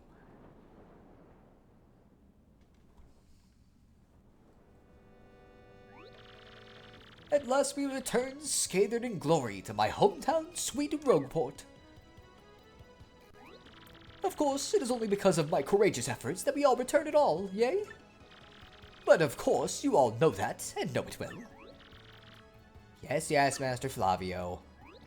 But now please excuse us, perhaps chance will bring us all together again someday. Fucking run. What? Hey, where are you? You're all leaving already? Ah, that was harsh. Such is life, Captain Mario. You are anxious to continue your own adventure also, eh? One day you may surpass the great and fabulous Flavio in greatness and fabulousness. It is not likely, I assure you, but you should, how you say, shoot for the stars, eh? If ever you should reach the pinnacle, remember to shout Flavio to the wind. That reminds me, amigo. If you ever get the urge to return to Keelhaul Key, just say the word, okay? I will send you to the island faster than the fastest winds blow, comprende? Yes, yes, you giant skull you. Your time in the spotlight is done. Get over yourself. Ahem. Well, my adoring fans have gone, so I will be excusing myself as well. If you see me in town, I would permit you to say hello to me. May we meet again, eh? Well, boy. I should think we'd head for that door at this point. Yeah, well, we probably should, but are we? I don't know. On your toes, old bean. That can only be an email from Princess Peach. I like how he has a special ringtone just for Peach. Dearest Mario, I have good news. I don't know where I'm being held, but there's an odd computer here named Tech. By cooperating with us, Tech has managed to obtain some of the Fiend's data. Tech is currently analyzing it, and as strange as it might sound, I trust him. Once his analysis is done, I should be able to provide you with details of their plan. I'll email you again once I learn more. Be good, okay? Princess Peach. Great Goobery, your princess is no one to be trifled with. We'd best get to work too. She really fucking is, like, actually doing shit to help instead of just staying captured and that's it. Let's see, love how Flavio made it sound like they were gone for a long time, but it's only been a day. It's been days and days for them. Like, in canon, it's been a while. One day, Mario may surpass you. Dude, yeah, he's very conceited. Well, I got another piece of that marvelous compass at Jezafra's town this time. Bro, I'm telling you, I turned adventuring into an art form on that little quest. Oh, it was a pretty nutty, bro. Wanna hear what happened? It's a pretty long story. Hey, sounds good to me. Which part of my story do you want to hear, bro? Let's hear about Jazafrau's town. Well, like I said, it's a pretty long story, but here it goes. As soon as we hit Jazafrad's town, we were overcome by the glitz and the glamour. It's a very lively place, bro. Tons of daisies live there, and they're always smiling. Well, looking for the piece of the compass, I met a hip daisy named Hazy. Hazy was a producer, and he was looking for actors to go on a stage with him. I told him we couldn't, since we were looking for the compass part, you know? But Hazy said we could win the compass part in the upcoming Drama Slam. He said the so-called Drama Llama plaque might, in fact, be one of the parts. Well, we just had to give it a try, so we rehearsed with the cast and hit the stage. Our musical was called The Mystery of the Fiery Hat of Social Awareness. The script was great, but I really got hosed, bro. My part was grass. I played grass by the side of the road. Grass, bro. I just sprawled out on the ground and had to be silent. Everyone but me had lines. I don't care if I was wearing green. Who cast someone based on that? It was awful. In the end, our musical was the talk of the town, and we won the Drama Slam. I got the compass the part I was after, but even that didn't make me very happy. The huge after party just bumped me out more, so I snuck out the back door. But wow, outside were tons of fans. My fans. Fans of grass. They swarmed me. I just couldn't believe it. Imagine cheering for grass. I was ecstatic, bro. After that, I added the piece to the marvelous compass, which pointed north. It pointed to the rapturous ruins in Grimble Forest. Then, that voice again. Oh, my cherished Princess Eclair, how you soothe me. I would be grass for you. I will find you. I will reach you. I will stand by your side and be your Luigi. Wow, sorry about that, bro. So yeah, anyways, then I got back on my boat. I came back to Roleport, and here I am, another leg of my adventure completed. And there we go. Let's talk to his partner. I'm Hazy, and I must say Luigi is a great actor, one of the finest I've seen. After this adventure, we're going on a tour to appear on stages everywhere. I'm going to be known as the Red Miracle, and of course Luigi will be grass. Fucking poor Luigi. Why? Oh gosh, let's think about grass is reminding me of a Spoonie joke. What fucking joke specifically? See, in Ultimate 3, there's one part where a boss fight is against the floor. Literally, fans wrote to tell them there's a similar enemy outside the final dungeon where you fight grass. That's fucking great. Somebody's been staying over here. You got HP drain. Drop Mario's attack power by 1, but regain 1 HP per attack. It doesn't seem like that great of a badge, I'm gonna be honest. But yeah, that's fucking great. More games should have you fight grass. Or play as grass. Alright, let's go this way. I don't think, because I'm gonna have to leave at some point, but I want to see if we can finish the side quest, at least the big one I want to do here. If we can, that would be nice. If not, it isn't a big deal. You got an email. We'll check emails next time. We checked it earlier. What made it better was in one video, Dr. Insano had called a villain lame for inventing Roundup Weed Killer, but then he embraces the killer grass thing. Bro. Oh, what impeccable timing. Yes, this was destined. When I consulted my star charts, I saw a pretentious sign for you, Mario. It went thusly. In the house of the dragon that flew through the air, beyond the reversible stair. Near the empty black chest that cursed you lies a clue to help your allies learn. I have no idea what it means, unfortunately, but I have no doubt of its importance as a sign for you and your friends. If you figure out this mystery, come and tell me immediately. This is part of the reason why I wanted to wait to do the side quest, because we have to go back to this area regardless for this other side quest, so we might as well do it.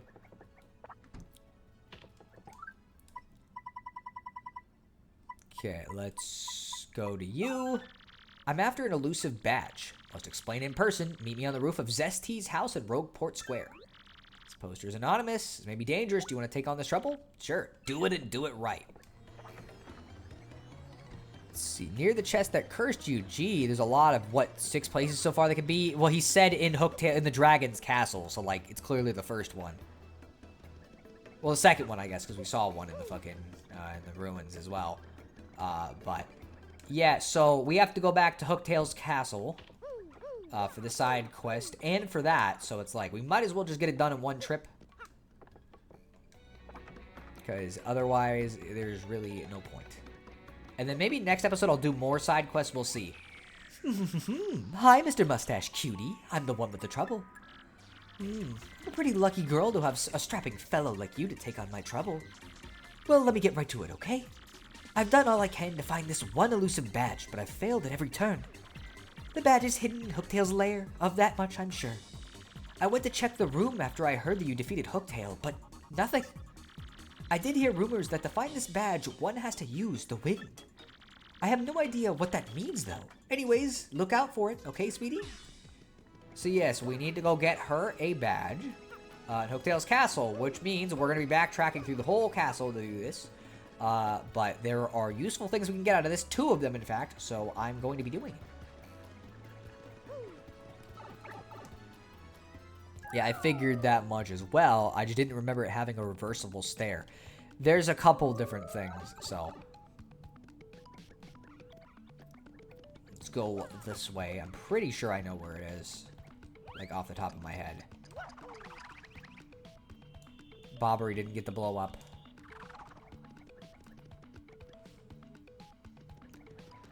Alright, we can also do this while we're over here, since we might as well.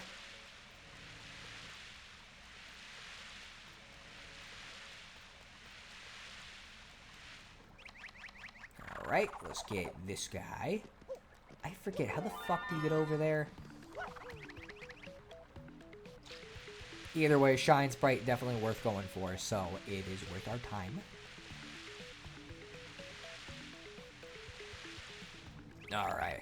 I'm kind of wondering if I should do like a side quest stream next time, because we've been doing mainly like just the full chapters, and like I've done a little bit of the side stuff. Obviously, I showed the Pit of 100 Trials and stuff, but we've generally not done many. But also, like, one of the funniest side quests does not unlock until we do chapter 6, and so it's like, man.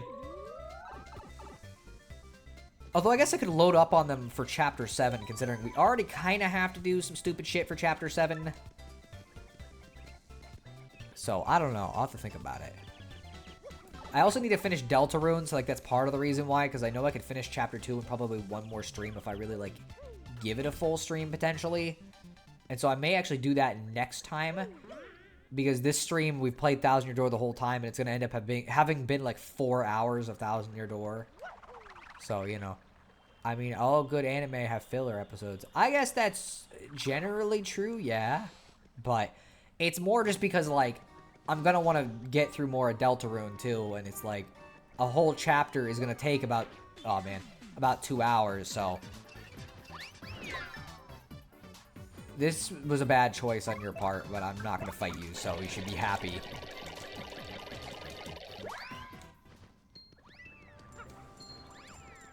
Man, these guys are fucking relentless, though.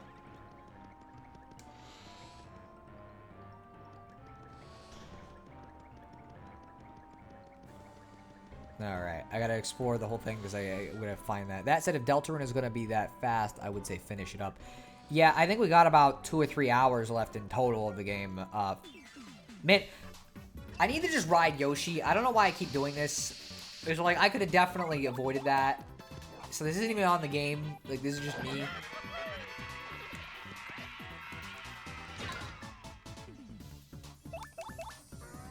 But yeah, it's kind of like, we are very close to the end of it. But, you know, it's still going to be a minute.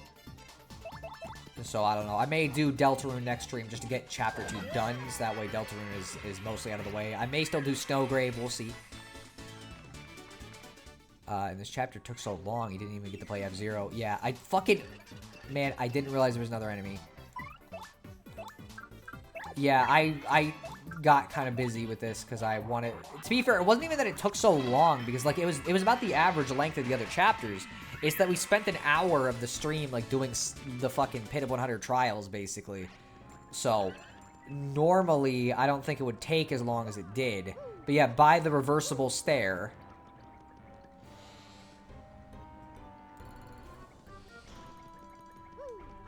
I'm not going up here yet, but I'm doing this just in case to avoid any potential enemies.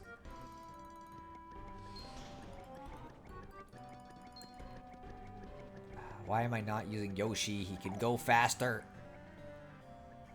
Okay, let's go through this way. Over here. Back to the room that almost killed us back in Chapter 1.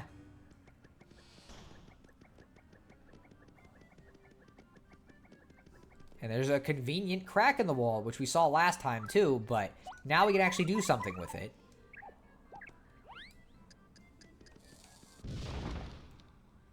Alright, there we go.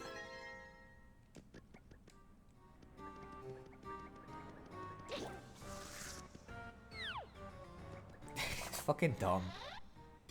You got an up arrow. It's unclear what this means. You should ask somebody. Well, it's, I'm guessing it's, you know, the fortune tellers, considering he asked us to go find this, but, you know, it is what it is. But yeah, it is what it is. We can always play F-Zero a different time. I don't think it's that big of a deal.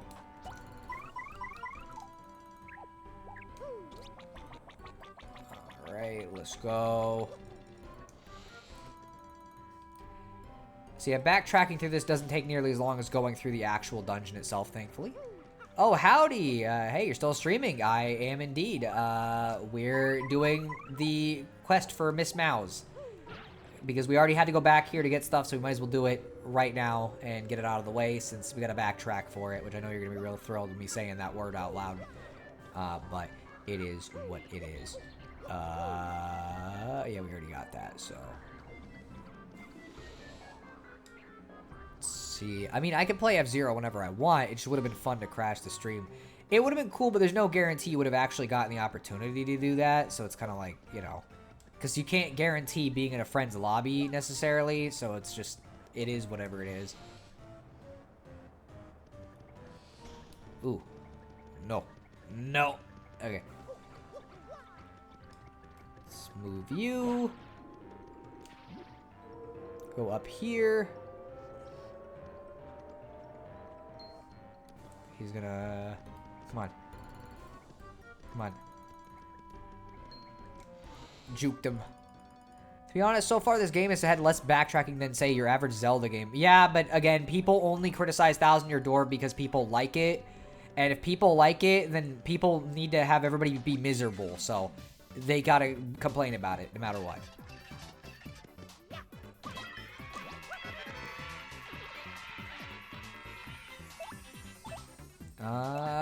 Let's get you out of the way. And we'll just have Koops do this. But yeah, and this isn't even a required backtracking. We're doing a side quest, so it's like, it's hard to really get too mad at the game for having us do this. It's just useful to do it, so I'd rather do it now. It's weird people hating on this, but not something like Ocarina of Time. That's the thing, is that you can't criticize Ocarina of Time because it's like, oh, well, that's a classic. And they played Ocarina of Time, so that's fine. It's not okay to criticize it, but they never played Thousand Year Door, so they think it's fair to criticize this one for it. But also, people just have, like, a fascination with finding, like, the one flaw in a game and then making it, like, the only thing at all that is... that's part of the game. So it's like, again, I have heard people describe this game and with no unironic terms as nothing but backtracking, and the reason why they said that is because, like, well, when you come back to Rogueport, you have to backtrack through the hub world to go to a new area. It's like, that's the point of a hub world. What do you... Is it backtracking if you just vaguely encounter anything you've ever encountered before? Like, that doesn't make any sense. You know what I mean? You know, again, people just want this game to be flawed so that they can feel justified in why they could play the new Paper Mario games and like them, instead of just liking the new Paper Mario games and saying they like them and that's it. And that's it. To the whole debate, like, I said that twice, but it's like, you don't need to fucking have somebody else tell you why you why you should like something or not like something. If you enjoy Origami King, you should just fucking enjoy Origami King. Why does it matter if it's not like Thousand Year Door? You don't need to make Thousand Year Door flawed to enjoy that. Like, it just seems like bad logic to me, but whatever. Man, Breath of the Wild weirdly makes me want to play traditional Zelda games. Honestly, same. I like Breath of the Wild a lot, but I do kind of miss the old Zelda formula too. I do kind of think it's dumb that for both side quests that you're probably going to want to do, you go back to Hooktail Castle, and I always went to do it as soon as possible, so I always do 2 trips. I mean, like, I just know to do it, and I like to save this quest for, like, more, I don't know, like, personal reasons. I just feel like this is the time to do the quest because it fits with a theme we've seen up to this point, and so I'd rather do this now than do it later. So that's why I always save it for after Chapter 5. And it's like, it hasn't even been that bad at all going back here, because it's like, whatever. It's like, oh no, let me backtrack a little bit. He has a badge. Going away from PC again for a moment, gotta deal with cats. Okay, that's fair. Alright, let's go up here.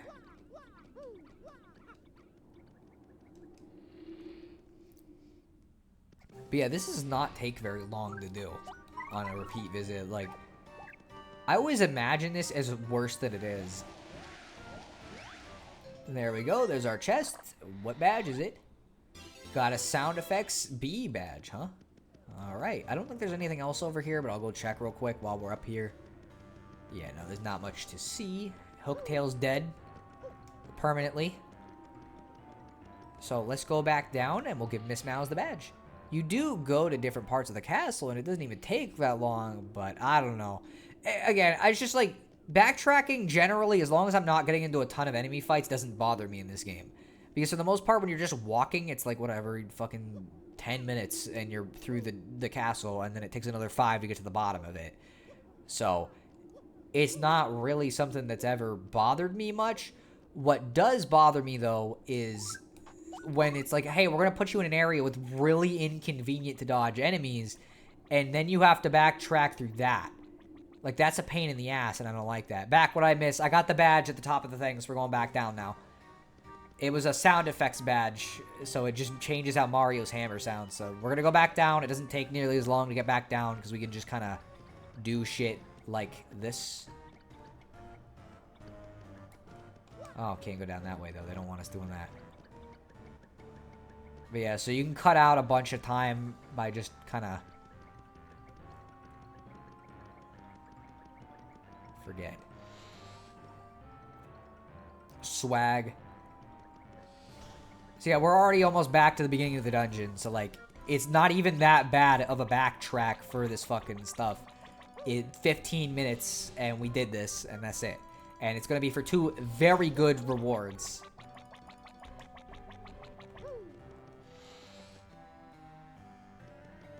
I never use the FX badges. Oh, you jerk.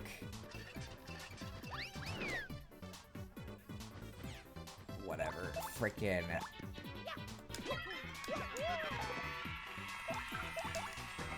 I don't care. We're gonna get the heals soon anyways for free. So, or not for free, but for paid.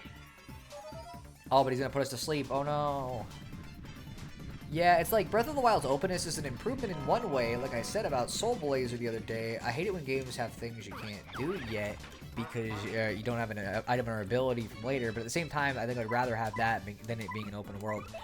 I don't really mind open worlds. It's just, you have to have interesting stuff to do in it, and generally Breath of the Wild does, but it means that, like, replaying it is not as interesting because it's like, well, I already know a lot of the cool shit that I found, and while there's probably more I could find, it's just not as exciting inherently.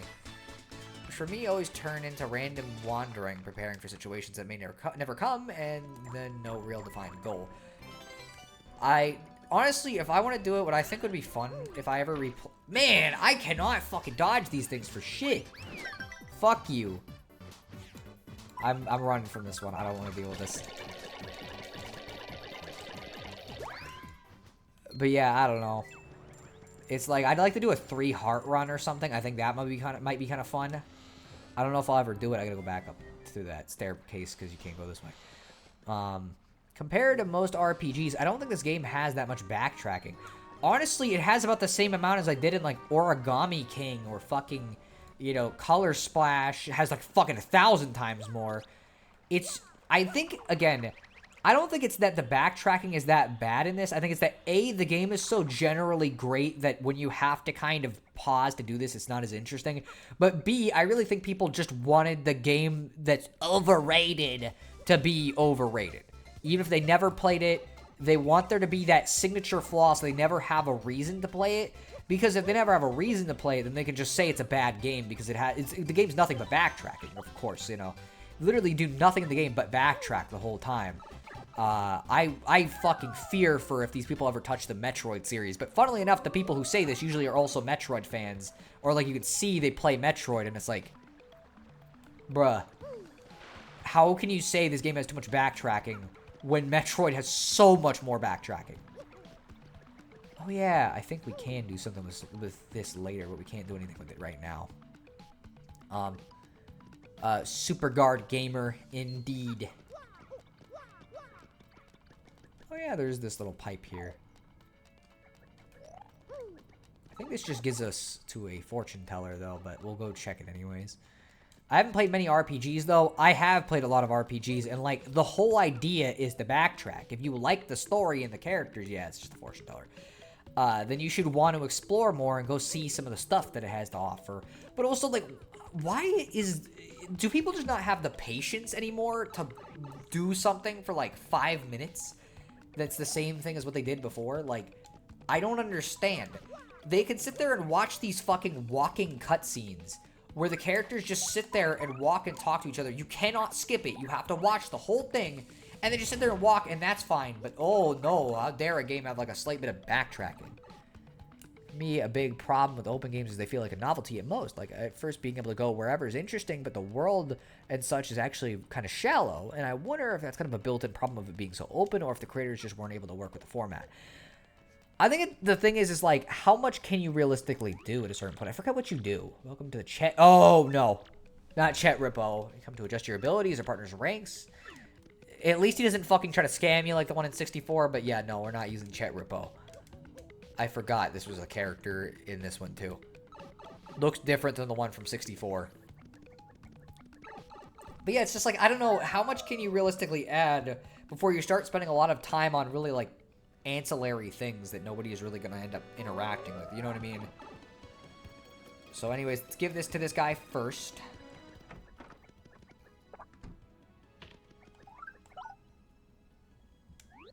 What's this? An up arrow? An up arrow? Up. Of course. Just fucking ascends.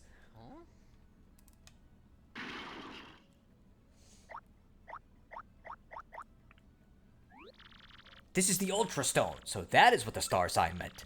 I picked this up at a flea market years ago and forgot it was in the attic. With this, I can power up your partners even more.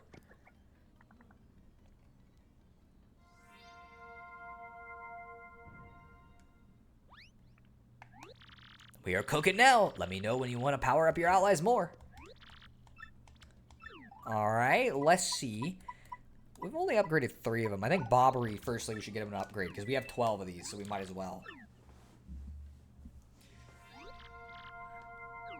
Let's see, I can think of other problems with Thousand Year Door if you want. Like, it's sort of lame that Goombella, Koops, and Bobbery are pretty similar to the partners in the first game. The first game had more dungeon areas. I don't think them being similar is that big of a surprise. They're just Mario Universe enemies. And having less dungeons I think is good, because 64 has too many dungeons. Yes. You could argue the game's easier if you get good at the super guards. Yeah. Because that's a skill thing. Like, it should be easier if you get good at the super guards. They're hard to get good at.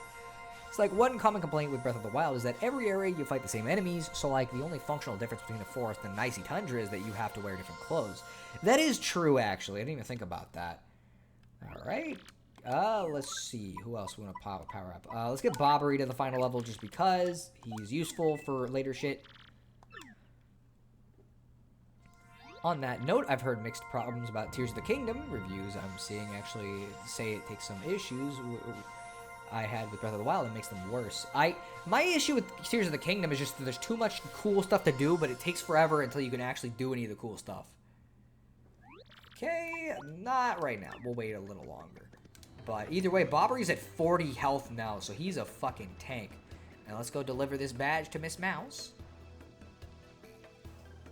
Kind of subjective problems, but I don't know. I really like super guards and stylish stuff, though. Like, problems with this game don't really bother me. I don't even think they're really, like, issues. They're just, like, a personal taste thing at the end of the day. You know, my only major issue would be, like, again, Chapter 5 and 7's backtracking. And then, like, I don't know, the side quests, some of them are fun, but there's definitely a lot of, like, yeah, that's certainly a side quest. That face, does it mean you found the badge? Well, this is certainly the badge that I was looking for. Oh my, yes. Now, my sweet, promise to hear me out without getting mad. You see, I was the one who hid that badge. It was a little game of mine. I have to apologize, but I knew you would find it, my handsome cheese hunk. You may have seen even more badge finding. You may have even more badge finding skill than I do. I just thought of something. Perhaps I should travel with you from now on. Because, I'm sure to find lots of badges that way, don't you think? Now about that reward, let's see. Take this badge that you managed to find, but I expect you to lead me to more. Now let me formally state that you will now enjoy the pleasure of my company. Again, getting girls. Miss Mouse joined your party. An optional party member. Miss Mouse abilities, a primer. Press X and Miss Mouse will sniff out any items or objects hidden nearby. There doesn't seem to be anything in this area, dearie. When you press X, I'll sniff around and tell you if there are any items nearby.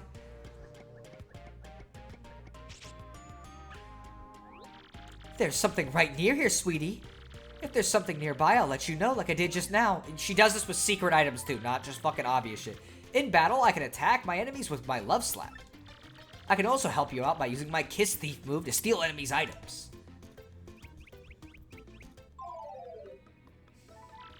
You solved the trouble.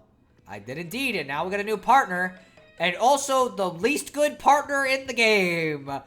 She's more just for secrets and stuff. She's like an optional thing, but I think it's cool to even have a second or an extra partner with optional dialogue you can see through cutscenes that you would never find if you weren't actively looking for this. Bobbery's kind of a tank. An explosive tank. I guess he is indeed. Was wondering when she'd join up. Yeah, well, she joined up now, but she will not join your party unless you do that side quest. It's completely an optional thing. And she's an optional party member. She doesn't do anything required. But I just think it's cool that this is even like a thing you can do.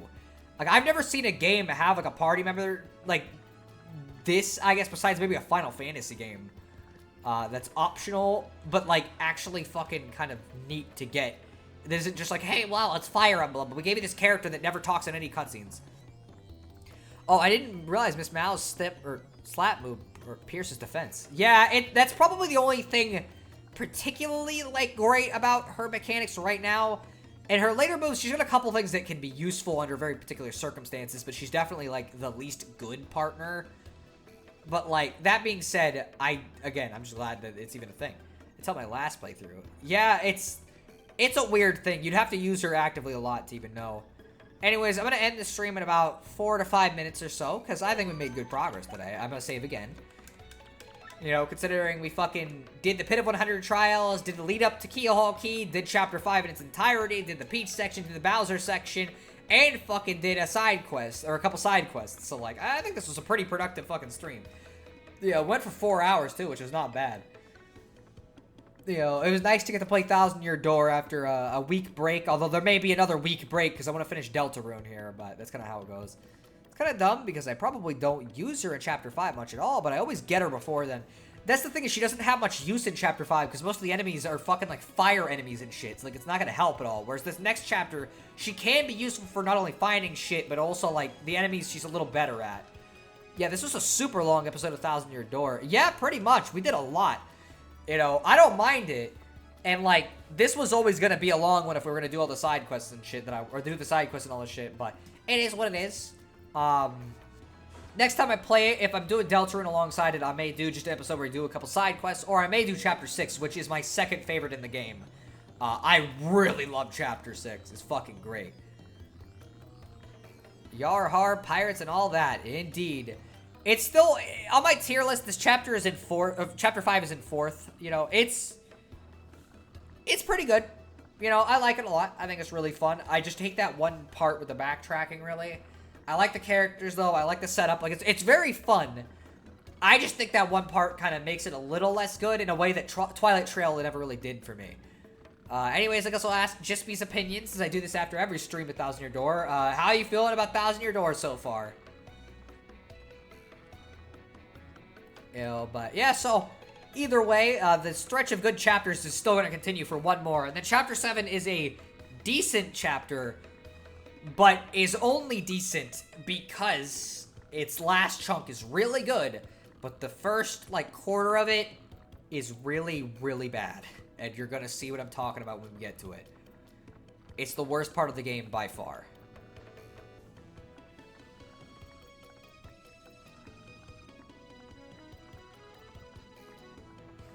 Mario's taking a nap after a very long stream.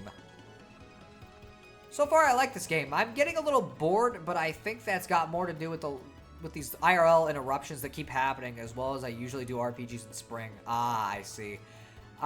Well, it also doesn't help that, again, usually these streams are like 2 hours, maybe 3 at most for Chapter 3. And so we weren't spending as much time, whereas this one, it's like we had an hour of, like, just fighting enemies straight. And then Chapter 5 started, we had some cool stuff, and then we had a backtrack fest for a bit. And then after that cool stuff happened, we got a good dungeon and a good end to it. But it's like, you know, this stream is a little more mixed just because there was a lot more, like, random stuff, which I don't think really helped your interest by comparison. Chapter 7 is still swag. I like it, I just think that the beginning of it sucks. But either way, next week, either we'll do side quests or I might take a week break from Thousand Year Door so we can do Deltarune and finish it. And then Chapter 6 is going to be really fun, and it's going to be a really nice change of pace in a way I'm not going to spoil. But you know how every time this game seems like it's doing the same format for a bit? You know, we got like 2 chapters with the dungeon, and then we got a tournament arc. And then we had like kind of a weird chapter that was kind of a half point, and then we had another one with like a dungeon in it. This next one changes that again, and we get something really fucking wild. And so I'm super excited for it. But it's like, this is very much one of those I wish I played this when I was younger games. Honestly, yeah, you really fucking missed out. Chapter 6 is really cool, yes. I fucking love it. Again, second favorite in the game for a reason. I thought I had about a Mori after our convo, by the way. A part of me thinks it's one of those games where I'd be nostalgic for if it had come out 20 years ago or 10 years ago. Yeah, it's definitely possible. Are you getting all the shines? No, I'm not really planning like a 100% run of this game anyways. Like, for right now, the plan is we might do a couple side quests, we might not. I'm gonna go look at the list of the ones I'd want to do. And I might do the Pit of 100 Trials after we beat the main game, but not before. And other than that, I'm going to kind of just get the shine sprites as I go, because I'm not really a completionist. I think that really ruins games for me when I try to do that, and I'd rather just have fun. Like, Final Fantasy VI is a game I played when I was young, but playing it again, now I realize it is really flawed. But I feel like a lot of people put Final Fantasy VI on a pedestal just out of nostalgia. I do think when you play a game as a kid, it gives you an inherent, like, appreciation for it you might not have normally. But, like, sometimes the game is still really good, even despite that. You know, I was worried for years that maybe I felt that way about Thousand Year Door. That it was like, oh, this is just a game I like because I played it when I was a kid.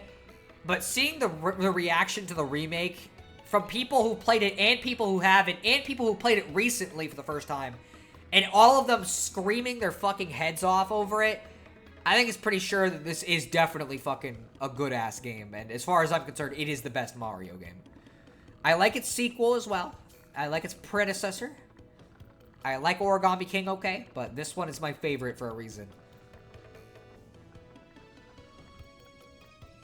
Despite my own tendency towards nostalgia, I notice, not to blow my own horn, I tend to be more objective than a lot of other people when it comes to old stuff. I can be, it depends on what it is. Some things I just don't care. I'm gonna say they're great regardless. Like Mario Sunshine is a great game. I don't give a shit what people say. They just don't like it because it's fucking hard, and that's it. And it's like, yeah, it is a hard Mario game. I don't know why that's the reason why it's a bad game suddenly. So either way, I'm going to give it one more minute here, and then we'll end it. So I'll start doing my end card, and if anybody posts anything, I'll respond to it. But I hope you enjoyed this episode of Thousand Year Door. And next time on Thousand Year Door, Mario has finally gotten hold of the 5th Crystal Star, but danger looms in the distance, with the X-Nauts planning something dastardly. However, Mario's next adventure for a Crystal Star may be a bit of a change of pace. After all, a lot of stressful times usually come with relaxation afterwards. And what's more relaxing than a wonderful, pleasant vacation? See you next time on Paper Mario: The Thousand Year Door.